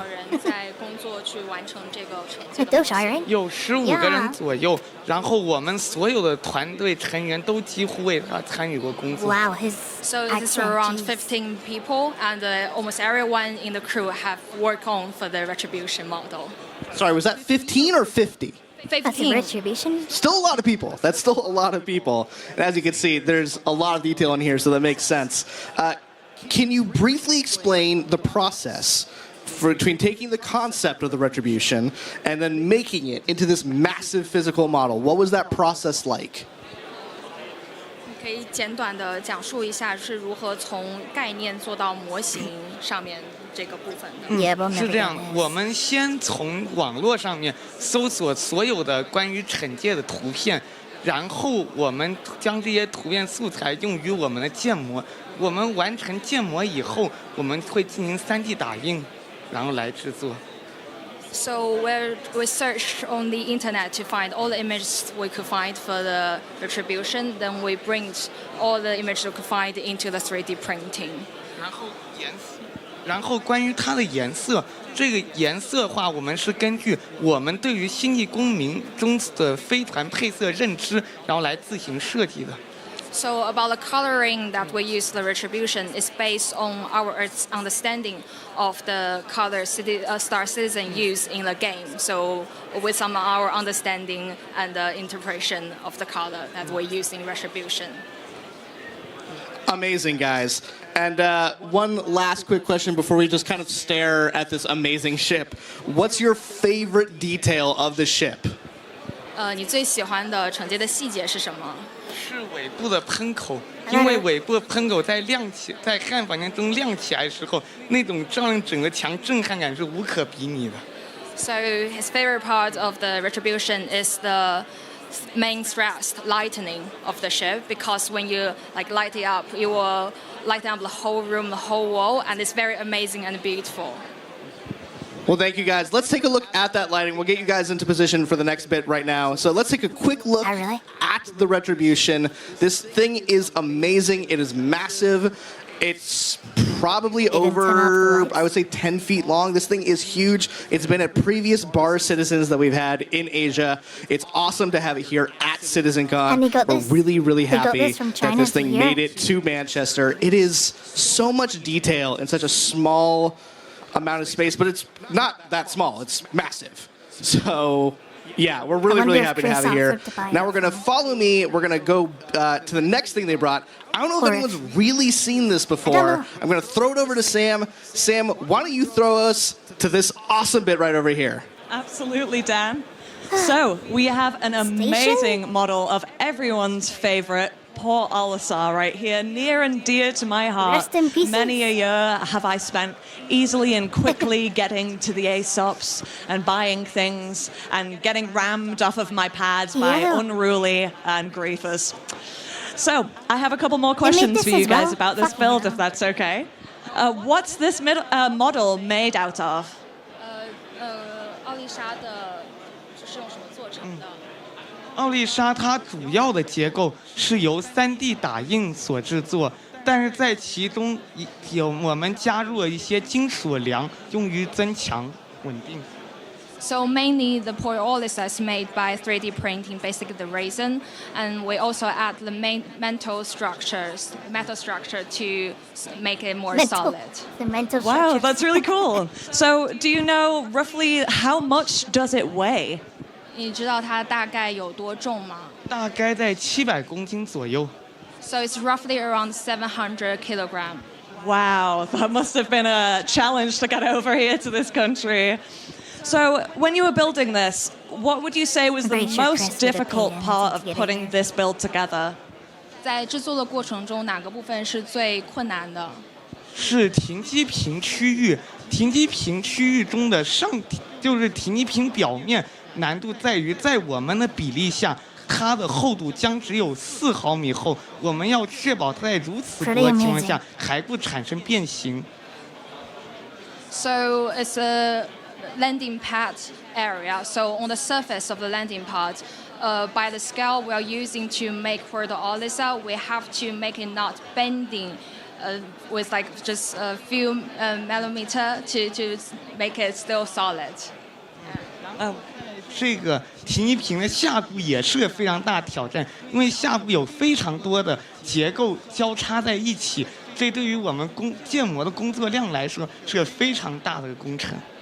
So also the bottom part of the landing pad, because there's so many structural intersections, they're so complex, so it was really hard for us to modeling. No, I can imagine. It is a really interesting kind of station, and I'm sure everybody was just as sad as I was to see it go. Do you hope to see Port Ollisar return to the verse someday? 所以你会期待奥丽莎的回归吗？真的吗？你又说奥丽莎有可能回归的，那当然啊，肯定的，那太好了。So yes, really. So if the Ollisar actually will come back, it will be so good and exciting to us. Yeah, absolutely. Yeah, I hope so too. I hope so too. Right. Thank you guys for talking about these. That was the amazing Pigeon Spaceport, guys. Do check them out online. Their stuff is absolutely amazing. I'm going to now pass over to my buddy, Dan, who is hanging out with the merch stand guys to show off some of the really cool stuff that we have here at CitizenCon. Over to you, Dan. Oh, hi. Oh. Awesome. Thank you guys at Pigeon Spaceport. I know, I just come out of nowhere. He just come keeps follow doing me, guys. Thank you guys at Pigeon Spaceport. We're so lucky to have them and their awesome bits here at CitizenCon 2954. Now, I think it's time for you guys to see a bit of where I get my fashion from. So come follow me, guys. Come follow me this way. We'll make our way through the crowd. Let's get in line for the merch booth. Yeah, that's a long line. I don't think I want to wait in that line. So luckily I have the CIG access pass. Come follow me. We get to skip the line. Just a little secret for me and my many thousands of friends who are watching the stream. Come follow me this way. Right this way, right this way. What's this for? Man, all these people are very excited for merch, and as they should be, because we have some awesome merch here at CitizenCon 2954. If you guys are interested in getting some, you can go onto robertspaceindustries.com/merch, and that should probably take you there. If not, you'll find it on the pledge store. But we have some awesome merch. Let's take a look. At the top, we have some brand new Pico the Penguin plushies. This Pico is Pico with an attitude. This is our Pico Black Ice plushie. Give me a Pico. This Pico has a new stepdad and feels a way about it. I want a Pico. We are very excited to bring Pico back. We have a brand new Star Citizen cap. We have some awesome, see if you can get those stickers on the other side. I don't know if you are able to get that. We also have a pin set on the far bit there. We have a brand new desk mat, which looks awesome. Look at that desk mat. That is pretty We also nice. have some awesome physical merch. See if I can squeeze past in here. I am absolutely going to ruin these people's day. We have some exclusive shirts for attendees. I'm just bulling a China shop. We have some cool giveaway packs. Everyone is working really hard on making sure people have that. Could I get a Zeus bomber jacket?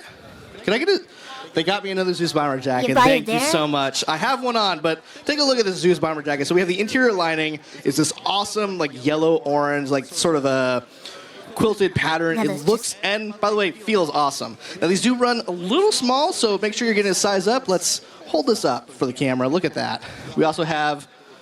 Oh, that's gone forever. The cameraman just took that, and I will never get it back. We also have some cool details. We obviously have like this RSI. Hello there. We have some RSI like branding right here. We have some patches over here commemorating the Zeus Mark I. And we also have, out of the wrapper, a Pico the Penguin Black Ice Edition. This Pico has seen some things, but I can fix him. I swear I can fix him.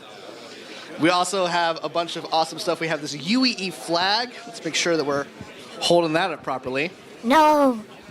Look at that. We have a UEE flag for you guys to celebrate your patriotism for a united empire of Earth. This thing is very long. It's kind of the Foundation Festival colors. I kind of like that it's, yeah, I'm going to steal that. It's only one That is side. mine, and you're not getting it back. What else we got? I know we have some more merch. Someone get me more merch. Oh, here we go. Thank you. We have a new keychain. Ooh, this is really nice. Not showing you. Camera guy. What the hell? We got. Don't show his card. We got keychain. We have a bunch of cool cameraman's stuff. so awkward. I am being told, however, that I think that's all the merch that we can show because we want you guys to be here at CitizenCon getting it. So I think that's just enough time we have here at CitizenCon. I'm going to throw it back over. We're going to continue the show. We'll see you guys back here later. Take care.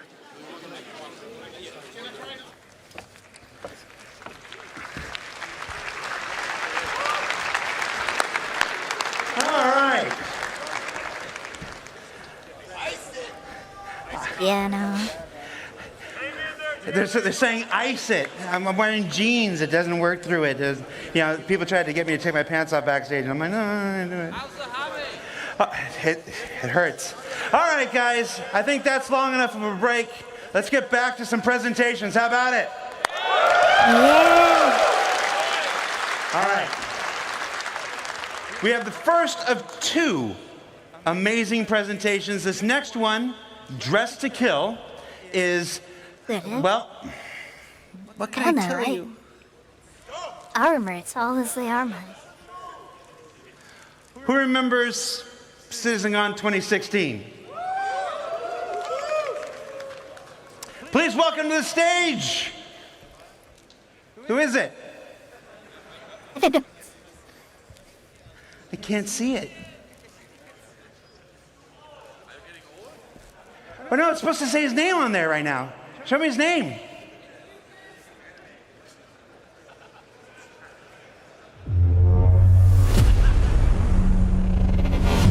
Nick Beers!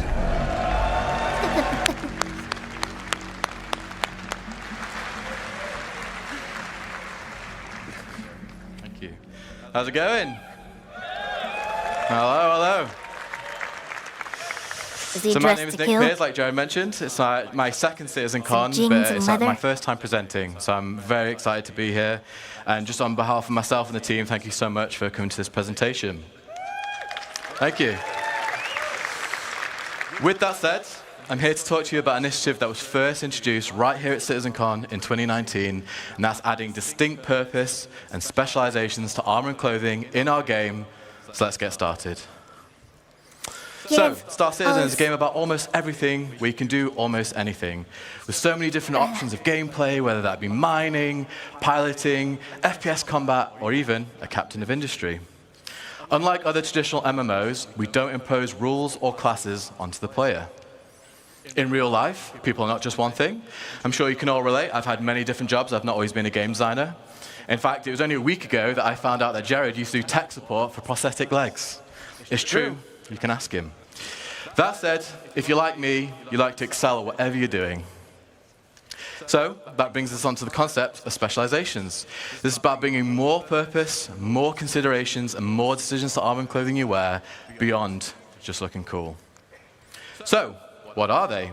Specializations are the focus of your current daily adventure. That could be a daring racing, a cargo hauler, or a first responder. Specializations are a series of attributes assigned to each piece of clothing and armor in the verse to allow you to make informed decisions on both how you want to look and how you want to perform. What are they not? Specializations are not assigned classes. There's no magic toggle where suddenly you're forced into a role like a cleric or a wizard or even a pizza delivery person. They also do not limit you. You can still do almost everything in any armor and clothing you want. You just won't do it as well as you could have if you had specialized. Why are these necessary? Well, specializations enhance gameplay depth. They add a level of roleplay and immersion. Specializations can provide a sense of ownership of your playstyle. At its core, SC is driven by choice, with specializations offering a deeper layer of player options. And that's the option to excel, to fool around, to min-max, or give yourself a unique challenge. Specialization allows us as developers to make gameplay experiences that are deeper and more complex. So whether you're a salvager, a bounty hunter, or a medic, there will be specialized suits that will help outperform your peers. So at this point you may be asking yourself, okay, well, how do I specialize? It starts by determining your playstyle. What do you want to do today? Are you going to be a trader, a smuggler, an assassin? Is there a void in your organization that needs filling? This is a decision you get to make and remake every single time you log in. Or, if you're like me, perhaps several times in a single play session. Once you know what you want to do, it's time to start hunting for the right gear. Specialized items are not intended to be found in any old store. You're going to have to do the legwork. You'll have to align with some of those guilds and factions that JJ and Benoit just talked about in the previous presentation. You'll have to explore the galaxy, find hidden stashes, and rare opportunities for better gear. Specialized items are meant for those who are willing to put in the work to exceed at your role. And once you've done all that, it's about selecting the right combination of armor and clothing. Yes, I said it. Mixing clothing and armor is built into the very fabric of this new system. Can I get a hell yeah? Yay. All right. All right. I know you guys have wanted this for a long time, so yeah, great.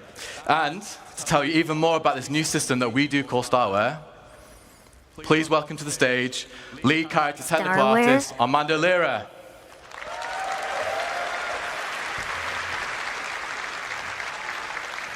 Oh shit, bro.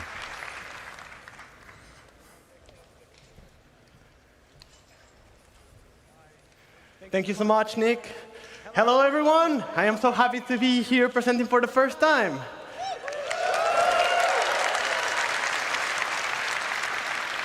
How cool are specializations? We are sure you'll enjoy finding the best combinations for your playstyle. And for that, we had to create a system that gave you all the freedom that you deserve. It's something that I am sure you've all been waiting for so long. StarWear. So if you're... Are you tired of choosing between clothing or armor? Yeah. So finally, you'll be able to mix and match. StarWear is fashion that meets purpose. As specializations provide you with a multitude of stats to combine, you'll also be able to choose the visual style that you want. But beware, with added options also comes the responsibility of choosing the right combination for the right situation. Let's look at some of the possibilities that StarWear will be able to provide you.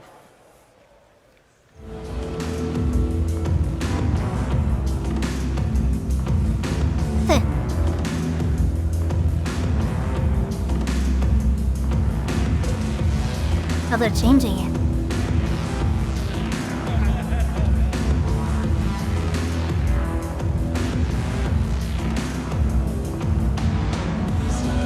Oh, so look at the mask. Look at it all. Looks like an alien. That's cool.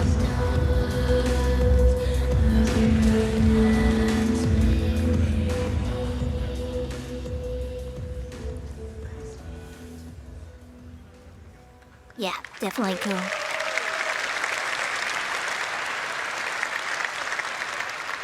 As you all saw, the possibilities are huge. Like, have you ever wanted to put on a jacket on top of an undersuit? Yes. Yeah. How about an armor on top of a sleeveless shirt? Or even without no shirt at all? Like backpacks on clothing? Yeah. Is that going to affect StarWear your allows temperature? more customization than ever. But be careful, certain gameplay implications will still be true. You won't be able to go into the vacuum of space without a space-worthy undersuit and helmet. And in certain planets, you'll need a breathable mask or helmet to survive. I hope you guys are excited about this as much as we are. And we've heard what you all want, and we're making a system to bring it all to you.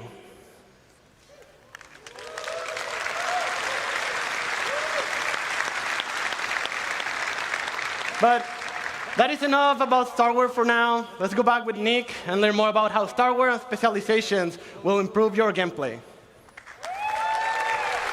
Well done, bro. Well done, bruh. All right. Thank you, Armando. Some nice dancing as well, by the way. So as you can see, the StarWear system is about adding function to fashion. We are still Star Citizen, one of the best looking video games out there, but we're always going to make sure that you look your best, but now with added purpose. So to recap, we're going to go through adding intent and purpose to all our clothing and armor sets. As designers, we really want the visuals to match the stats that our great character art team have made. So for example, if a pair of pants look particularly armored, chances are they'll have modest damage mitigation to match. Many armors will be specialized for distinct use cases. Currently, we realize right now bigger is generally better when it comes to FPS armor, and we know that shouldn't always necessarily be the case. There will be some armors that won't have EVA thrusters built into the suit, so you lose EVA capability. Some armors won't even be space-worthy. Specializations means getting better at certain things at the cost of attributes and others.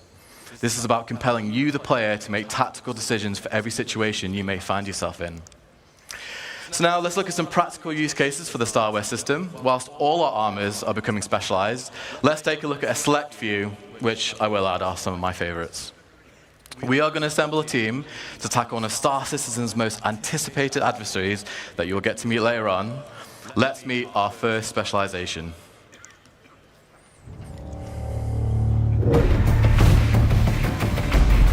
I love the cutter.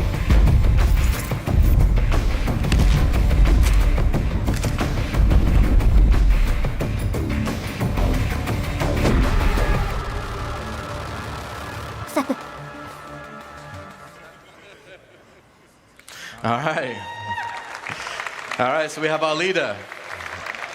Let's get into it. So the player's choice of clothing will be crucial in a way it hasn't been before.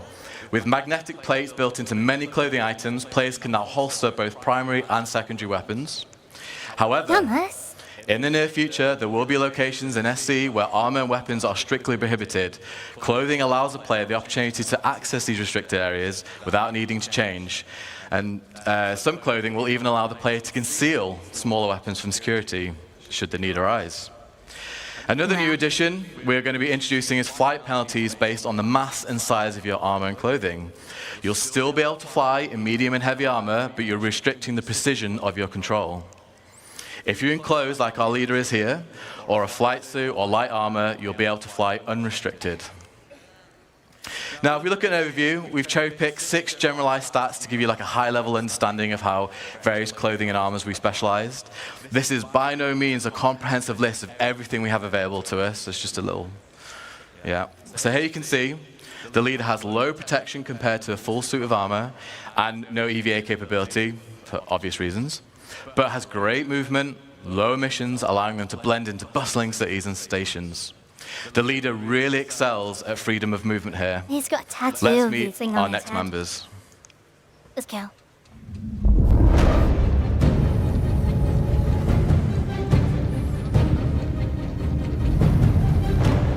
I can hear you breathing.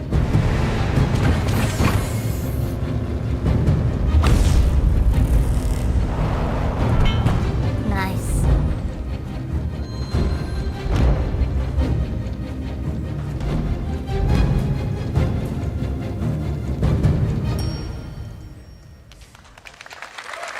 Driver. Yep. Okay. We're getting the worm. We're getting the worm. So here we have our pilot. If you remember, back in 3.23, we introduced our first specialized helmet visor, the combat visor. This introduced the dynamic crosshair and all the magazine information on your HUD. This is our pilot visor, which allows the wearer to link with their ship and cast MFDs directly into their visor. This provides the pilot with all the essential data like ship health and shields, so no longer will the pilot need to break concentration during an intense situation to look down at their MFDs. Again, like the leader in this situation, there'll be no penalties to flight, plus with added G-force resistance, the wearer will be able to get the most from out of their ship. So if we look at the pilot stats, they have fantastic mobility. Like I mentioned, great G-force resistance when combat takes them to the limit of human endurance. And finally, this suit comes with the best EVA capability in its class for when remaining in your ship is no longer an option. Here's another variant in our flight suit class, the racing flight suit. That's cool. This is what our driver will be wearing. This suit, unlike the pilot flight suit, has features which are more streamlined, which allows it to have truly unmatched G-force resistance for the hardest corners on the most challenging of racetracks. It also offers great oxygen capacity and thermal protection for those planets with hostile environments. So as you can see, this flight suit excels at G-force resistance, but it loses its protection and has much weaker EVA capability. Let's meet our next team members.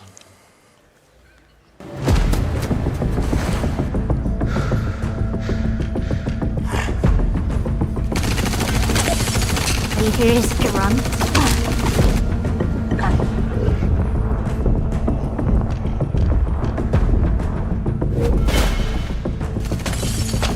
It's the tracker. Oh, that's cool.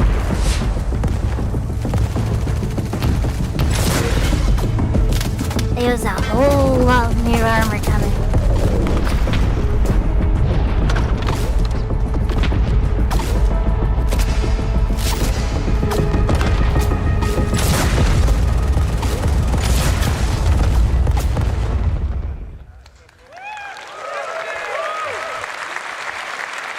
Okay. Here's our tank, who is wearing our heavy combat armor. Combat armor is similar to what you're used to, only we're specializing it even more for combat. So what does this mean? We want our wearers of heavy combat armor to feel like walking tanks. The armor should provide fantastic coverage to limit any weak points they may have, and actually have a greater damage mitigation than what players are currently used to. Due to its mass, the armor will also feature the strongest resistance to force reactions, so that's flinch, stagger, and knockdowns, which brings me on to a full suit feature. If the player is wearing a full set of heavy combat armor, they will not be able to be knocked down by small arms fire. Thank you. However, as you can see here, for all that protection, coverage, and stability, we have some major trade-offs. You're going to lose your mobility, stamina will run out much quicker, and your movement speed is severely reduced. The majority of combat armors will also lose built-in EVA thrusters, meaning you're going to have to add additional weight to be wearing an EVA pack. Next up, we have our tracker in the heavy hunter armor. This is another suit in our heavy armor class. However, this one is aimed at less at pure combat and more about hunting its prey. This is all the armor for you bounty hunters out there. The heavy hunter armor has the most powerful active scan for hunting their targets. Its scanner outshines all others in locating infrared and electromagnetic emissions, perfect for locating those targets trying to lay low, whether that be human or creature alike. Whilst it's still classed as heavy armor, it does mix things up, so it'll have slightly faster movement and mobility, but it loses the protection. You'll also be able to store more devices like deployables and throwables. So to compare the stats, whilst not as tough as our combat armor, it does gain an increase in mobility, and while its scanner is the best of the best, the armor is also incredibly noisy and emits powerful emissions. So while you may find your target with these, there's a good chance that they'll know you're coming for them. Next up, let's look at our last additions to the team. You get to hear the suit?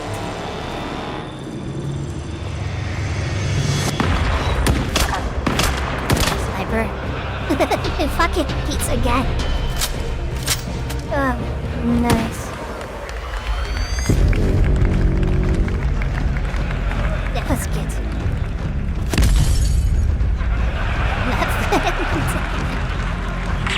Pew!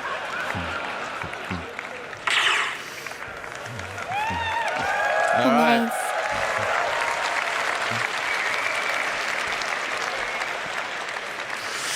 I can tell who the fan favorite is there. Yeah. So we have our sniper, who is wearing our light stealth armor. Here's another example of a full suit feature.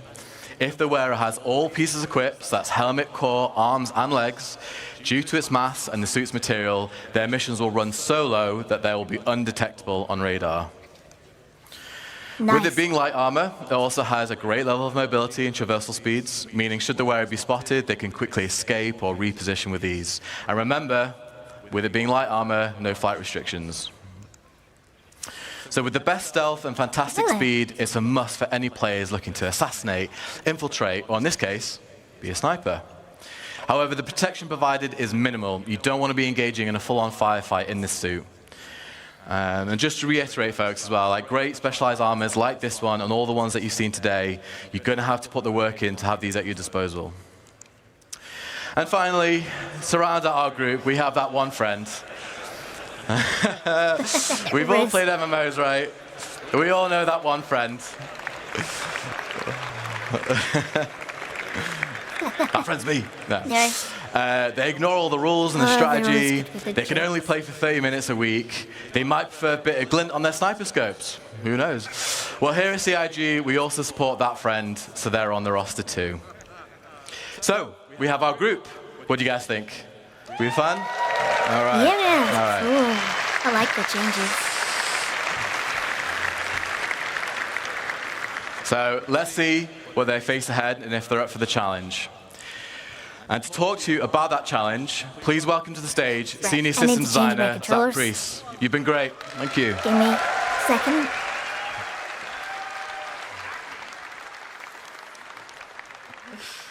Oh, luckily this thing's only got 2 buttons. So, hello, I'm Zach Priest. I do a variety of things at CIG, but thank you, the people at the front. I do a variety of things at What's this guy do? I do a variety of things at CIG, but I'm mostly a designer who works with AI and guns. So most of you are wondering, what could the next part of the presentation be about? Well, let's get stuck in. Fucking AI? Star Citizen, at its heart, is about community. From our relationship with players to the big dynamic events that citizens work together to complete. We love group content and missions that allow players to work together to achieve a goal. But for our group specifically, you do have to wonder, Well, now our crew is assembled, and in a universe as big as Star Citizen, who knows what trouble they could run into. So let's find out what they're going to face. Now, they're heading to the planet Monarchs, which is in the Pyro system. So without further ado, let's find out what they're up to.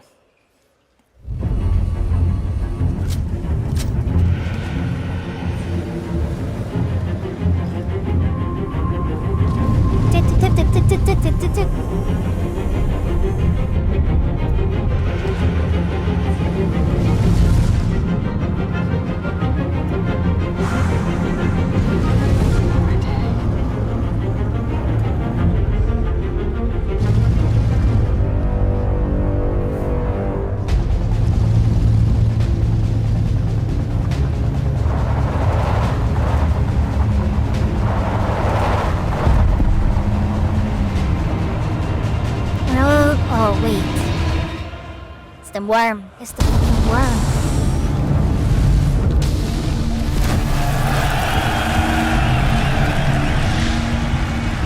Is this some pyro?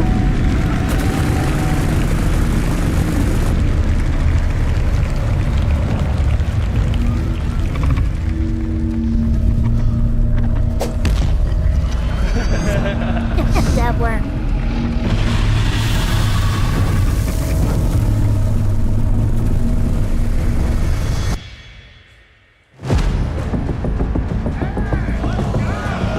What are you gonna do online, man?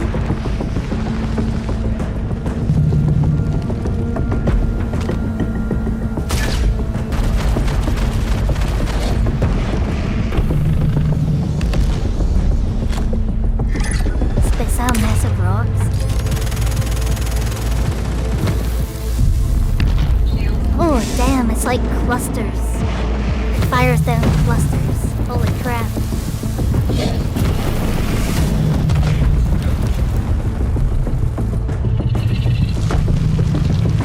And it can go back down again? Oh, that's cool.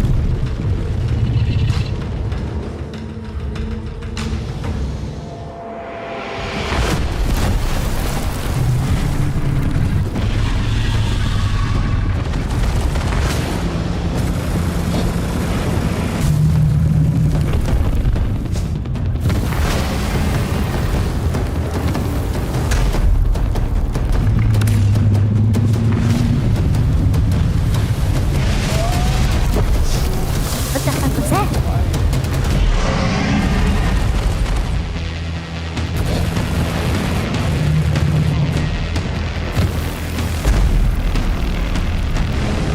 This thing is so accurate.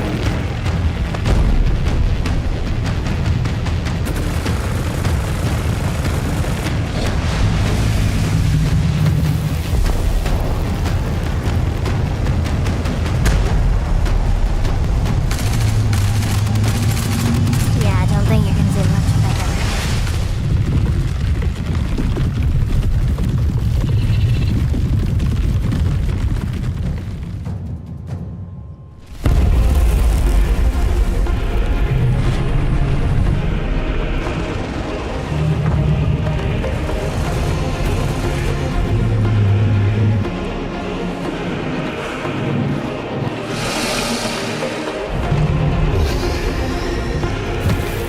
So what? Well,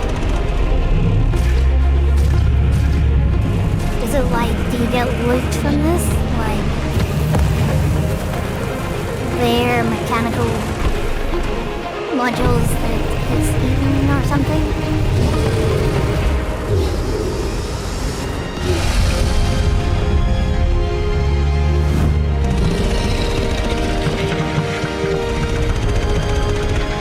That's it, it's dead.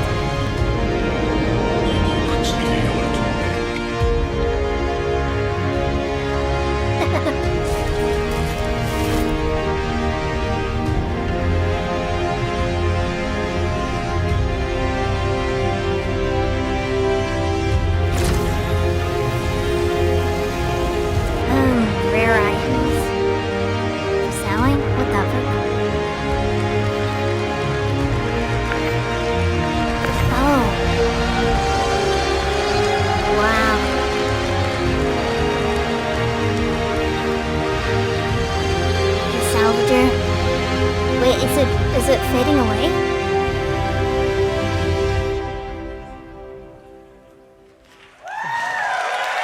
Wow.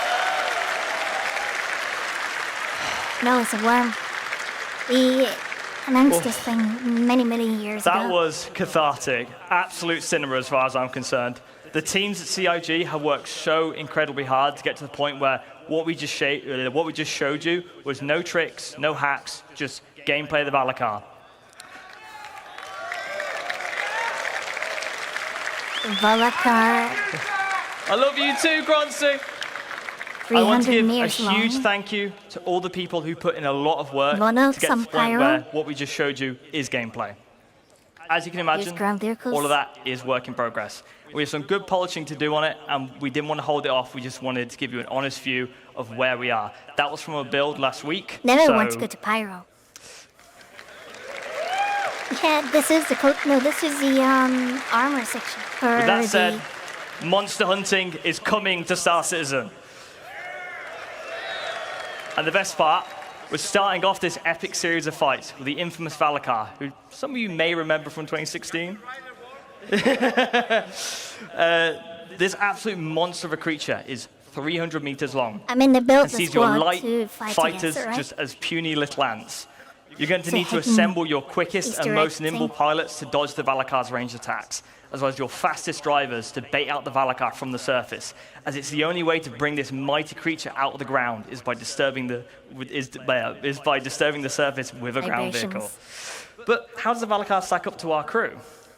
Well, God. Unfortunately, the Valakar stats don't really fit on the screen due to being so powerful. But for some context, it's around 150 times harder to kill than an Aegis Avenger Titan. But to be fair, it's most likely to kill you. So how does it do that? Well, the deadly Valakar has a variety of ways of killing possible threats. So for a high-level overview of the fight, it regurgitates rock-hard sand that has been compressed inside the Valakar and uses it as a projectile to target foes. But if something's a bit too close for comfort in the sky, it uses its ginormous body to swipe ships out the way. Anything on the ground that it sees as a threat will have to contend with its bite or its deadly slam. So, little bit fun bit of information. As the Valakar becomes more injured, it will retreat back into the planet's surface, and you'll need to make sure that your ground vehicles stay alive or have backups to bait out the creature again, as well as keeping it interested. So, the big question, in a game like ours, how are we going to communicate the health of this creature? Well, things being physicalized is at the heart of Star Citizen. And we know how much of a large fight the Apex Valakar is, and we need to communicate that in a diegetic way. So you'll see here the Valakar's health from 100% to 1%. You'll see its skin getting more battered and bruised as the fight progresses, to give you an idea of where you are and how close you are.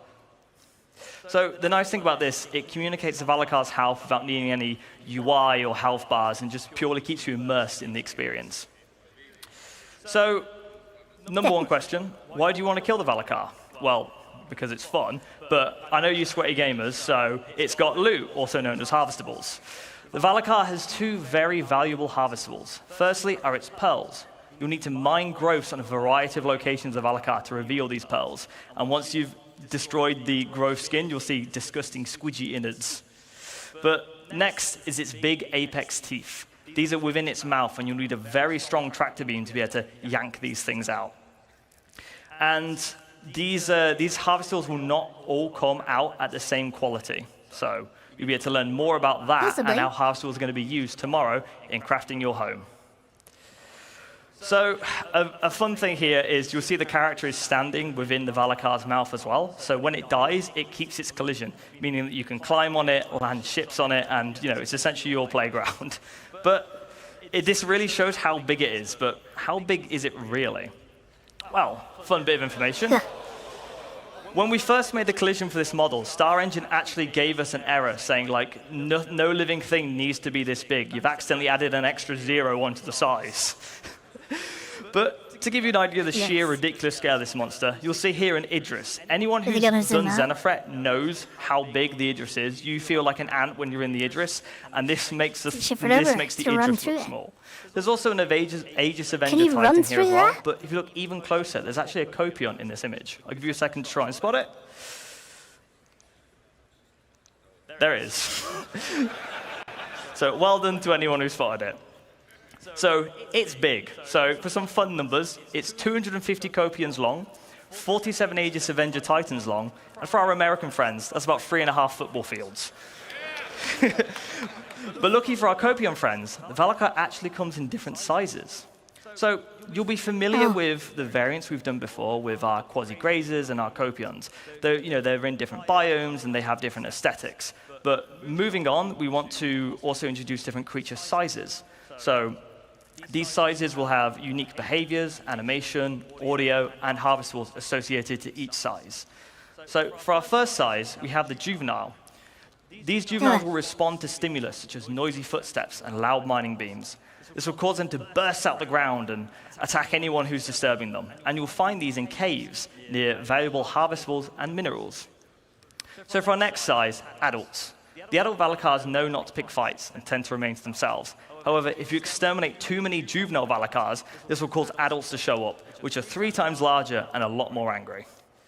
Creature sizes are great because they allow us to create varied experiences as well as show you how creatures grow and evolve in the environments they live in and grow up in. Beyond that, we have our apex, which has the most valuable harvestables and the most deadly attacks. It's also the biggest living thing in the verse, so far. So, in summary, monster hunting is coming. This is the first in a large series of Apex creatures that you need to gather your crew together to take down this mighty beast. You need a diverse lineup of ships, ground vehicles, loadouts, and skill sets to take out the Apex Valakar. Everyone at CIG is incredibly excited to get the Valakar into your hands, and we hope it shows that we're not only doubling down on creatures, we're also committed to bringing you gameplay experiences that only a game of our scale can provide. But that's all for the Valakar, for this Valakar. Let's take a look at some other fauna.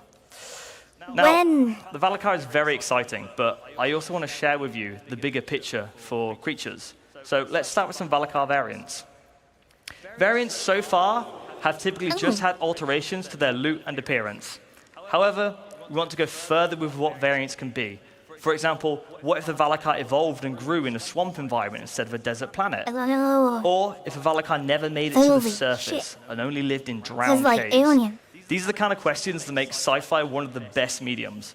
And I can hear the questions already. What does an adult cave Valakar look like? What does an apex quasi-grazer look like? Well, it's these questions that get everyone excited that works on creatures to give you a glimpse into the big picture.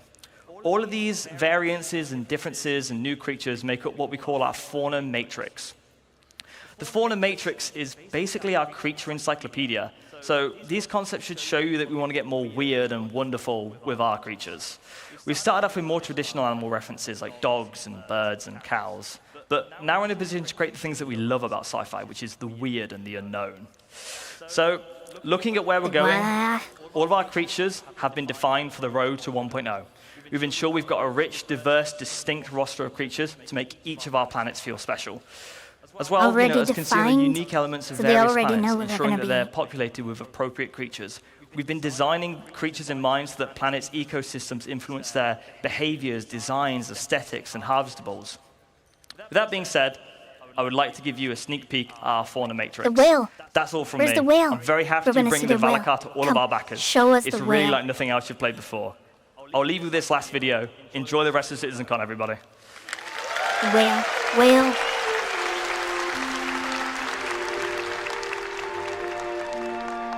I still haven't seen any of these creatures yet.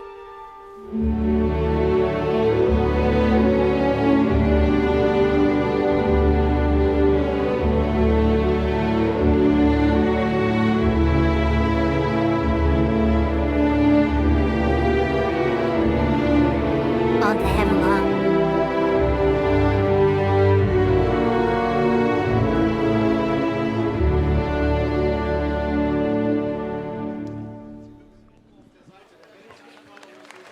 Is that a dog? The head. on the bottom bar, they literally had to die. We have some amazing creatures, but we also have some even more amazing ships. Let's give it up really quick again for that Dress to Kill panel. That was amazing. Everyone there did an awesome job. Now we are back here at Palakis Workshop. We got cut off for time earlier, so I want to give these guys their due.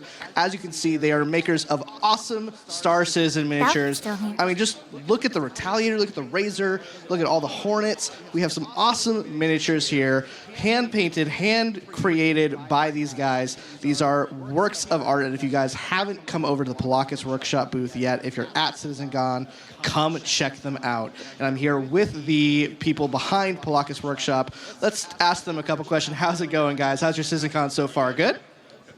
Amazing. Amazing, awesome. So my first question is, how long have you been making models? How long have you been making miniatures? ¿De cuándo estás haciendo miniaturas? Llevo haciendo las miniaturas alrededor de 3 años. Around 3 years ago, you start to do the designs and the 3D printing. So 3 years ago, you started making models, and were you always making Star Citizen models? Or if not, what made you want to make Star Citizen models first? ¿Directamente con los modelos Star Citizen o estuviste primero haciendo otras cosas? Desde el principio, empezar el modelaje 3D por las naves de Star Citizen. He started in this hobby because Star Citizen, he loved the design of the ships, and then start to working on designing, on blending and printing. Do not let Ben Curtis or John Crew hear you say that. They will never get over their egos. Now, these guys are so great, but how long do they take to make? I mean, how long does it take to... Yeah, just these works of art that I'm looking at. How long is that process? ¿Cómo es el proceso y cuánto te lleva más o menos hacer? El proceso primero es el modelaje 3D de las naves, después se imprimen, después se pintan. Y depende de la nave. Esta, por ejemplo, alrededor de 2 semanas o 3. The first step is prepare the modeling for the printing. They need to do the design, but he is working to have a proper printing. Then after put on the print, assemble, and then working on the paint.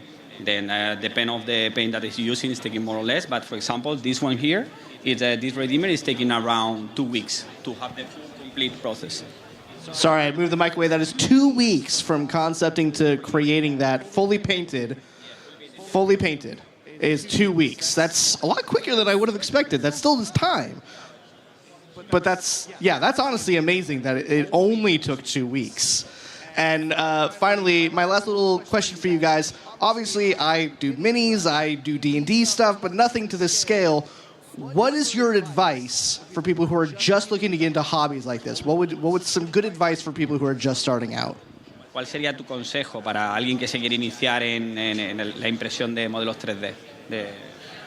Actualmente las impresoras 3D son mucho más baratas que lo que eran antaño, entonces yo creo que simplemente comprarse una impresora y buscar modelos para poder imprimir y equivocarte, volverte a equivocar y volverte a equivocar hasta que te salga bien.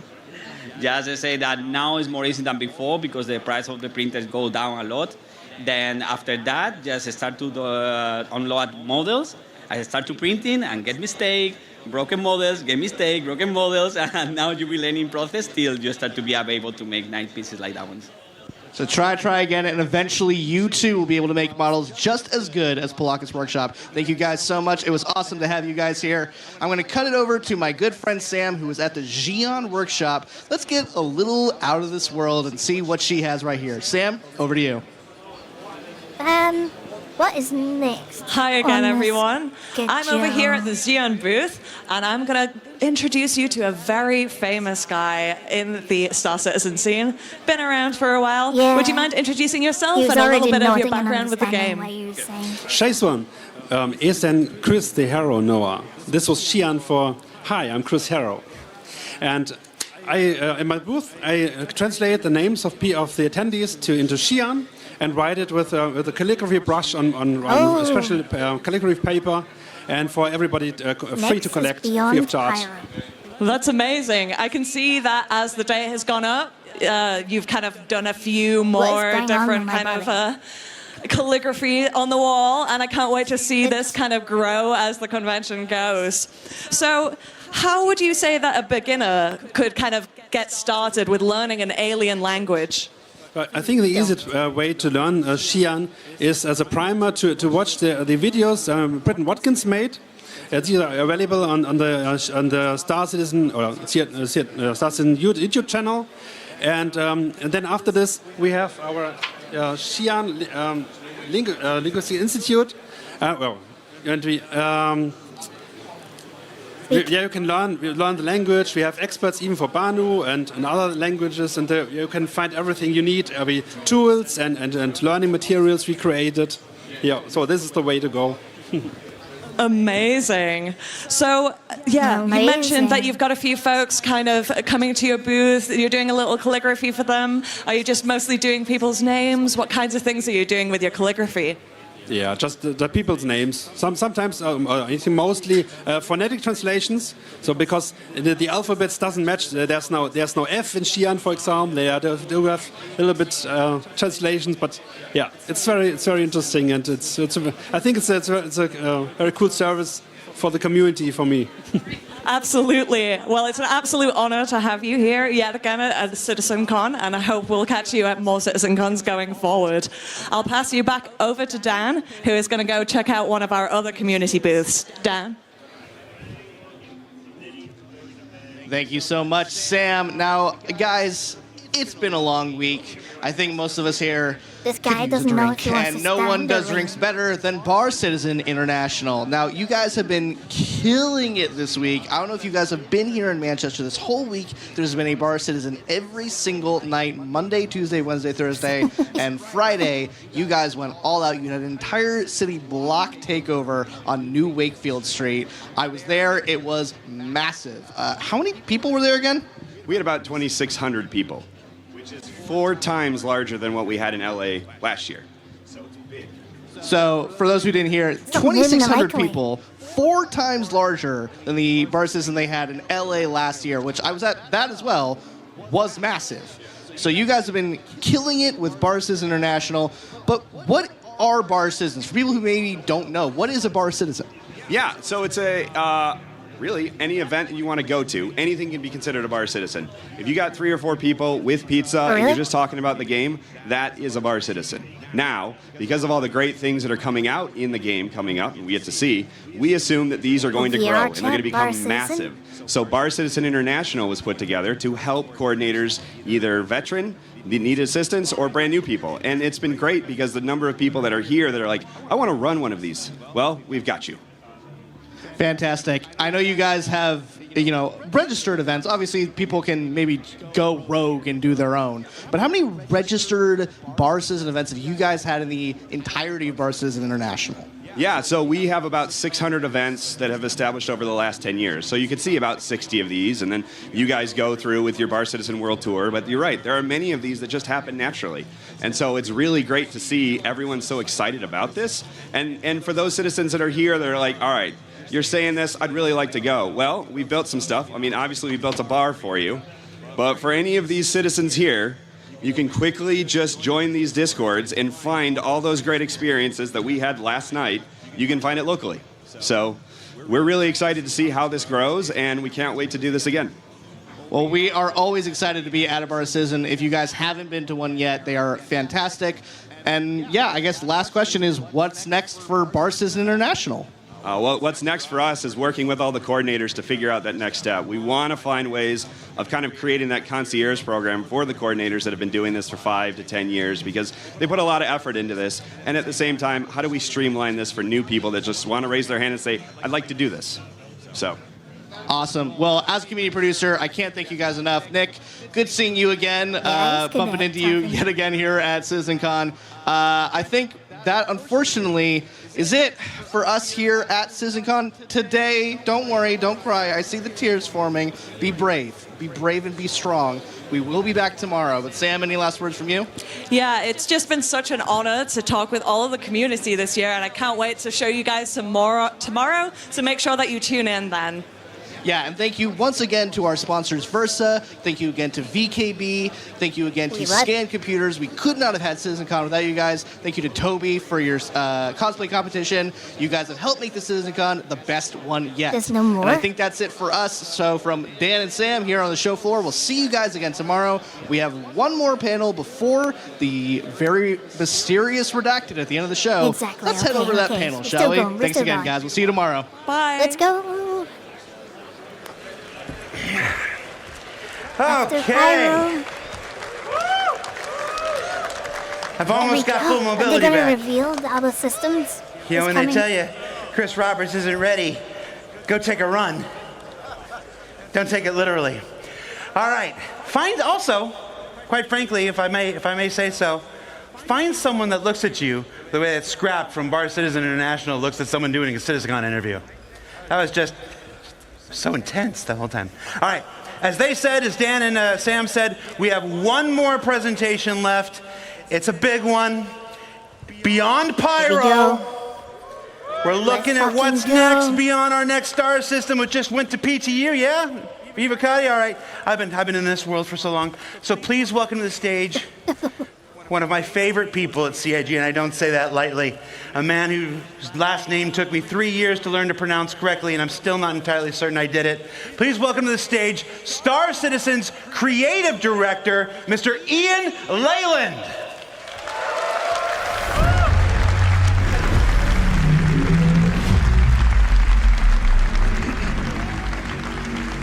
Hello, everybody. Did I say it wrong? I did. Yeah, okay. I did. I still didn't get it. One day. Thanks, Jared. Hello, everyone. Wonderful to see you all. Thank you for coming out. Did you guys see that worm? Really cool. All right. Let's go. So right now, it's all hands on deck to make 4.0 the best experience for you. Yes. Richer locations. What are you giving? Deeper gameplay, better experiences. All with completely new and wonderful music from Pedro, which will create an evocative and emotional backdrop. Rich and I have been working directly with Pedro for many months now. Beautiful music awaits. Yeah. But today, I'm going to talk to you about what's beyond Pyro. So let's strap in and we'll take a look. My name's Ian. I'm the creative director for Star Citizen. And let's start by looking up into the stars and saying hello to an old friend. Oh my God.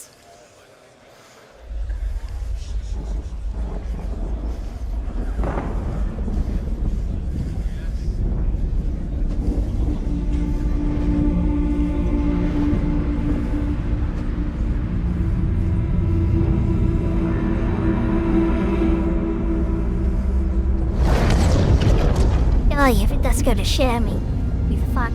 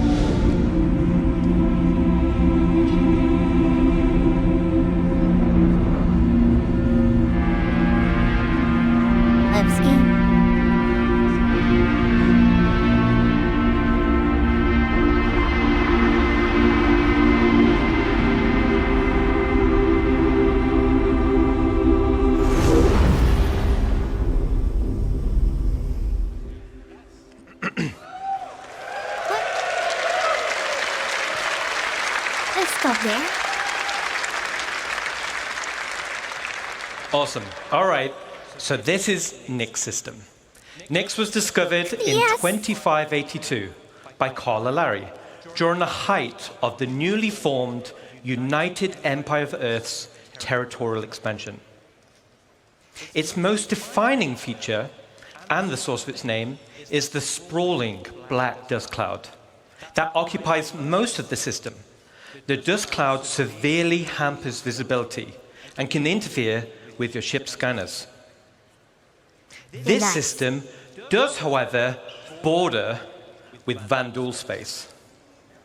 So, visitors are being advised there are Vandal raiding parties hitting locations throughout the system.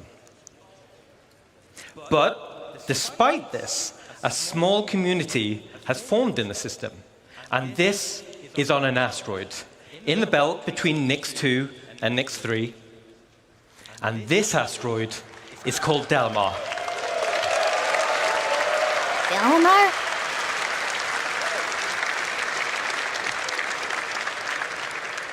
And here it is, hidden deep in the Glacium Ring. But actually, Delamar should be, and now is, an actual asteroid. And, as it's an asteroid, the space is a zero geolocation, giving a unique identity for a landing zone. So let's take a closer look at the main POI on Delamar.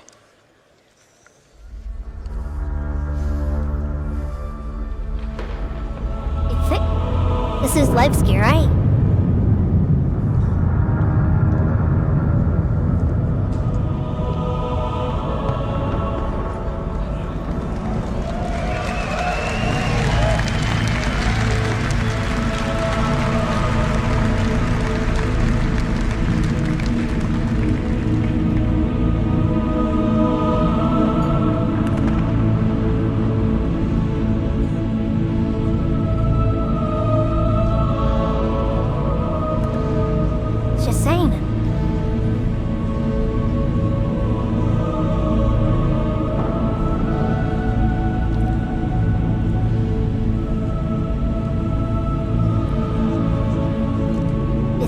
Design.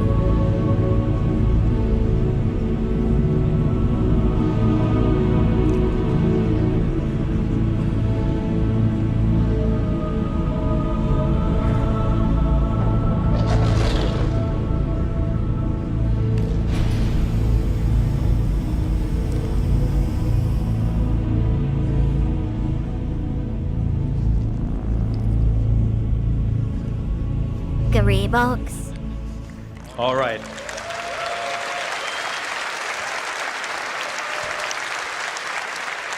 Awesome, awesome. So, for all that remember, it's awesome to be able to say, welcome back to Levski. Levski! And for new players, let me tell you why it's a cool place.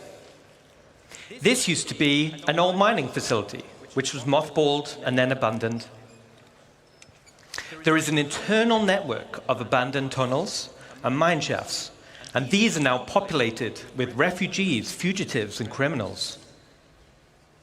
This is also the home to the People's Alliance, who you'll be doing some work for. And as Levski was made some time back, it needed to be updated so that it can fit into current gameplay features and systems and mission loops. So let's take a look at the first update, and that is to the hangars and landing services. His language is important because his language is all past tense, meaning they've done this already. This video is old.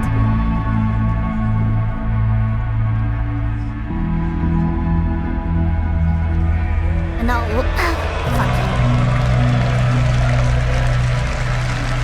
Give me a hand. Give me a hand.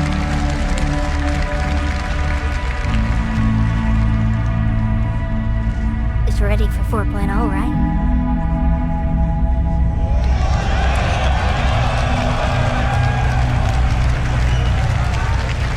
What's up, Bando? What's that? Release the Kraken! Oh, Kraken? All right, cool.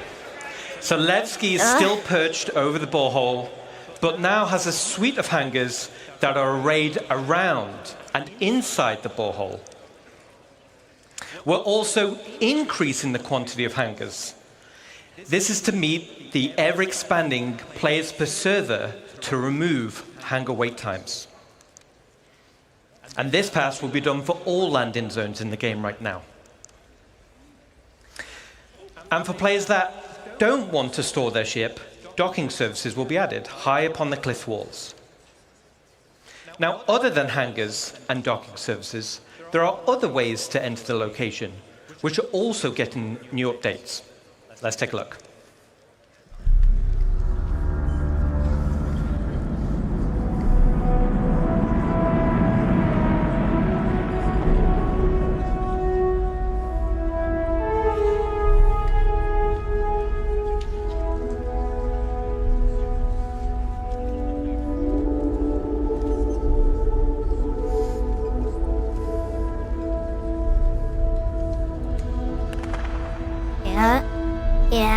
If you post links, you get time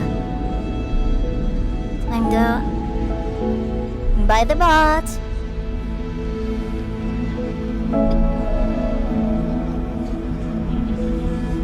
Wait, is this one EVA? It is. Yeah, you can just EVA around the station, right?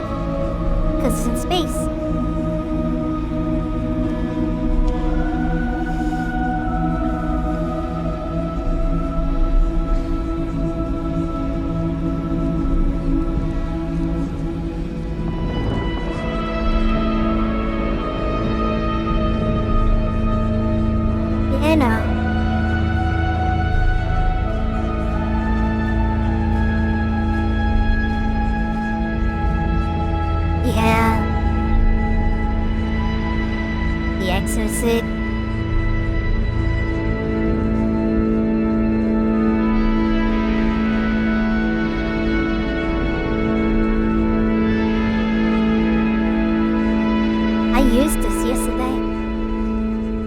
Fuel ship yesterday to do some cargo runs.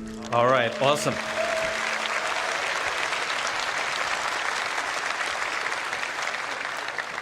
So around the main entrance, there's still gravity plating for on-foot access. And these will lead to open landing pads for quick drop-off and pickup. And we're also adding access to gameplay areas for a variety of local missions and gameplay types. And as you saw in the video, there will be banks of exterior freight elevators. These can be used for quicker gameplay loops without requiring hangar services. Now, as this is a zero-G location, it also gives an opportunity for another type of specialist freight services. Let's take a look. Another type?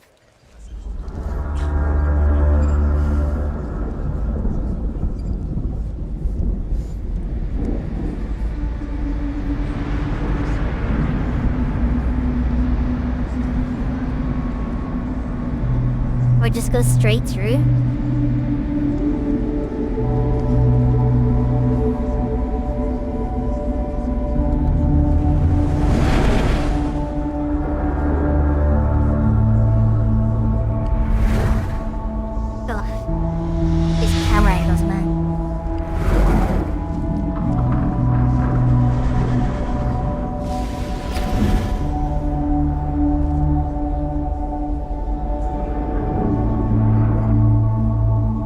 Either way, chill, chill.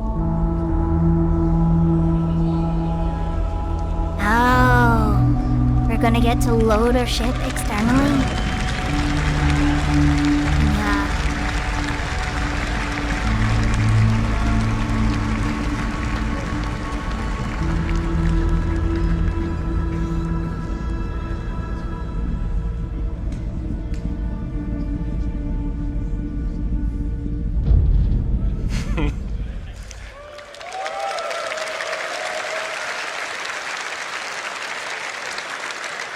All right, so first off, now the borehole goes all the way through the asteroid, which is awesome to fly through.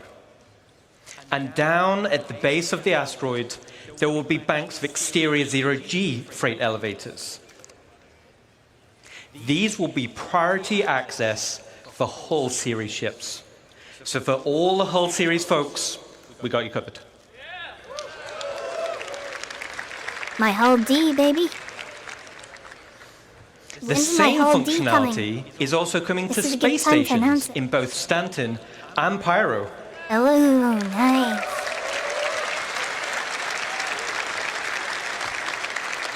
We can multi-create. But wait, there's a little bit more. Let's take a look. Hold D, hold D. Say the fucking hold D. Say it. You're gonna look over and see it? No?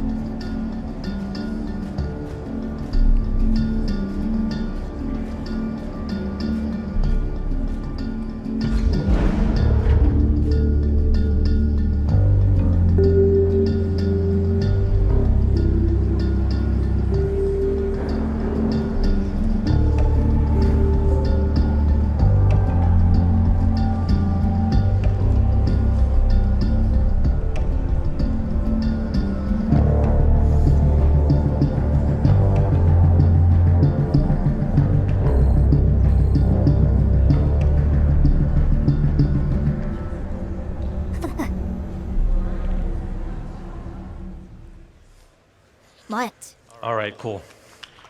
Everybody's confused. Nobody has a clue what you just showed them. Were you just showing them the internal? The external freight elevators will now have direct access to cargo decks to be able to quickly sell or pick up for the next run. Nice. So that concludes some of the exterior updates coming to Levski. But the interior is also getting some updates to bring them in line with current gameplay requirements. These will be spaces like cargo services, as we just saw, for hauling and supplies, and refinement centers, so you don't need to travel far to refine your ore. And we're updating the interior layout to provide better access to gameplay spaces.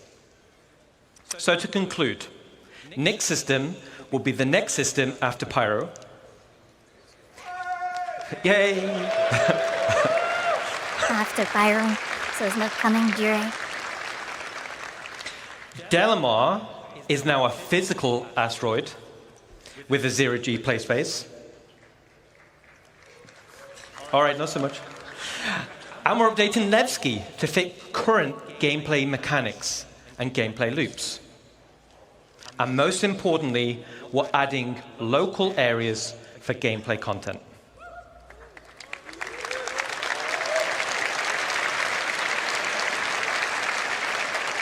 Are we going to be able to land on buildings for missions again properly? Now, speaking of gameplay in landing zones, let's leave Levski for now.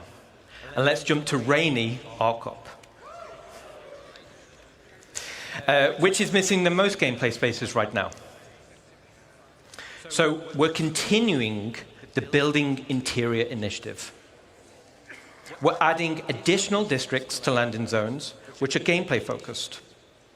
These gameplay areas will interweave with the landing zone, but ultimately will be independent.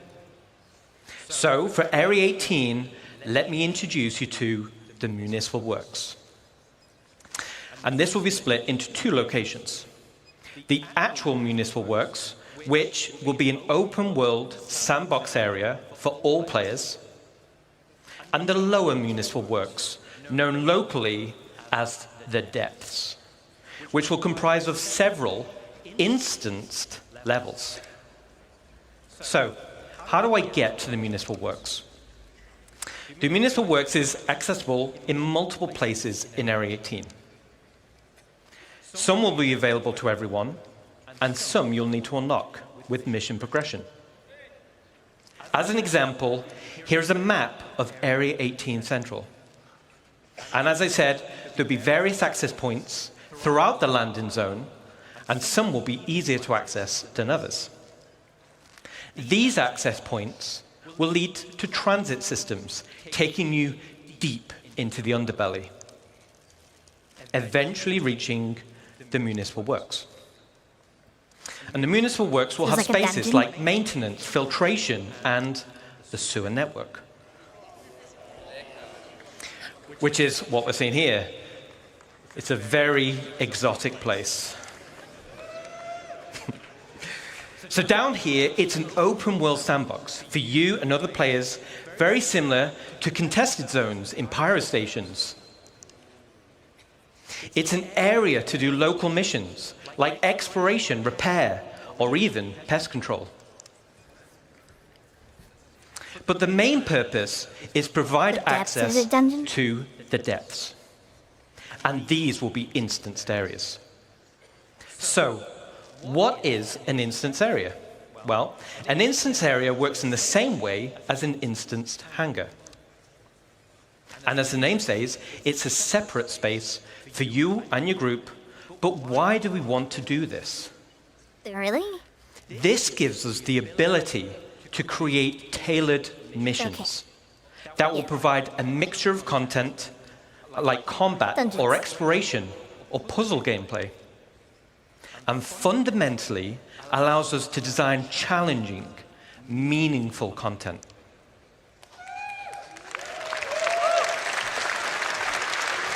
Yeah, so we can all just meet at Area 18 or whatever, and we can just go so to let me the illustrate. dungeon, right? Without having to fly anywhere. That's Going over pretty here. cool. How the depths will be split by levels. Now, stay with me on this. We're going to rattle through it quick. So let's say you're in level B01. You're running a mission, you're having a great time with the curated content I just mentioned. But down here, you'll have to do a variety of content over a period of time and over multiple play sessions. At the end of the mission, you'll find an access point, which will bring you back to the landing zone. And you'll do this loop multiple times with different mission content. After achieving the required amount of progression, your access level will be upgraded. So this time, you head down the access point elevator, and now it takes you all the way down to level B02, and you continue on with your journey.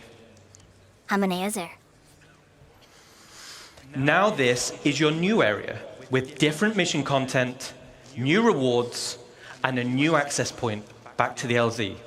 The same as B01, you'll do this loop multiple times. And you guessed it, eventually you'll get access to level B03, and we continue deeper. With each level you unlock, you access new areas for new mission loops. You'll access new, more challenging, curated content and access better and better rewards. And this is what will form progression-based content.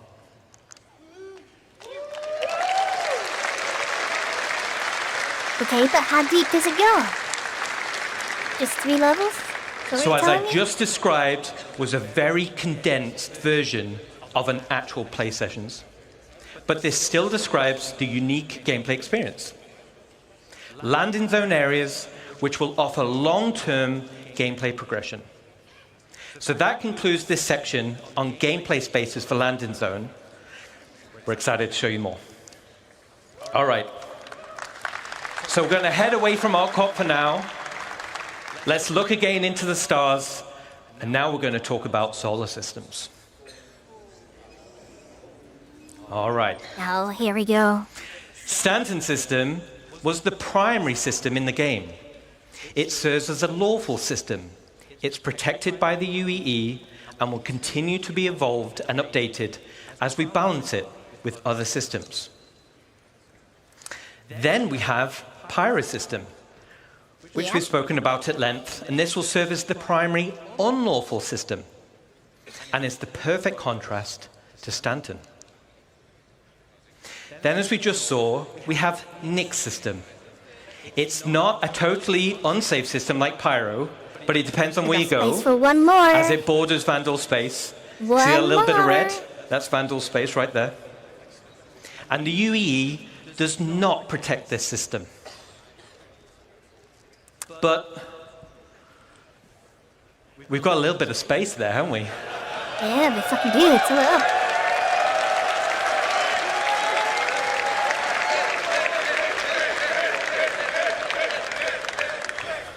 All right. I thought he was saying click system then. I'm like, I'm not sure about that one. All right. but we've got a bit of room at the bottom, so it would be a shame not to fill it in with something, right? So if we get a big cheer, we'll reveal the system. You ready? Show me. Very cool. Very cool. All right, here it is. Oh, wait. Wait. Oh, all right, okay. All right, okay. Is this part of the redacted section? So, let's take a Is it more sneak Star peek Citizen stuff? at system number 4. Here it is. Okay, here we go. Well, it's awesome, right? Looks nice. Yeah. All right. Fuck you. No, in order to reveal the 4th system, let me take you on a little history lesson. And to do that, we're going to load up our old friend, the Galactipedia. So, we're back in the height of the human-Xi'an Cold War. Tensions were at breaking point. Oh, we're getting close to Xi'an? In 2542, Armistead Parry introduced a designation line for a group of 8 planetary systems that marked the borderlands between Xi'an and human-controlled space. The United Planets of Earth designated the systems as no-fly zones and utilizing them as military staging grounds. But one system on the Parry line offered a key strategic position for a potential invasion into the Xi'an Empire. And that system was Castra. Castra. No idea what that means, but sure. But luckily for us, war was averted, the Parry Line Pact was signed, which was a peace treaty between the now UEE and the Xi'an Empire, so the Cold War ended. The systems of the Parry Line were divided up between humans and Xi'an, and fast forward back to present day, humans and the Xi'an enjoy a more prosperous relations, and everyone's cool. So, the 4th system will be Castra.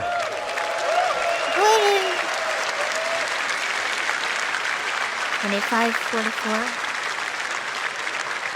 UAE. History lesson's over, so let's jump in and find out a little bit more. First we have Castra 1. Here it is. Castra 1 is a dead, coreless planet because it's too close to the sun to be terraformed for human habitation. So instead, the UEE Navy used Castra 1 for target practice, giving it the nickname of Bullseye. Yeah, wow. All the weapon testing throughout the Mesa era has left Bullseye covered in craters. And as you can see, it's super toxic, meaning ground exploration will require high-end environment suits. And as you saw in the weather demo, raging storms will create difficulty of access, giving risk and rewards for adventurers seeking unique minables and other items. Okay. Then we have Castra 2. The second planet from the sun is called Cascom. And this was the location of the military's staging area.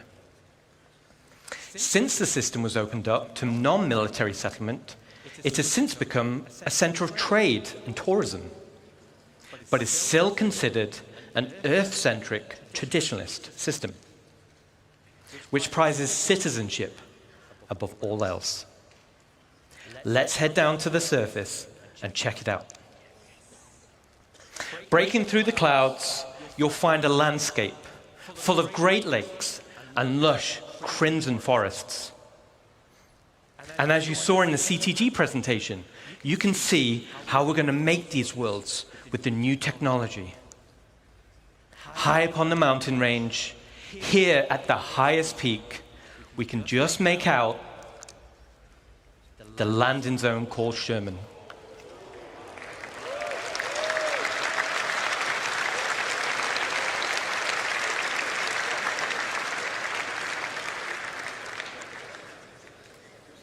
which is fondly known by its residents as the island in the sky. Sherman is currently in pre-production, but I wanted to take the opportunity to show at least a sneak peek. Let's take a look.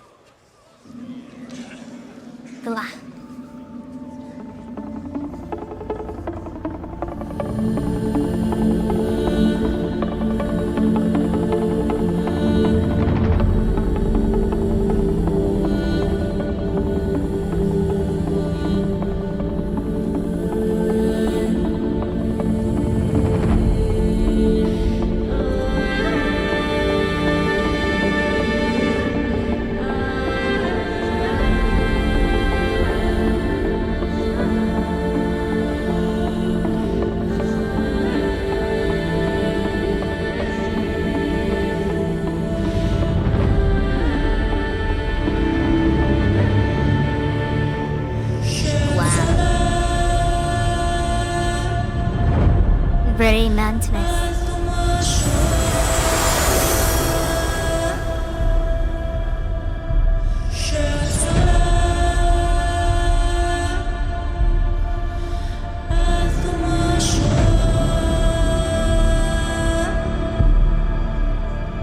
This is gonna be so cool flying into.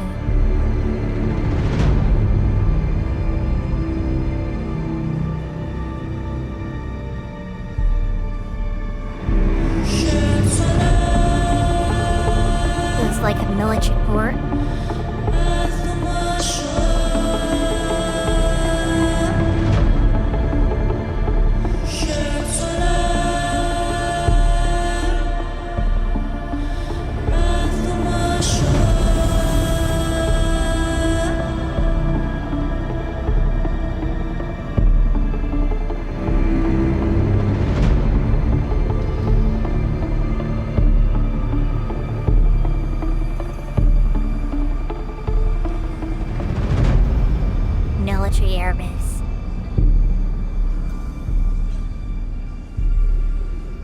It comes with guns. Normally the cities and ports don't have guns. I mean, it is a military one, but yeah.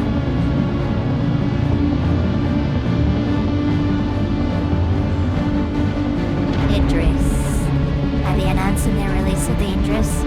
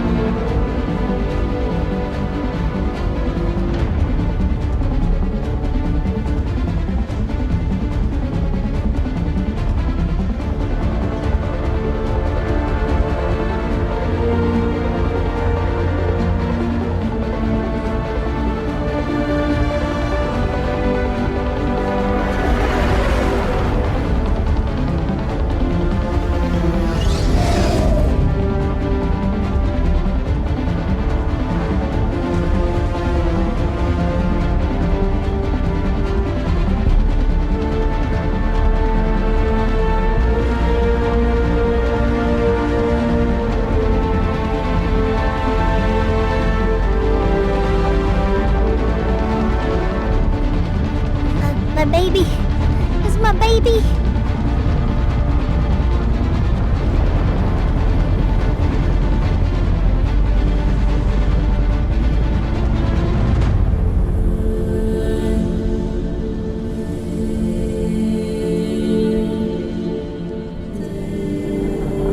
There she is. Tell us about the Polaris. Come on. I'll listen to it whine.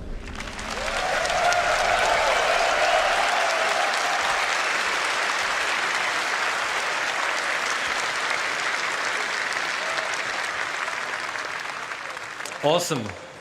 Let me take you through some of the areas of Sherman you just saw. The dominant landmark you see in the center is Spaceport Ulysses, named after the mountain Sherman is sitting on. This is where they staged the bombers that were on active rotation, waiting on any sign of any aggression. But now it's mostly a commercial spaceport. The Navy still has an airbase here, but it's a great place to see some big ships of the UEE. Commercial hangars are located inside the main trench. And even though this is a converted from a naval base, it still has an impressive military flavor. And speaking of military flavor, the original AOV-9s, anti-orbital cannons, are still present around the defensive walls, with most of them being decommissioned once it became a civilian city. Over to the left of the spaceport is the Sparrows Industrial Park, home to the sprawling cargo yards and manufacturing plants. The Sparrows has evolved from its days as a military supply and munitions depot into a bustling and modern industrial park. To the right side of the spaceport is Fort Riggs, which originally used to house the Army when Sherman was used as a staging point for a potential ground assault of the Xi'an Empire. Since the area was decommissioned, it has now been turned into a business park and is the governmental center of CASCOM, with the Governor's Council headquarters located here. As this base was built during the Mesa era, as humans were expanding their borders, this introduces a new architectural style for humans. What the fuck? Between the First Travarian War on one front and the Xi'an Cold War on the other, a new style called Henoism arose, with an emphasis on prefabrication and fortification. The designs were robust, durable against warfare and harsh enemies and harsh environments. And from all the locations we just saw, high up on the upper wall, you can see the commercial district, and specifically the Ansel shopping complex. Situated high above the sprawling main base below, the Ansel area originally served as the command center to Sherman's military operations. Inside this building, you'll find key areas like the Edge of Oblivion Bar, which was converted from the old officers' lounge. You'll also find Eckhart Security Headquarters, and you'll find the Mercenary Guild Headquarters. The other areas in the commercial district include the OPA towers for habitation. That's the building on the left. And on the right, it's the Imperial Sherman Infirmary. There's also the Reeves Military Museum, where you can experience the history of humanity's military and the role that Castra has played in keeping the Empire safe. So this is where you spawn and respawn? And finally, we have Overlook Point, which is the name of the vantage point and park situated in front of Central Command, which has the best view overlooking the landing zone. So that's a quick overview of some of the key areas of Sherman. I think it's devastatingly beautiful, with a rich history and a unique mood and vibe. It's gonna be cool. It's gonna be cool. Awesome. So before I go, I want to thank you all. You are all awesome. All your passion, all your dedication make our lives as devs so much easier. And thanks to the CIG staff, who's the awesome work we're seeing in front of you.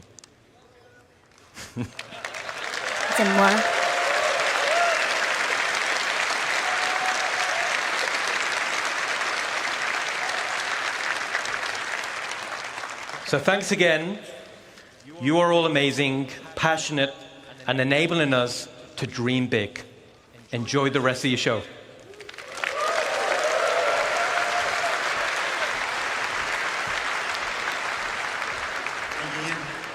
I'll just do that. All right. That was awkward. Okay.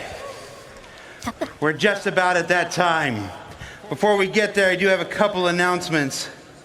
Now, this time last year, I did a couple announcements and it made a couple people upset. I used this opportunity to call out a couple of people who bothered me. Mostly, I just want to say the ground floor and the first floor can be the same floor. Yeah. No, we actually do have some actual honest-to-goodness announcements. Two of our partners, Scan Computer and VKB Joysticks, are doing giveaways for the people here exclusively. Now, there are numbers on the challenge coin that was in your swag bag. Oh, yeah. I'm getting this data as I'm here, so bear with me. So everybody should pull out your coins. Yeah. And I'm going to call out some numbers. And if your coin matches this number, you're going to find Dan. He's that guy over there with the bouncing thing. There we go. And he's going to give you your prize. So the first prize is for a set of VKB joysticks. The number we're looking for is 2272. 2272. Anybody? All right, well, pass it along if you find 2272 VKB joysticks. A second set of VKB joysticks, 3404. 3404, you can head on over there and pick up your VKB joysticks. And the grand prize is a computer from Scan Computer, they're a vendor here, built into a Kovalex shipping box. So I'm going to give you 2 more seconds to pull out your challenge coins here. The winner of a Kovalex computer is challenge coin 413. 413? What? You get it? All right. Find Dan over there. If you don't claim your coins, hey, I'm just doing the thing. It just says the thing right there. I'm just reading the thing. All right, guys, it is approximately 5 o'clock. If you check your CitizenCon schedules that were handed to you inside your gift bags, at 5:30 is our special redacted portion of the show. That gives us approximately 30 minutes. So 30 minutes to stretch your legs, to get something to eat, to buy your last piece of swag, to check your challenge coins, and go and collect your swag if you need to. And then at 5:30, I said it before, I'll say it again, don't let any force on this earth stop you from being in these seats. We'll see you at 5:30, everybody. Nice.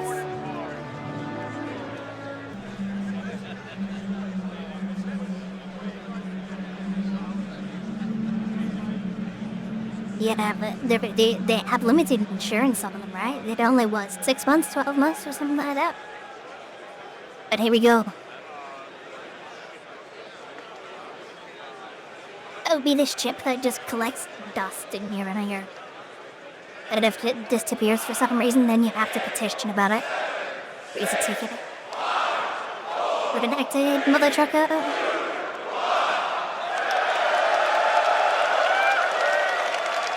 So we're gonna just open up straight the video.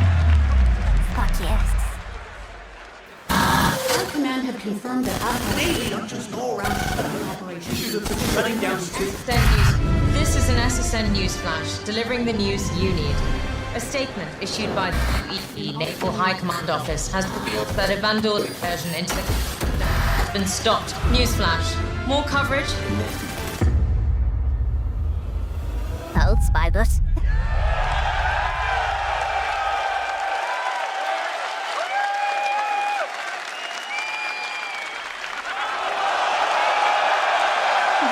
Why do people laugh when he comes up?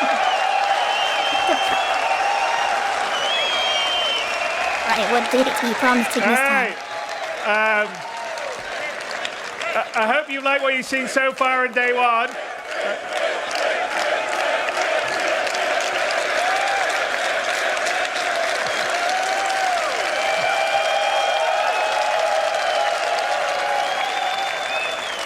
Thank you very much. Anyway, so I hope you have liked what you've seen so far in day one of CitizenCon 2954. I think the future of Star Citizen is incredibly bright. We have a few more things to show and tell you about tomorrow. But let's talk about the Hornet in the room. Last year, we announced that Squadron 42 is feature complete. So what has the team been doing since? Given the scale and ambition of Squadron, our teams have been focused on polishing and optimizing to ensure the game meets the high standards that I have, the team has, and you guys have. This level of quality does take time, and we're committed to delivering an experience worthy of the journey. So I'm not sure if we've officially talked about gameplay time, but the story on a regular playthrough is anywhere to 30 to 40 hours in length, which is not inconsequential. So what does that look like? To show you, we thought it would be best to boot up the game and start at the beginning. Now, quite a few people want us to play a pre-recorded video where we played it safely offline, but that's not our style. So, we are going to play this live. I've played it through many times, flawlessly sorry. Occasionally, we've had a few, so if something happens, it happens. But fingers crossed. But what you're about to see is the prologue of Squadron 42's and you, the player's origin story. And you can think of it sort of like the opening of Gladiator, but even more epic. And I want to remind everyone that we are still polishing and optimizing. So what you're about to see in here is still work in progress and will continue to be improved. But I hope you agree it is shaping up to be something special. So to take us on this live journey, I would like to bring Richard Tyra, Senior Game Director, to the stage to play the game. Okay. All right, Rich. It's in your hands. Absolutely. Hello, CitizenCon. So, my name's Rich Tyra, and I'm the Senior Game Director for Squadron 42 in Star Citizen. And I think we've got a little bit to play, so who wants to start? Should we go? Okay. So as Chris says, this is going to be playing it as a natural playthrough with, hopefully we don't run into any issues, but we'll go from there. And this, what you're seeing here, is the Combat Pilot Training application form that we're going to submit for your application. But once we get into the game, I'll kind of be quiet and just let the game speak for itself. It is not about piloting the most cutting-edge ships, or traveling to the farthest reaches, or wanting to protect your home and loved ones, or even learning what you're truly capable of. Those are just the perks. I'm Commander Ryan Enright. I fly Navy.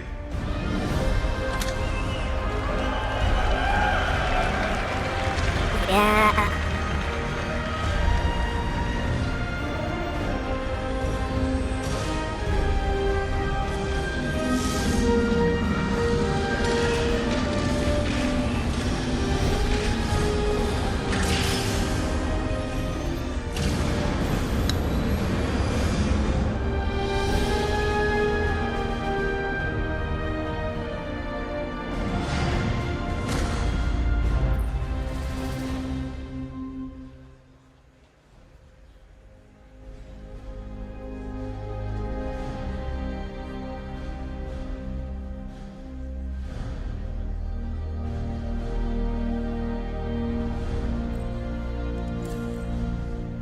So should we go rookie?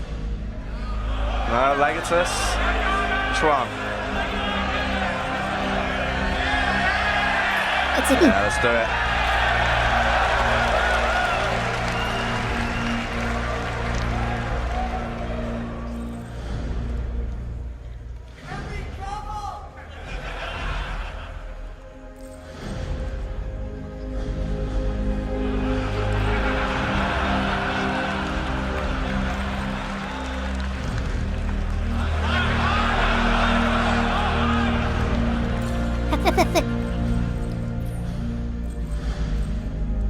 So you will be able to fully customize your character further into the game. But in the prologue, this is how you select it. I assume you talk to all rookies that way. I assume you talk to all the rookies that way.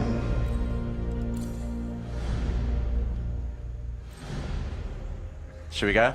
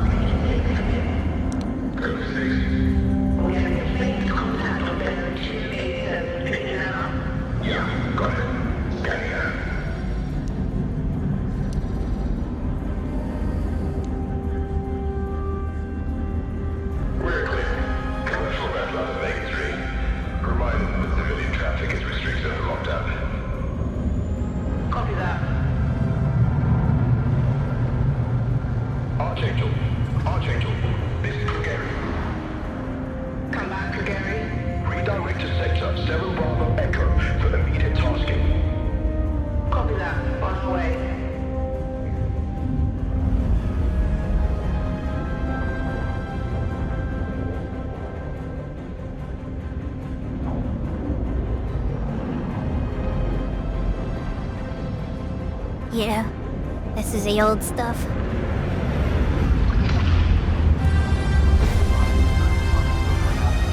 Still fucking love it though.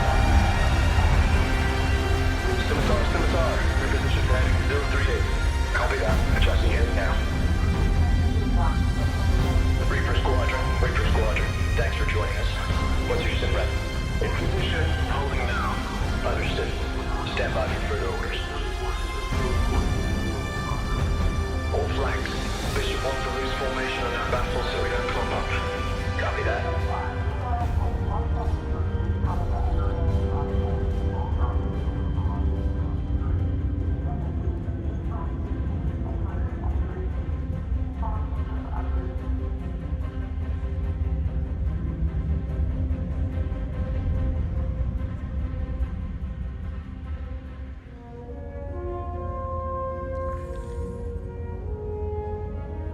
I know I just wrote you, but a couple of hours ago, proximity sensors on the other side of the jump got twigged and went dark. The word is it might be that clan that we've been battling with. Guess that last fight didn't scare them off quite like we all hoped it would.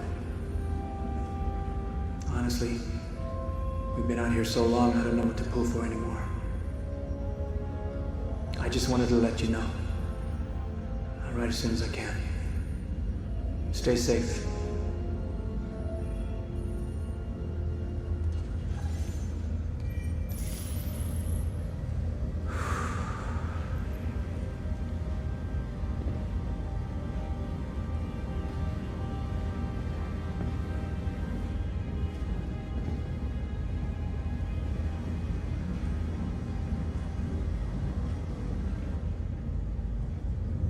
Never gets old, does it?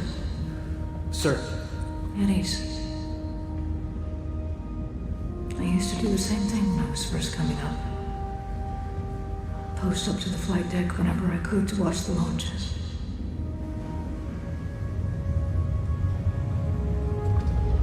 Have you seen the F8s up close? No, sir. The thing's a beast. Nimble, too. 12 maneuvering thrusters and 3 mains. It sure sounds like it. Sir. Captain McLaren to the bridge. Captain McLaren to the bridge.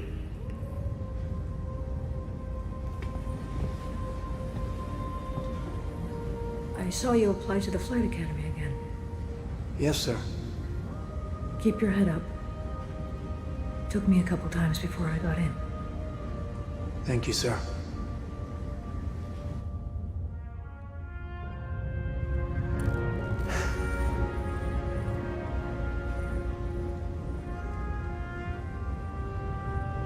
All gunners. Getting gear, report to your turret. All gunners return. And before we move on, yes, this is a live demo, and no, it won't crash. Well, okay. We hope so. Okay. Yeah, there's lots of big name actors in it.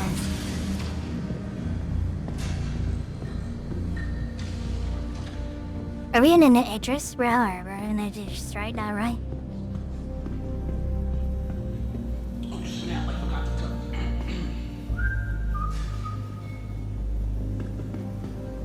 I talked to Watkins in logistics and he said the recon team was wiped out. Really? Then why are we sitting here? Vandal aren't stupid. If they know we know, they would have hit us by now. Hey, they can take as much time as they want. The longer they wait, more of a chance for 42s to get there. Well, they can hit whenever. Hey, there you are. Hey. Where's your helmet? Can't gun without it. Come on. Rookie mistake. I gotta get to my turret. Got to go up.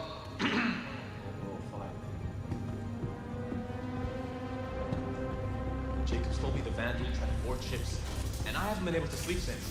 I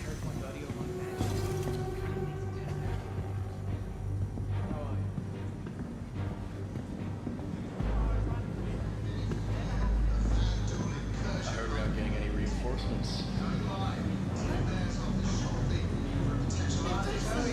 Right? We've been getting tuned up for weeks.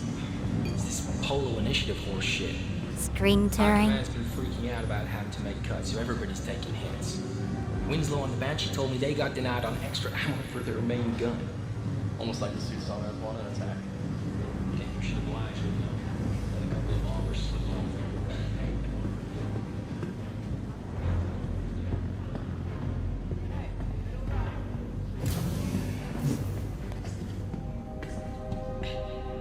You heard about this show, Lost Squad? Are they seriously doing another show about the fall of Cattleman? Supposedly out next year.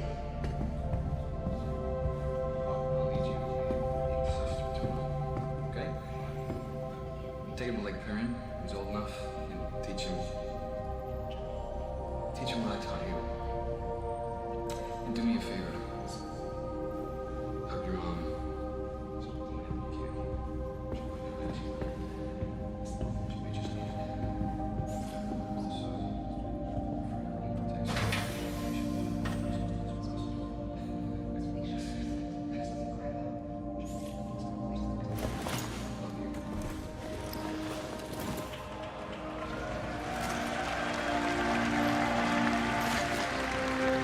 All nicely animated.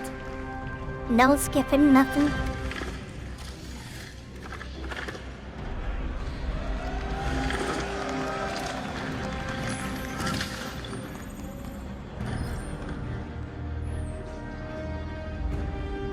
Hey. All set? Hey, you get any sleep last night? Yeah, me neither.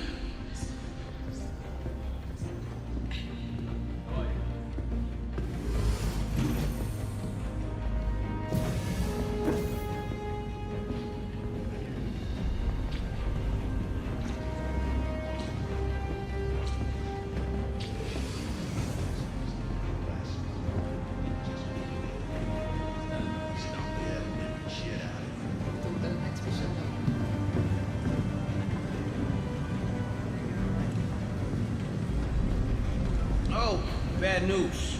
I heard Goofy was assigned to your rig for his last shift, so brace yourself. Your controls are gonna be screwed.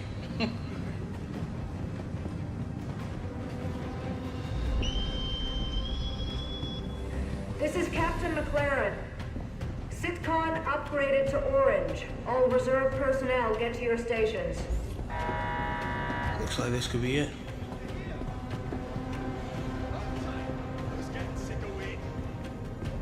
Hey, good luck. See you up there. You got it. Actual character voices is so much better. Ugh.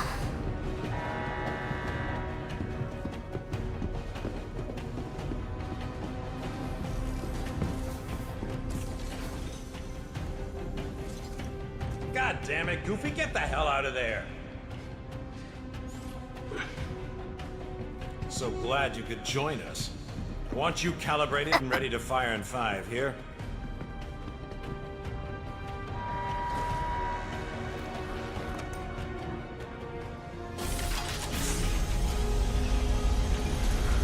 You nice.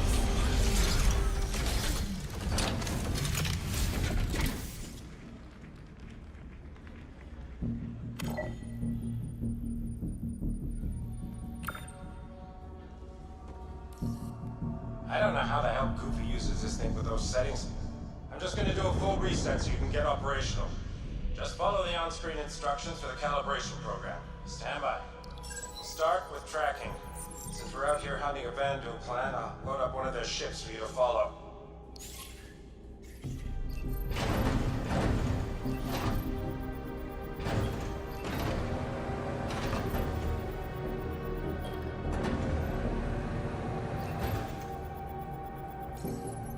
Alright. You should be all set for controlling your turret. Next up, they'll test your firing mechanics. The system projects simulated rounds, so don't worry about friendly fire.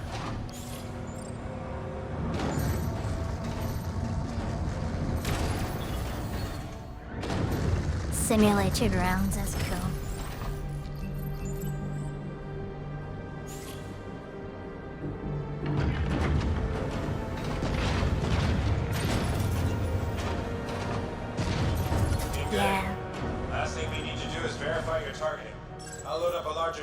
ship for you to practice targeting specific parts of the enemy.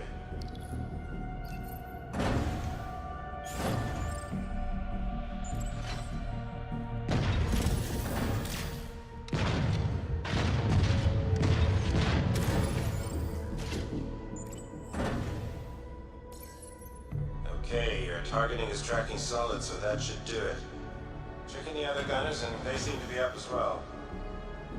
Everyone up? Marcus, test your tilt. System says it's sticky.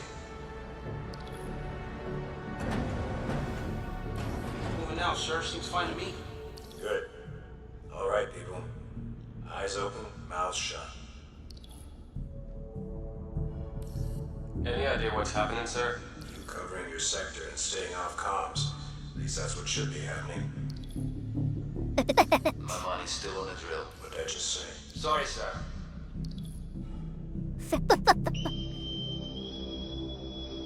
About time. Shut.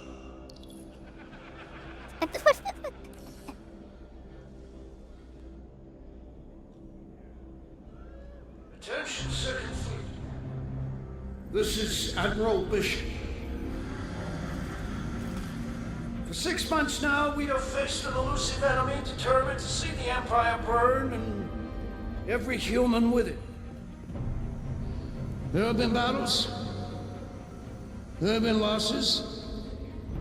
Each and every one of you has proven yourself time and again, but today I must ask for more. Today, we fight one last battle. Advanced recon indicates the entire Vandal fleet has just entered. It's blinking. This means a kingship is headed our way. Live demo.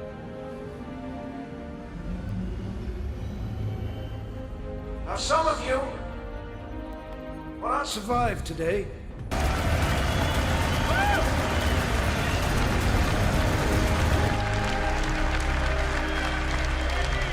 We've reached our goal. We got the crash. We're gonna keep going.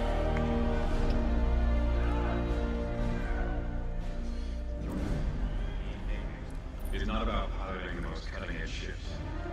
We got the crash. Forging connections that will last your entire life. Fighting to protect What the your fuck own happened? loved ones. Or even learning Thanks for the what you're follow. truly capable of. Thanks for the follow, DJ. Right. So kaya. So let's go to back in the game. You can skip it. Nice.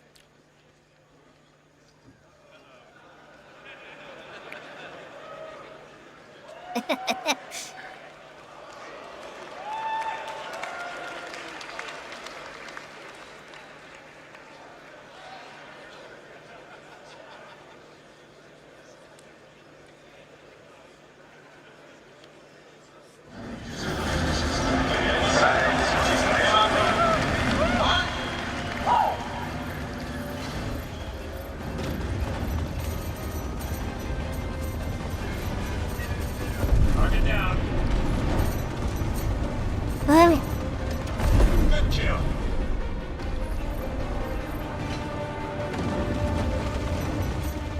yeah, don't say that. It's like never say no crash, right? You're asking for it to happen.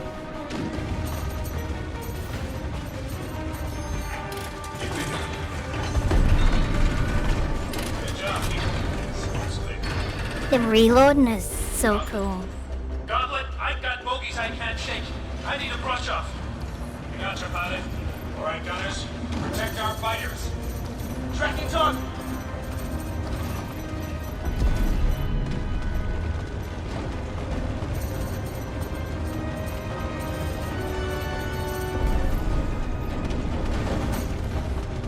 Can't hold out It much was longer. this point Damn it, gunners, take out those duel. he crashed.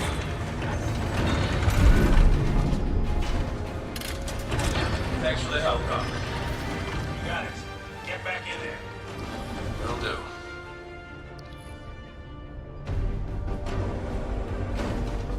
Is there I play Star Citizen as well as Final Fantasy and VR chat. Those are my main 3 games.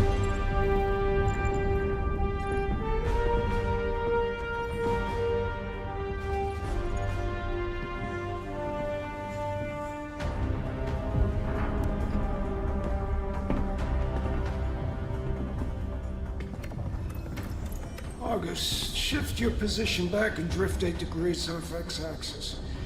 That should bring that Moiler into your field of fire. Corvers, redirect to fill the gap and take those gunboats off integrity. Oh my god,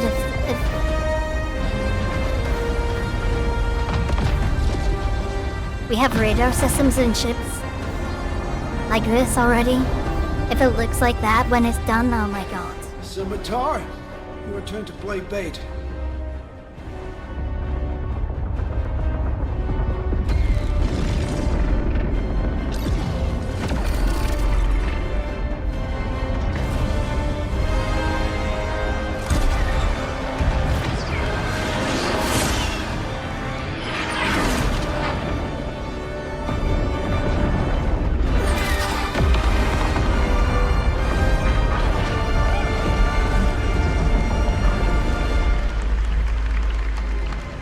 Oh, they're all turning now. Push forward, let's see how strong that line is. Raiden, you're their support.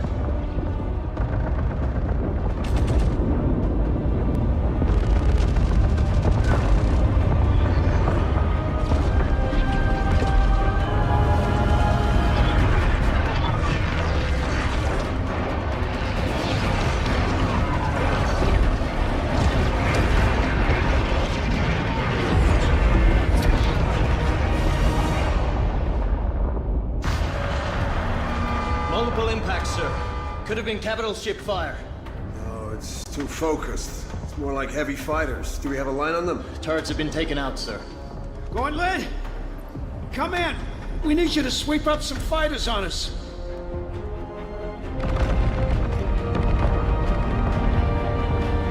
On it, sir.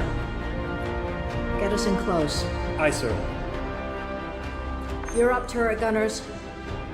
We're guarding Bishop here. Make me proud.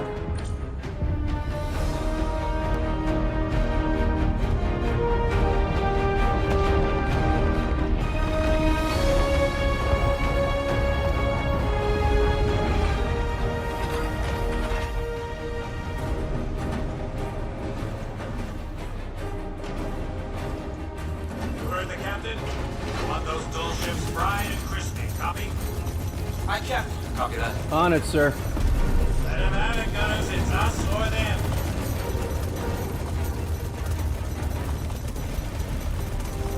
Good kill.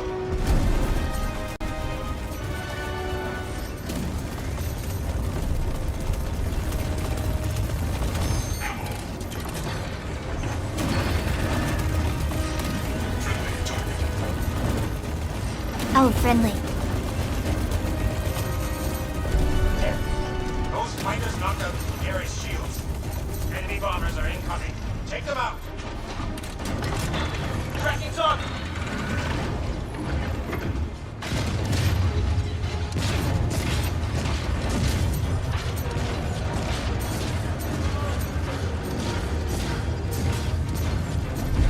Nice.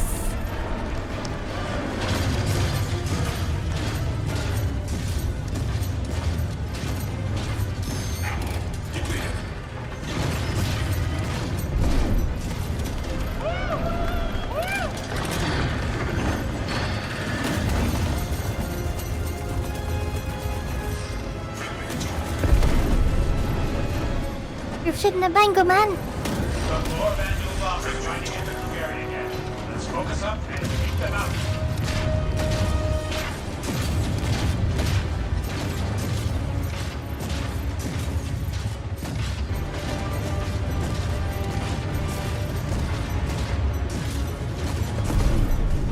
There, got one.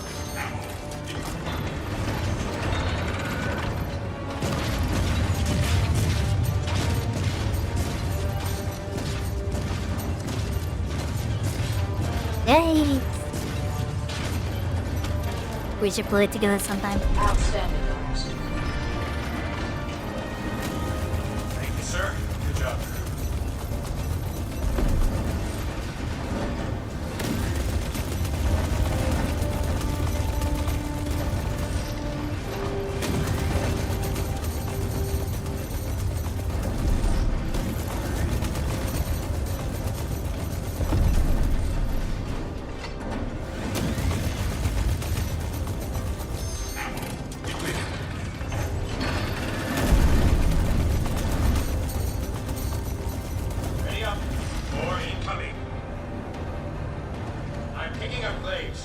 Take him out.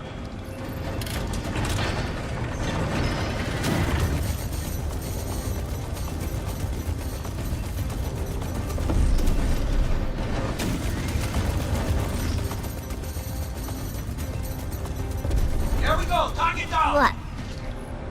It just gone down?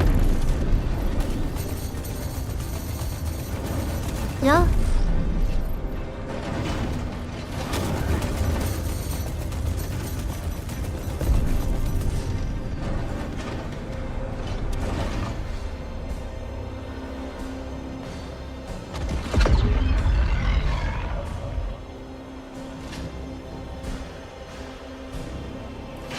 You see that? Oh god.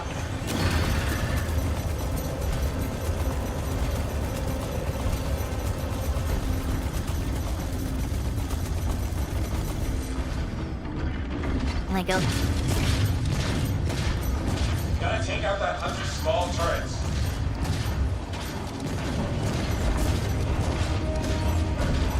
Got another turret!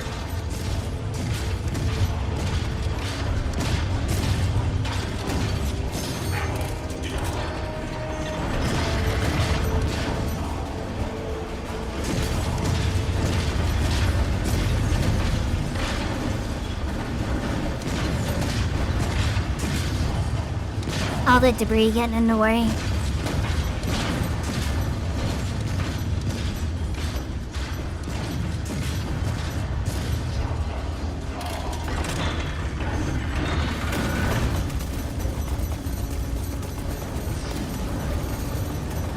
Focus, people. We got heavy fighters incoming.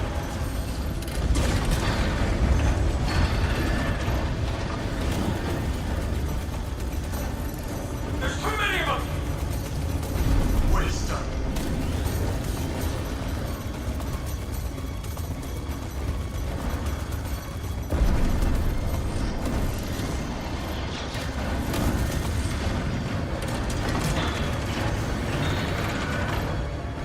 Keep up that fire!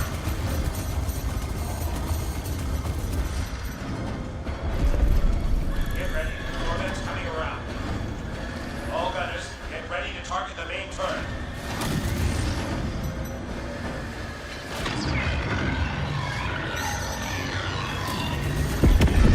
Marcus! Is that Marcus? Can anybody see? Shut up and fire! Take out that main turret! One of my guns is down!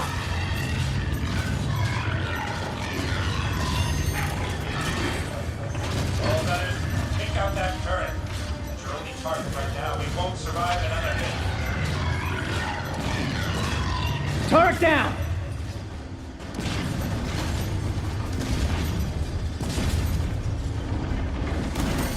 Tracking multiple inbound boarding spikes. Target and eliminate. We should get the hell out of here!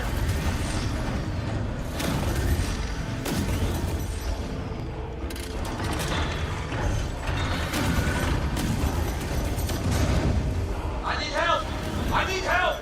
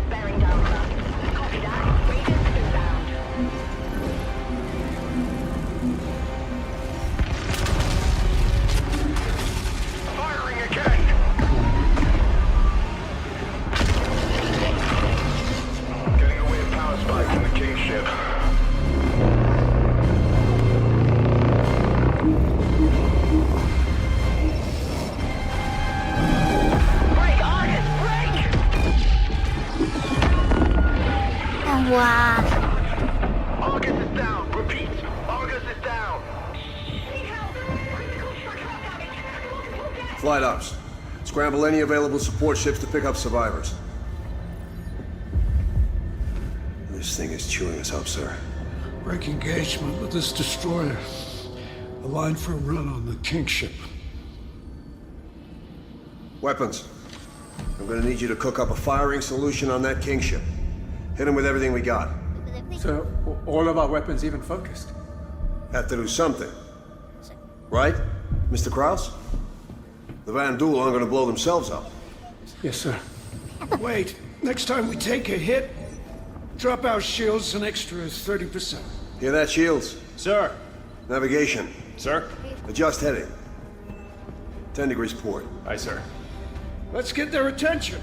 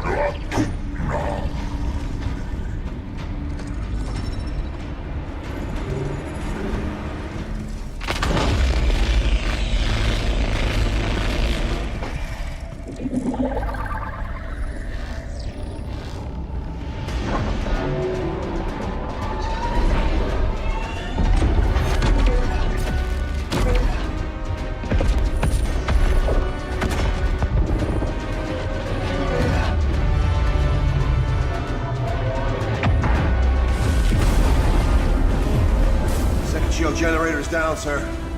Starboard 4 exposed.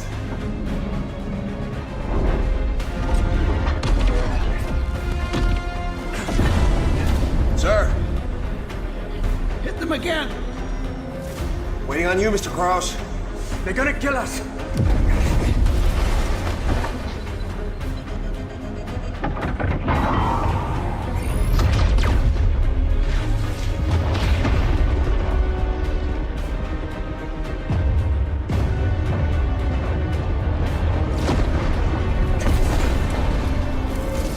Power spikes. They're charging up the main gun. I guess you got their attention.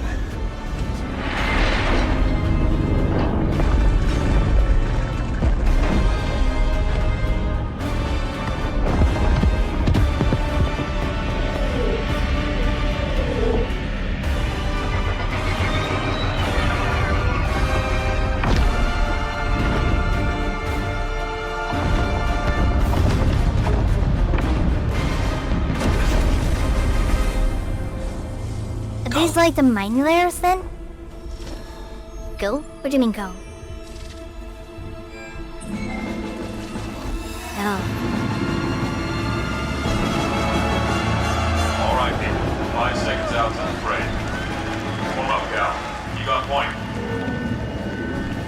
Copy that. Tally's on me. Stuck we go.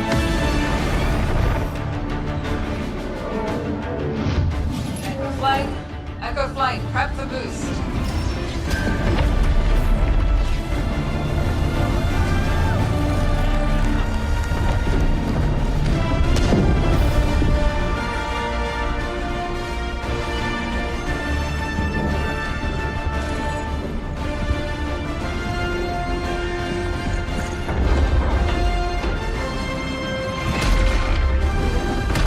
Let's say hi. Full copy.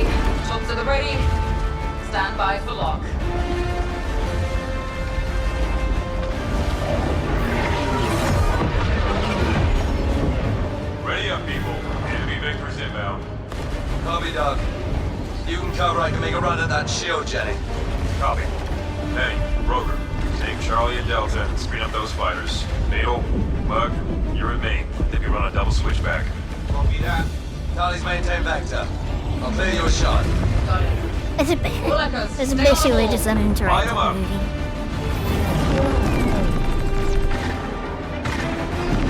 Look out.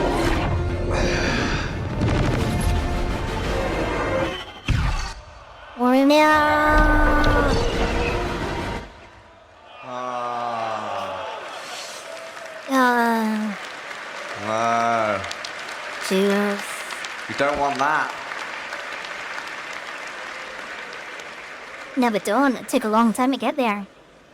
Maybe that's why we have 2 errors for this part.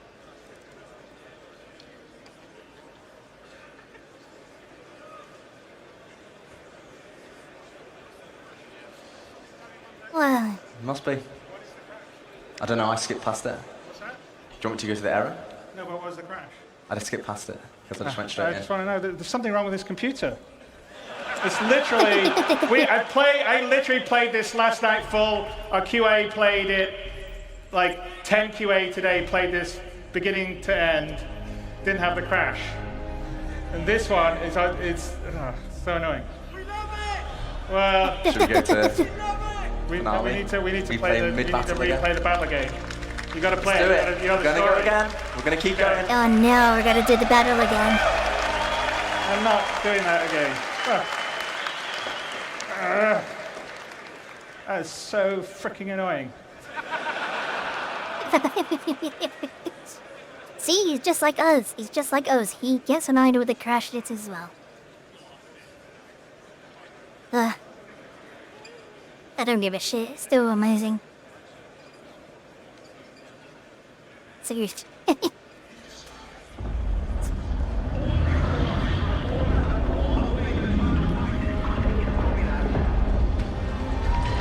More vandals slip past. Made planetfall. Copy. Forward inventors onto the ground forces. Got your pad, Argus. Appreciate it. Could really just doing some fire cleanup. We're taking multiple hits. 335. Break engagements and support. Sir, firing now. Charging main guns. Prepping for I mean, it's screen tearing, right? So, I don't know. Maybe there is something wrong with this system.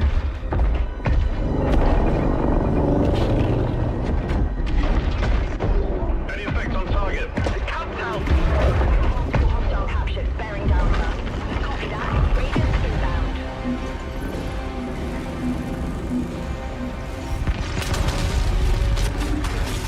Firing again!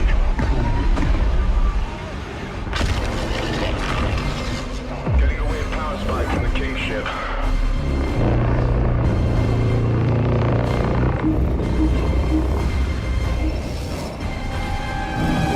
Break, Argus, break!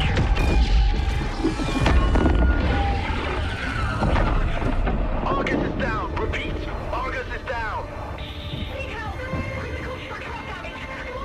Flight ops. Scramble any available support ships to pick up survivors. This thing is chewing us up, sir. Break engagement with this destroyer. Align for a run on the King ship. Weapons. I'm gonna need you to cook up a firing solution on that King ship. Hit him with everything we got. So, all of our weapons even focused? Have to do something. Right, Mr. Krause? The Van Duel aren't gonna blow themselves up. Yes, I wonder if they got them Wait, to act next time we every take a single hit, part of this movie. Drop our shields an extra 30%. This movie. Hear that, Shields? Every part of these scenes. Navigation. Or Sir? Adjust if heading. they 10 degrees just port. captured some stuff so they can Let's then get do their the attention. animation themselves. And surely once they got the characters and everything, they can do it themselves. But then they have to speak anime because it's their voice. Anyways, still a fucking impressive.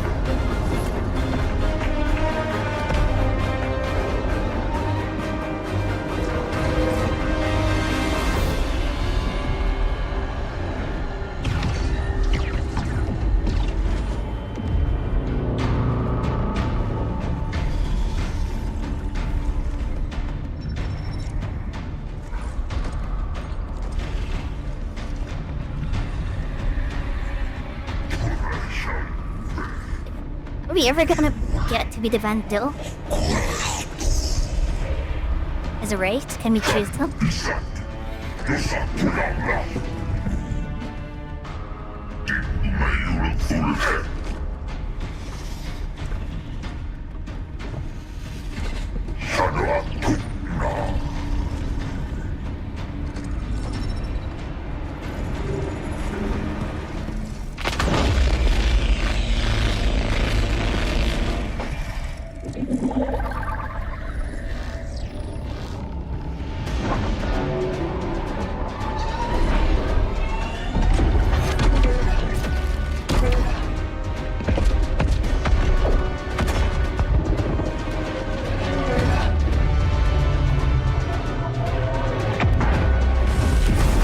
I'm head in one shell. Second shield generator's down, sir.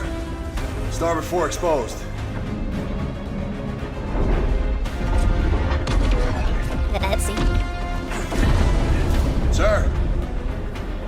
Hit them again. Waiting on you, Mr. Krause. They're gonna kill us.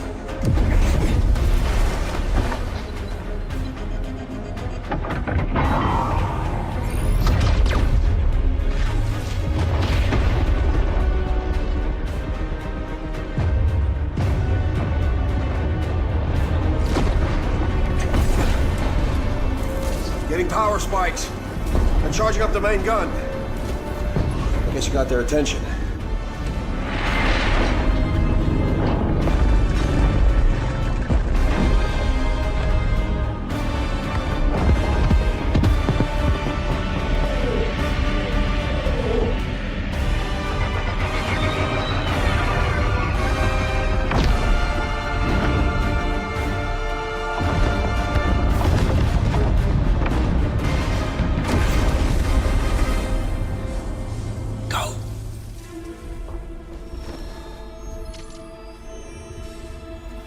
They have all the looking at me, he says, cool.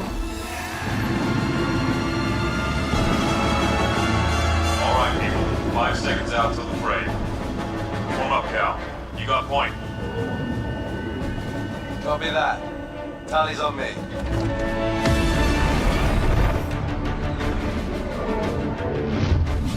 Flight. Echo flight. Prep for boost.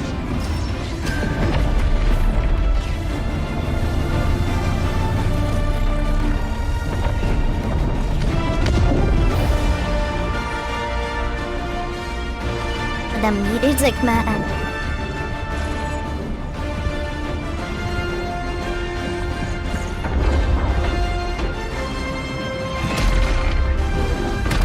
Let's say hi. All copy. Shots at the ready. Stand by for lock. Now we're gonna get to see the pew pew now. Ready up, people. Enemy vectors inbound. Copy, Doug. You can cover. I can make a run at that shield, Jenny. Copy. Penny, Rover, take Charlie and Delta and screen up those fighters. Beetle, Bug, you're at main. I think we run a double switchback. Copy that. Tally's maintain vector. I'll clear you a shot. Got it. All echoes, stay on the ball. Light 'em up.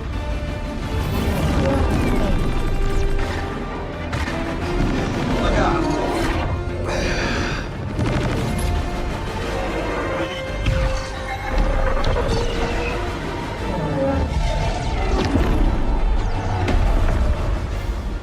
I don't think your ship's got the firepower to take that emitter out. You might be right.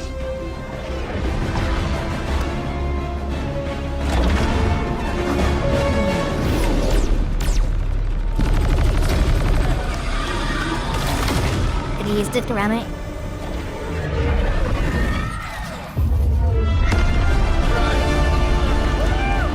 Shield's opened up.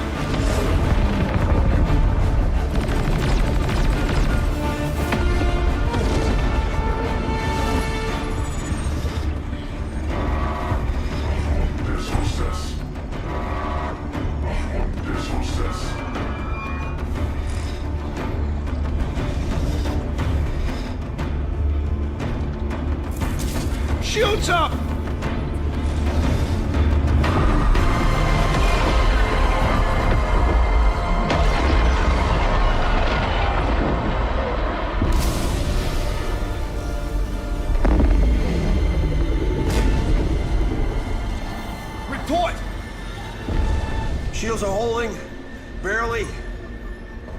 That shot took out our main thrusters. No, not us, them. The Kingship shields are down. Yes! We don't celebrate until they're dead.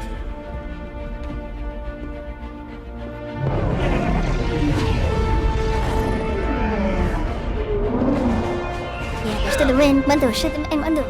Hit him!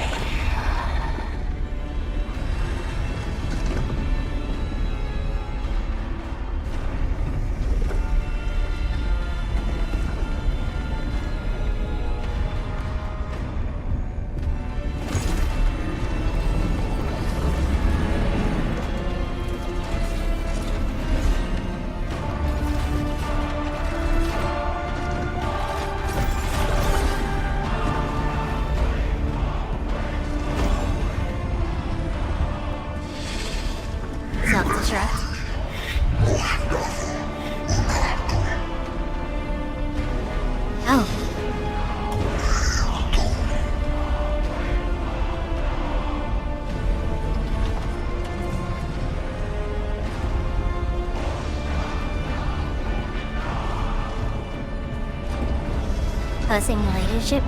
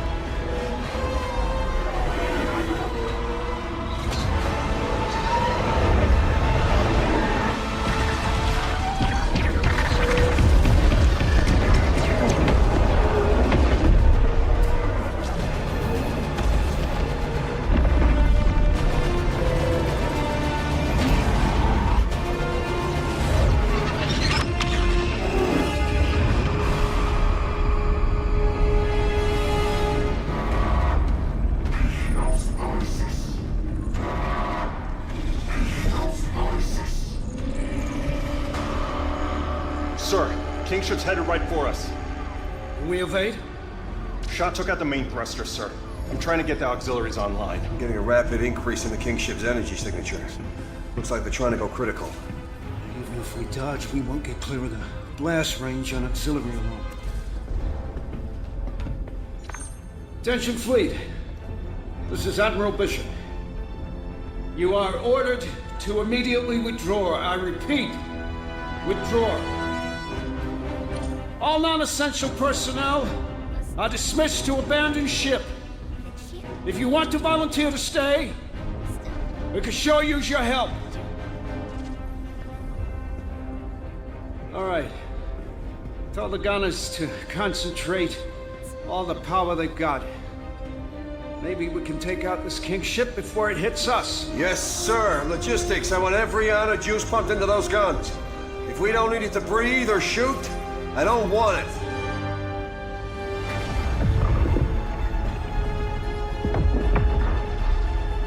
Oh, gunner again.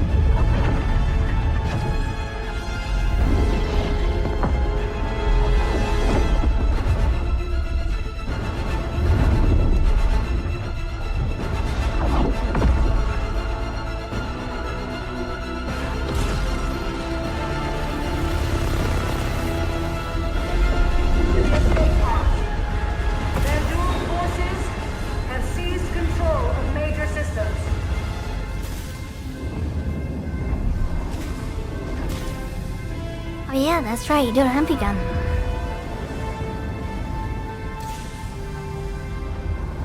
There's a pod here, come on! Go, go, go!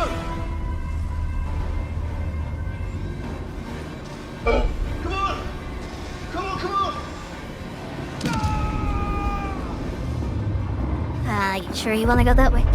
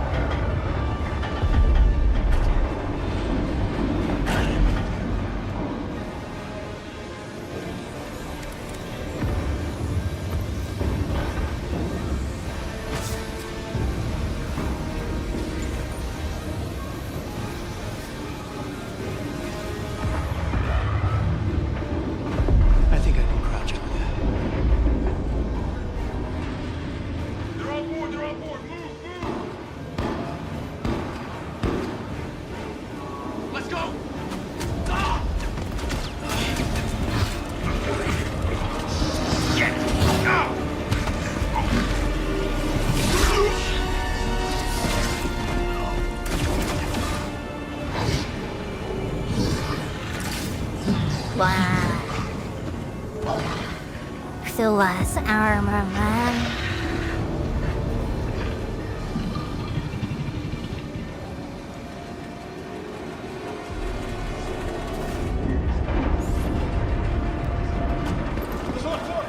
Hey, hold the door!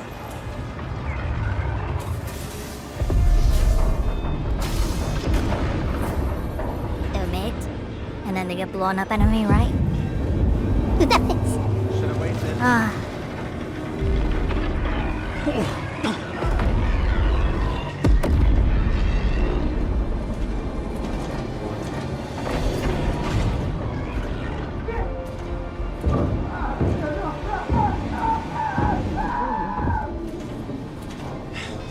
need to find another way out of here.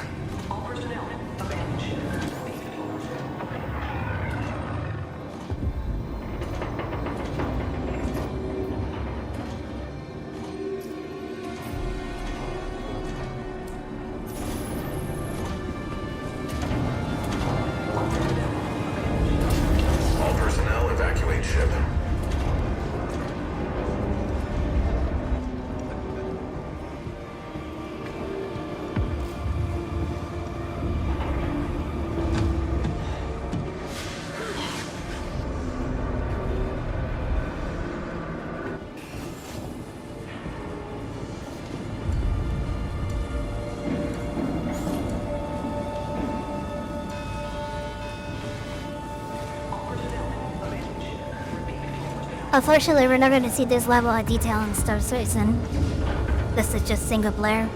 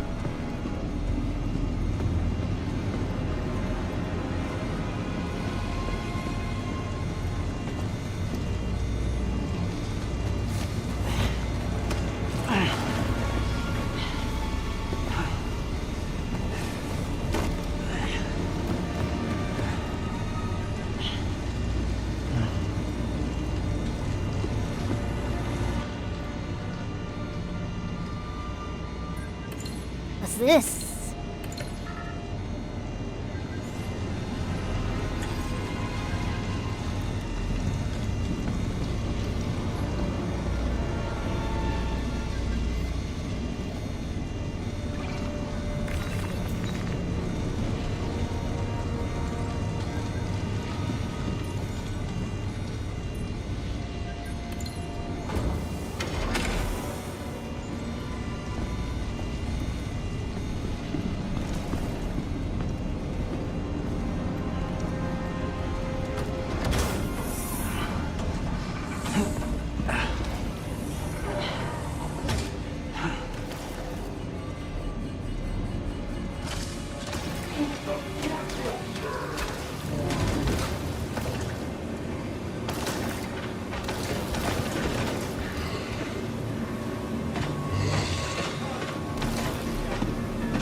The man, the Vandals.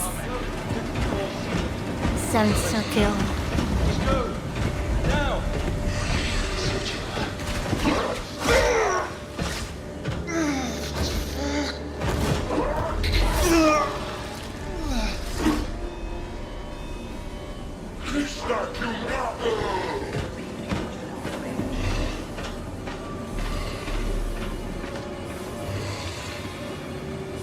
Are you alright, mate?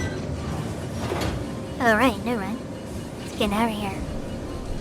The guns.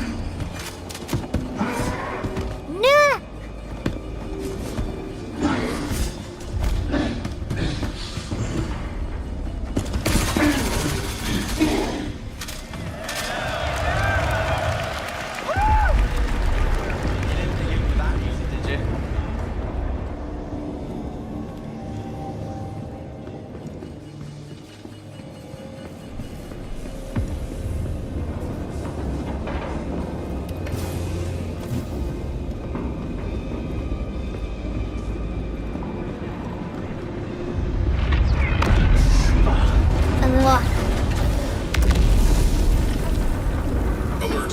Fire detected. Room locking down. Repeat. Room locking down.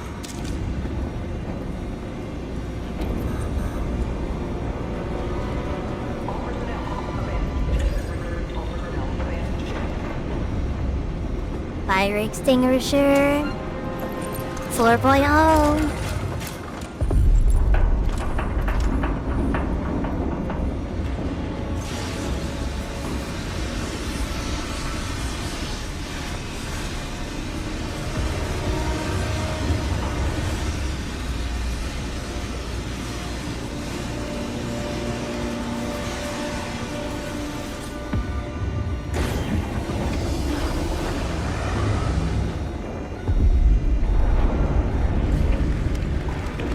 Systems back online. Back in the game.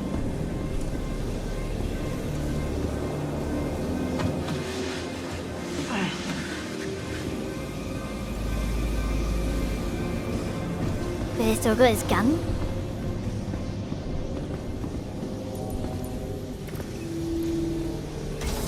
New, is that a new elevator button? Ooh.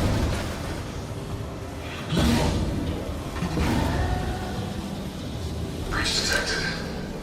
Depressurizing. Ah.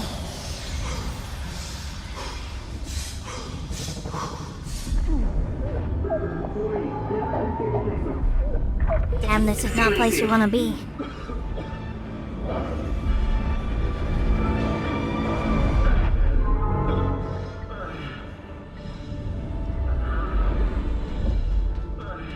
You missed it.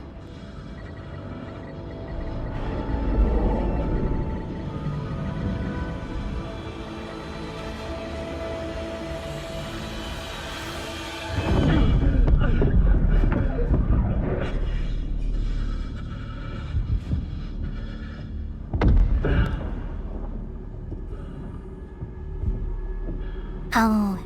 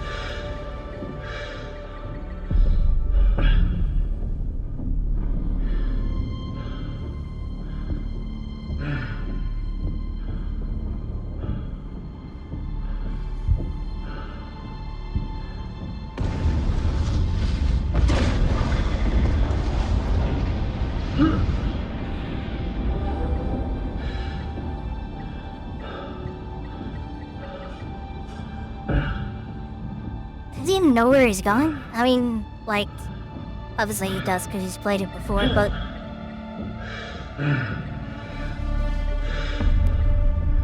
How would you even know where to go if you're stranded in space?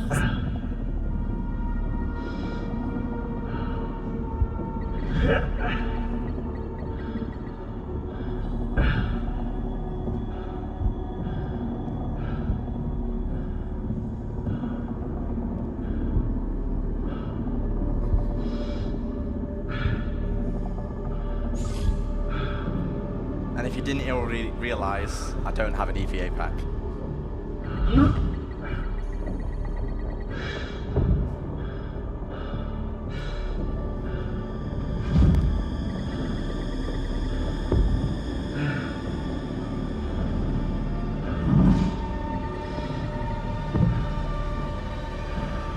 So we could be shot out in our ships, and we don't have an EVA pack, so we would either be stranded on the ship, or we could just project ourselves in general directions in space.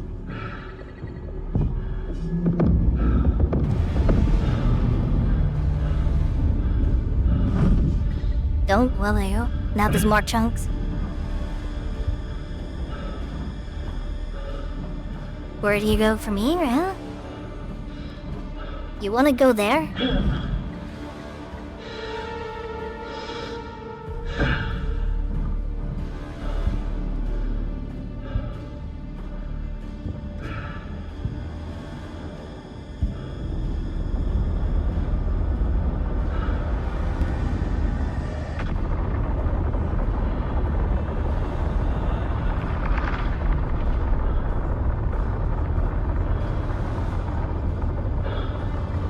Jeez.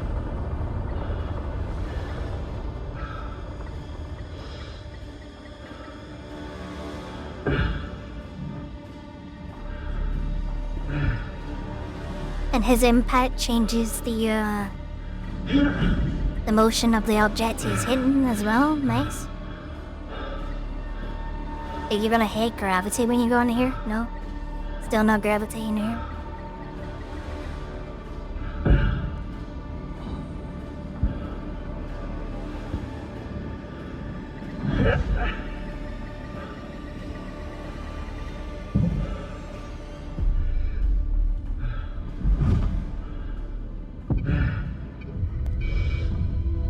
I'm gonna say it, but he's not had a crash in a while.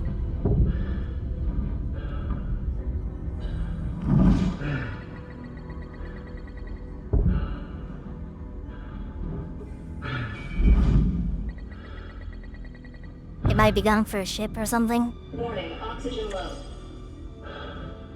Oh crap. Oxygen top up! Can you top up? Oh no, you closed the door though. Pressurizing. Nice. And gravity. Pressurized. And sound!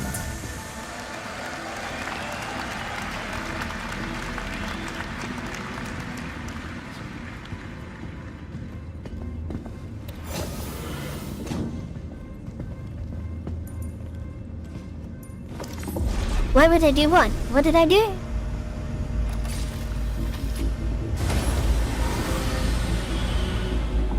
What did I do?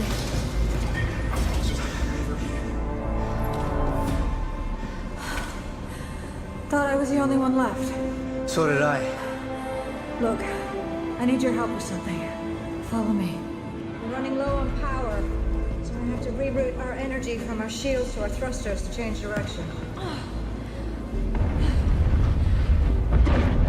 Take a seat.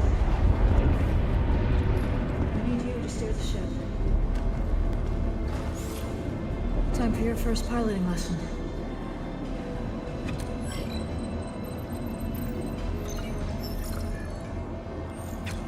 Oh, the crash. A new course. Ready? I mean, if we crash, we just get to see Squadron 42 take off again, right?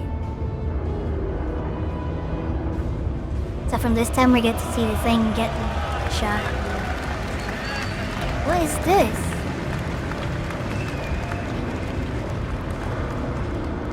Is this a bit more coherence of capital flight?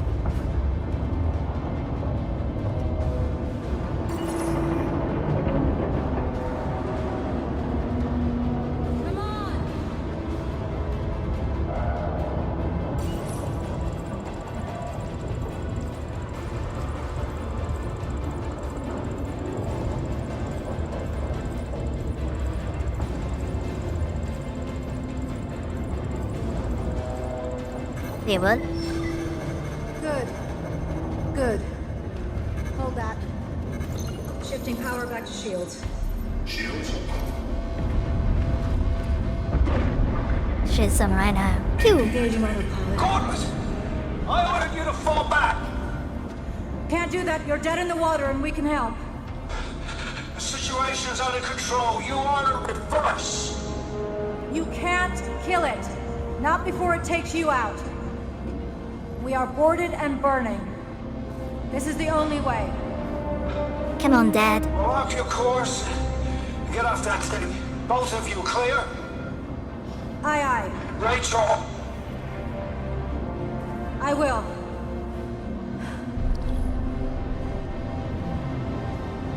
Damn it.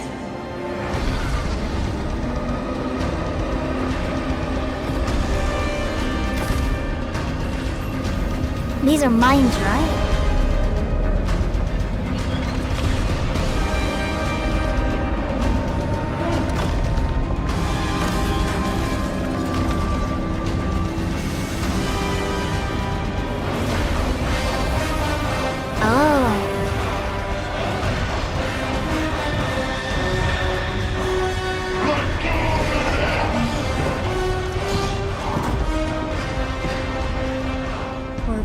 God damn, I love the Vandula, it's so cool. I've got to try and divert as much energy as I can to the engines.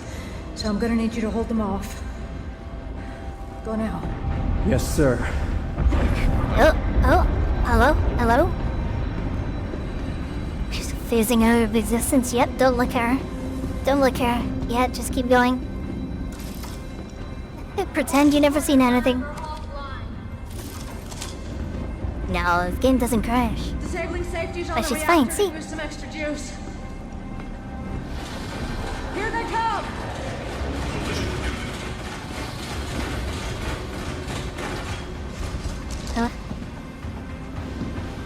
Where? Tell me where.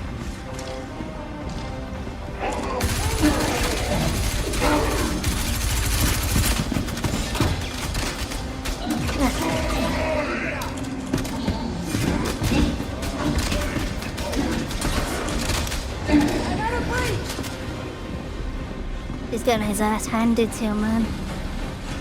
He's at 36%. Heal, man, heal.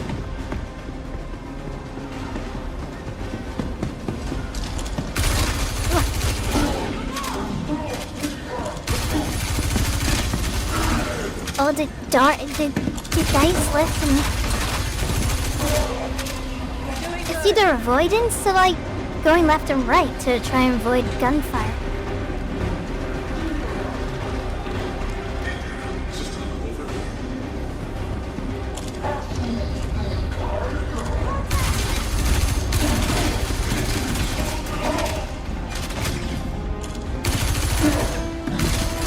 Good shit. That fucking killer.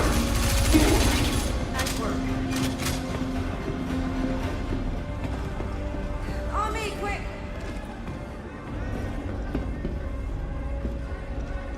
Don't worry, don't worry.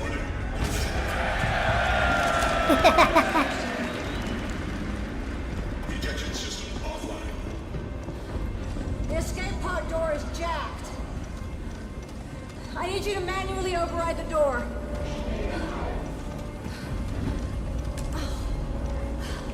Give me your rifle. I'll cover you. Oh no. What's the status on the door?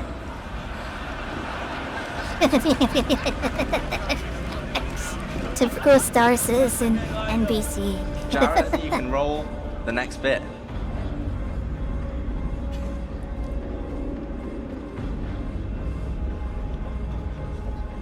Can we skip it?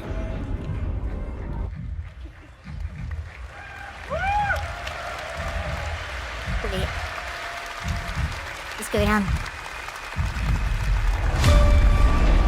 I do solemnly pledge, mind and body, I will defend the Empire with my life. Your application to the Flight Academy has been reconsidered. Captain McLaren had submitted a letter of recommendation on your behalf before the battle. Okay, it's fine. It's fine. I'm safe.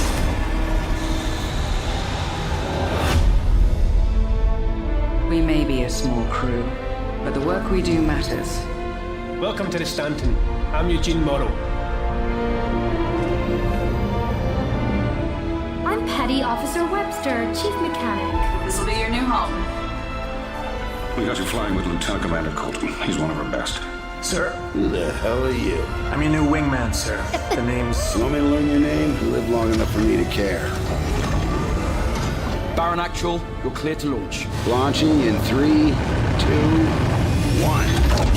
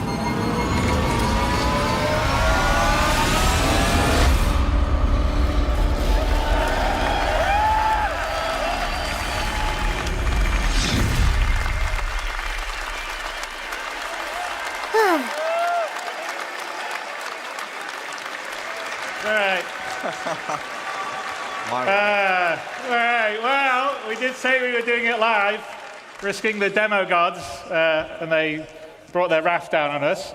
I think Rich has to be our unluckiest playtester, because you're... I didn't die, though. You didn't die, that's true. I didn't die. You also got the bug where she doesn't give you the gun at the end. This let me down, not me. So anyway, I hope you all enjoyed the first gameplay reveal. There's a lot more that goes on in Squadron 42 after that, but that sort of sets up where you came from, and from there you go in to become a pilot and start serving on a smaller ship, the Stanton, which I think we've shown a little bit before. But you know, there's a lot more in the game than we were just showing there, and it also, I think, has been a lot more stable for me when I was playing these last few weeks. Release date? You know, as I said at the start, we have 30 to 40 hours of gameplay, and you know, we're confident we can bring the quality of the game up to the level we've just shown and more without crashes. And both the team and I are confident of giving you this game in 2026. Obviously, you can see it's not going to be tomorrow because you saw a few crashes there. And speaking of the team, a lot of them are here tonight, and I'd like to extend a huge thanks to all of them for their hard work, love and passion and talent in crafting Squadron 42. So a lot of what you saw is all their love and passion. So thank you guys very much. You're amazing. And you know, thank you for supporting us and allowing us to build such a ambitious game. I mean, crashes aside, there's probably not another game that has a prologue that has that much action. I mean, mostly there aren't movies that have that much action in the... I mean, Gladiator has 3 minutes of battle and 8 minutes of prologue. This was like an hour of crazy stuff. So, but thank you for allowing us to build something so amazing, and I can't wait for you all to be able to play it in the moderate future. And with that, I'll bid you good night, and we'll see you tomorrow to talk about the future of the verse, and I think there's some amazing stuff that Rich and the team are going to show that are going to blow you away, and we're going to talk about how we're bringing Star Citizen home, as well as Squadron 42. But the one thing that is good about the crashes, now we don't have to convince anybody that it definitely was live. Yeah. But I am listening to Tyler and Jared next time, and we'll have a gameplay video. All right, thank you all, and good night.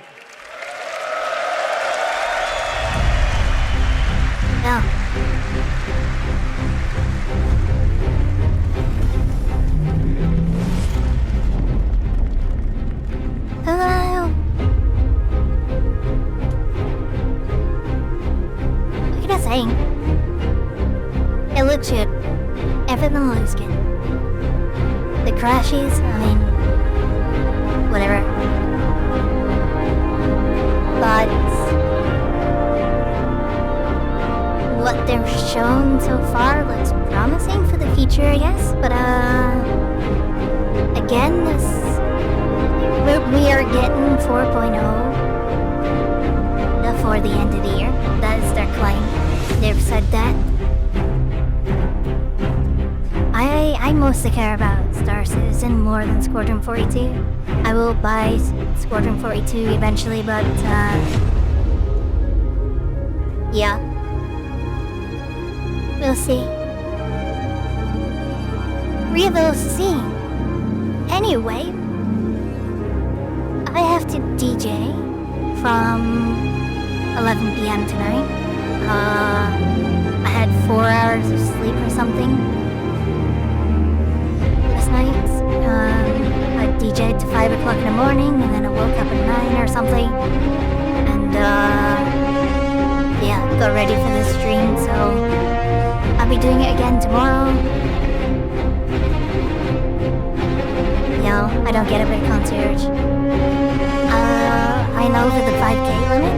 I'm at like 8k or something, but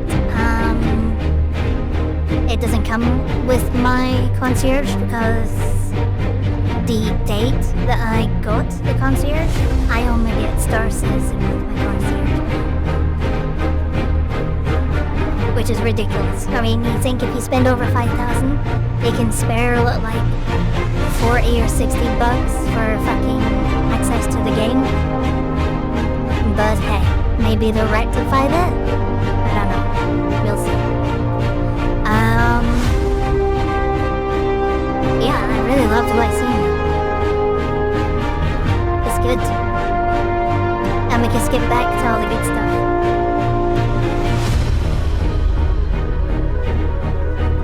Like the planet tech is freaking amazing.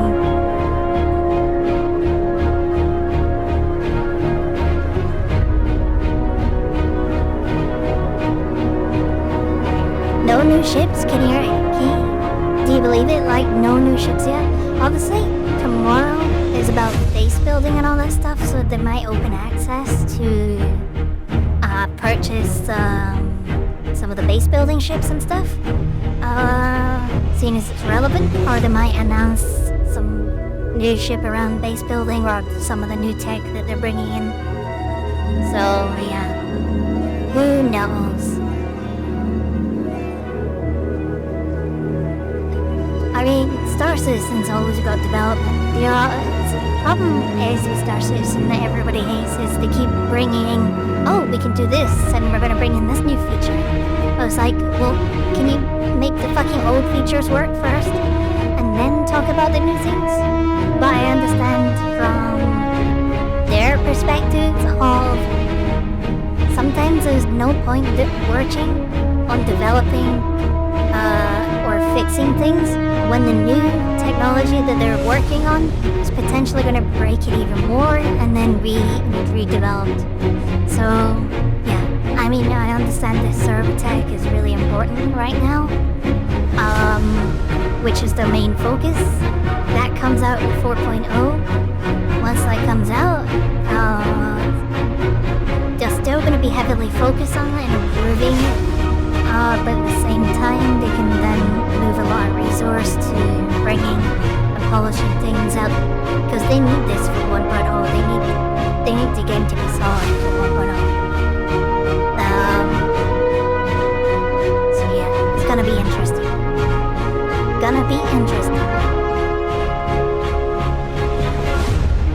Yay! That was cool. We still got tomorrow base building and hopefully more Star Citizen stuff. I mean, they're not gonna do any more Squadron 42 stuff, so tomorrow is all Star Citizen. So that would be fun. But I am gonna head off for now. I am gonna go chillax. I'm probably actually gonna go have a nap for like a couple hours or something. And yeah, and then I'm DJing at 11 p.m. And I need to be pretty motionless because apparently my roommate downstairs messaged me at 3 a.m. saying, I can hear all this creaking and stuff, blah blah blah, so I need to be less motion, I guess, when I'm DJing again.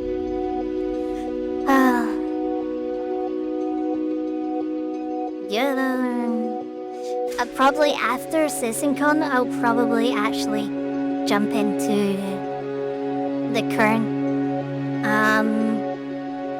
patch and do some playing, chillax for the rest of the night. And yeah, so tomorrow all day Star Citizen. No other plans tomorrow, just Star Citizen.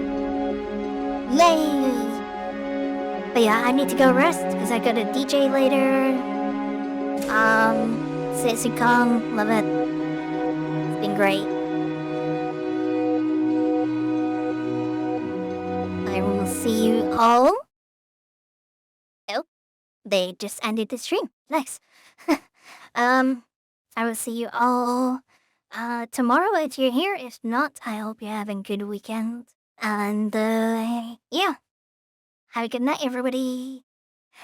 Bye, bye. Limping. You, Leslie.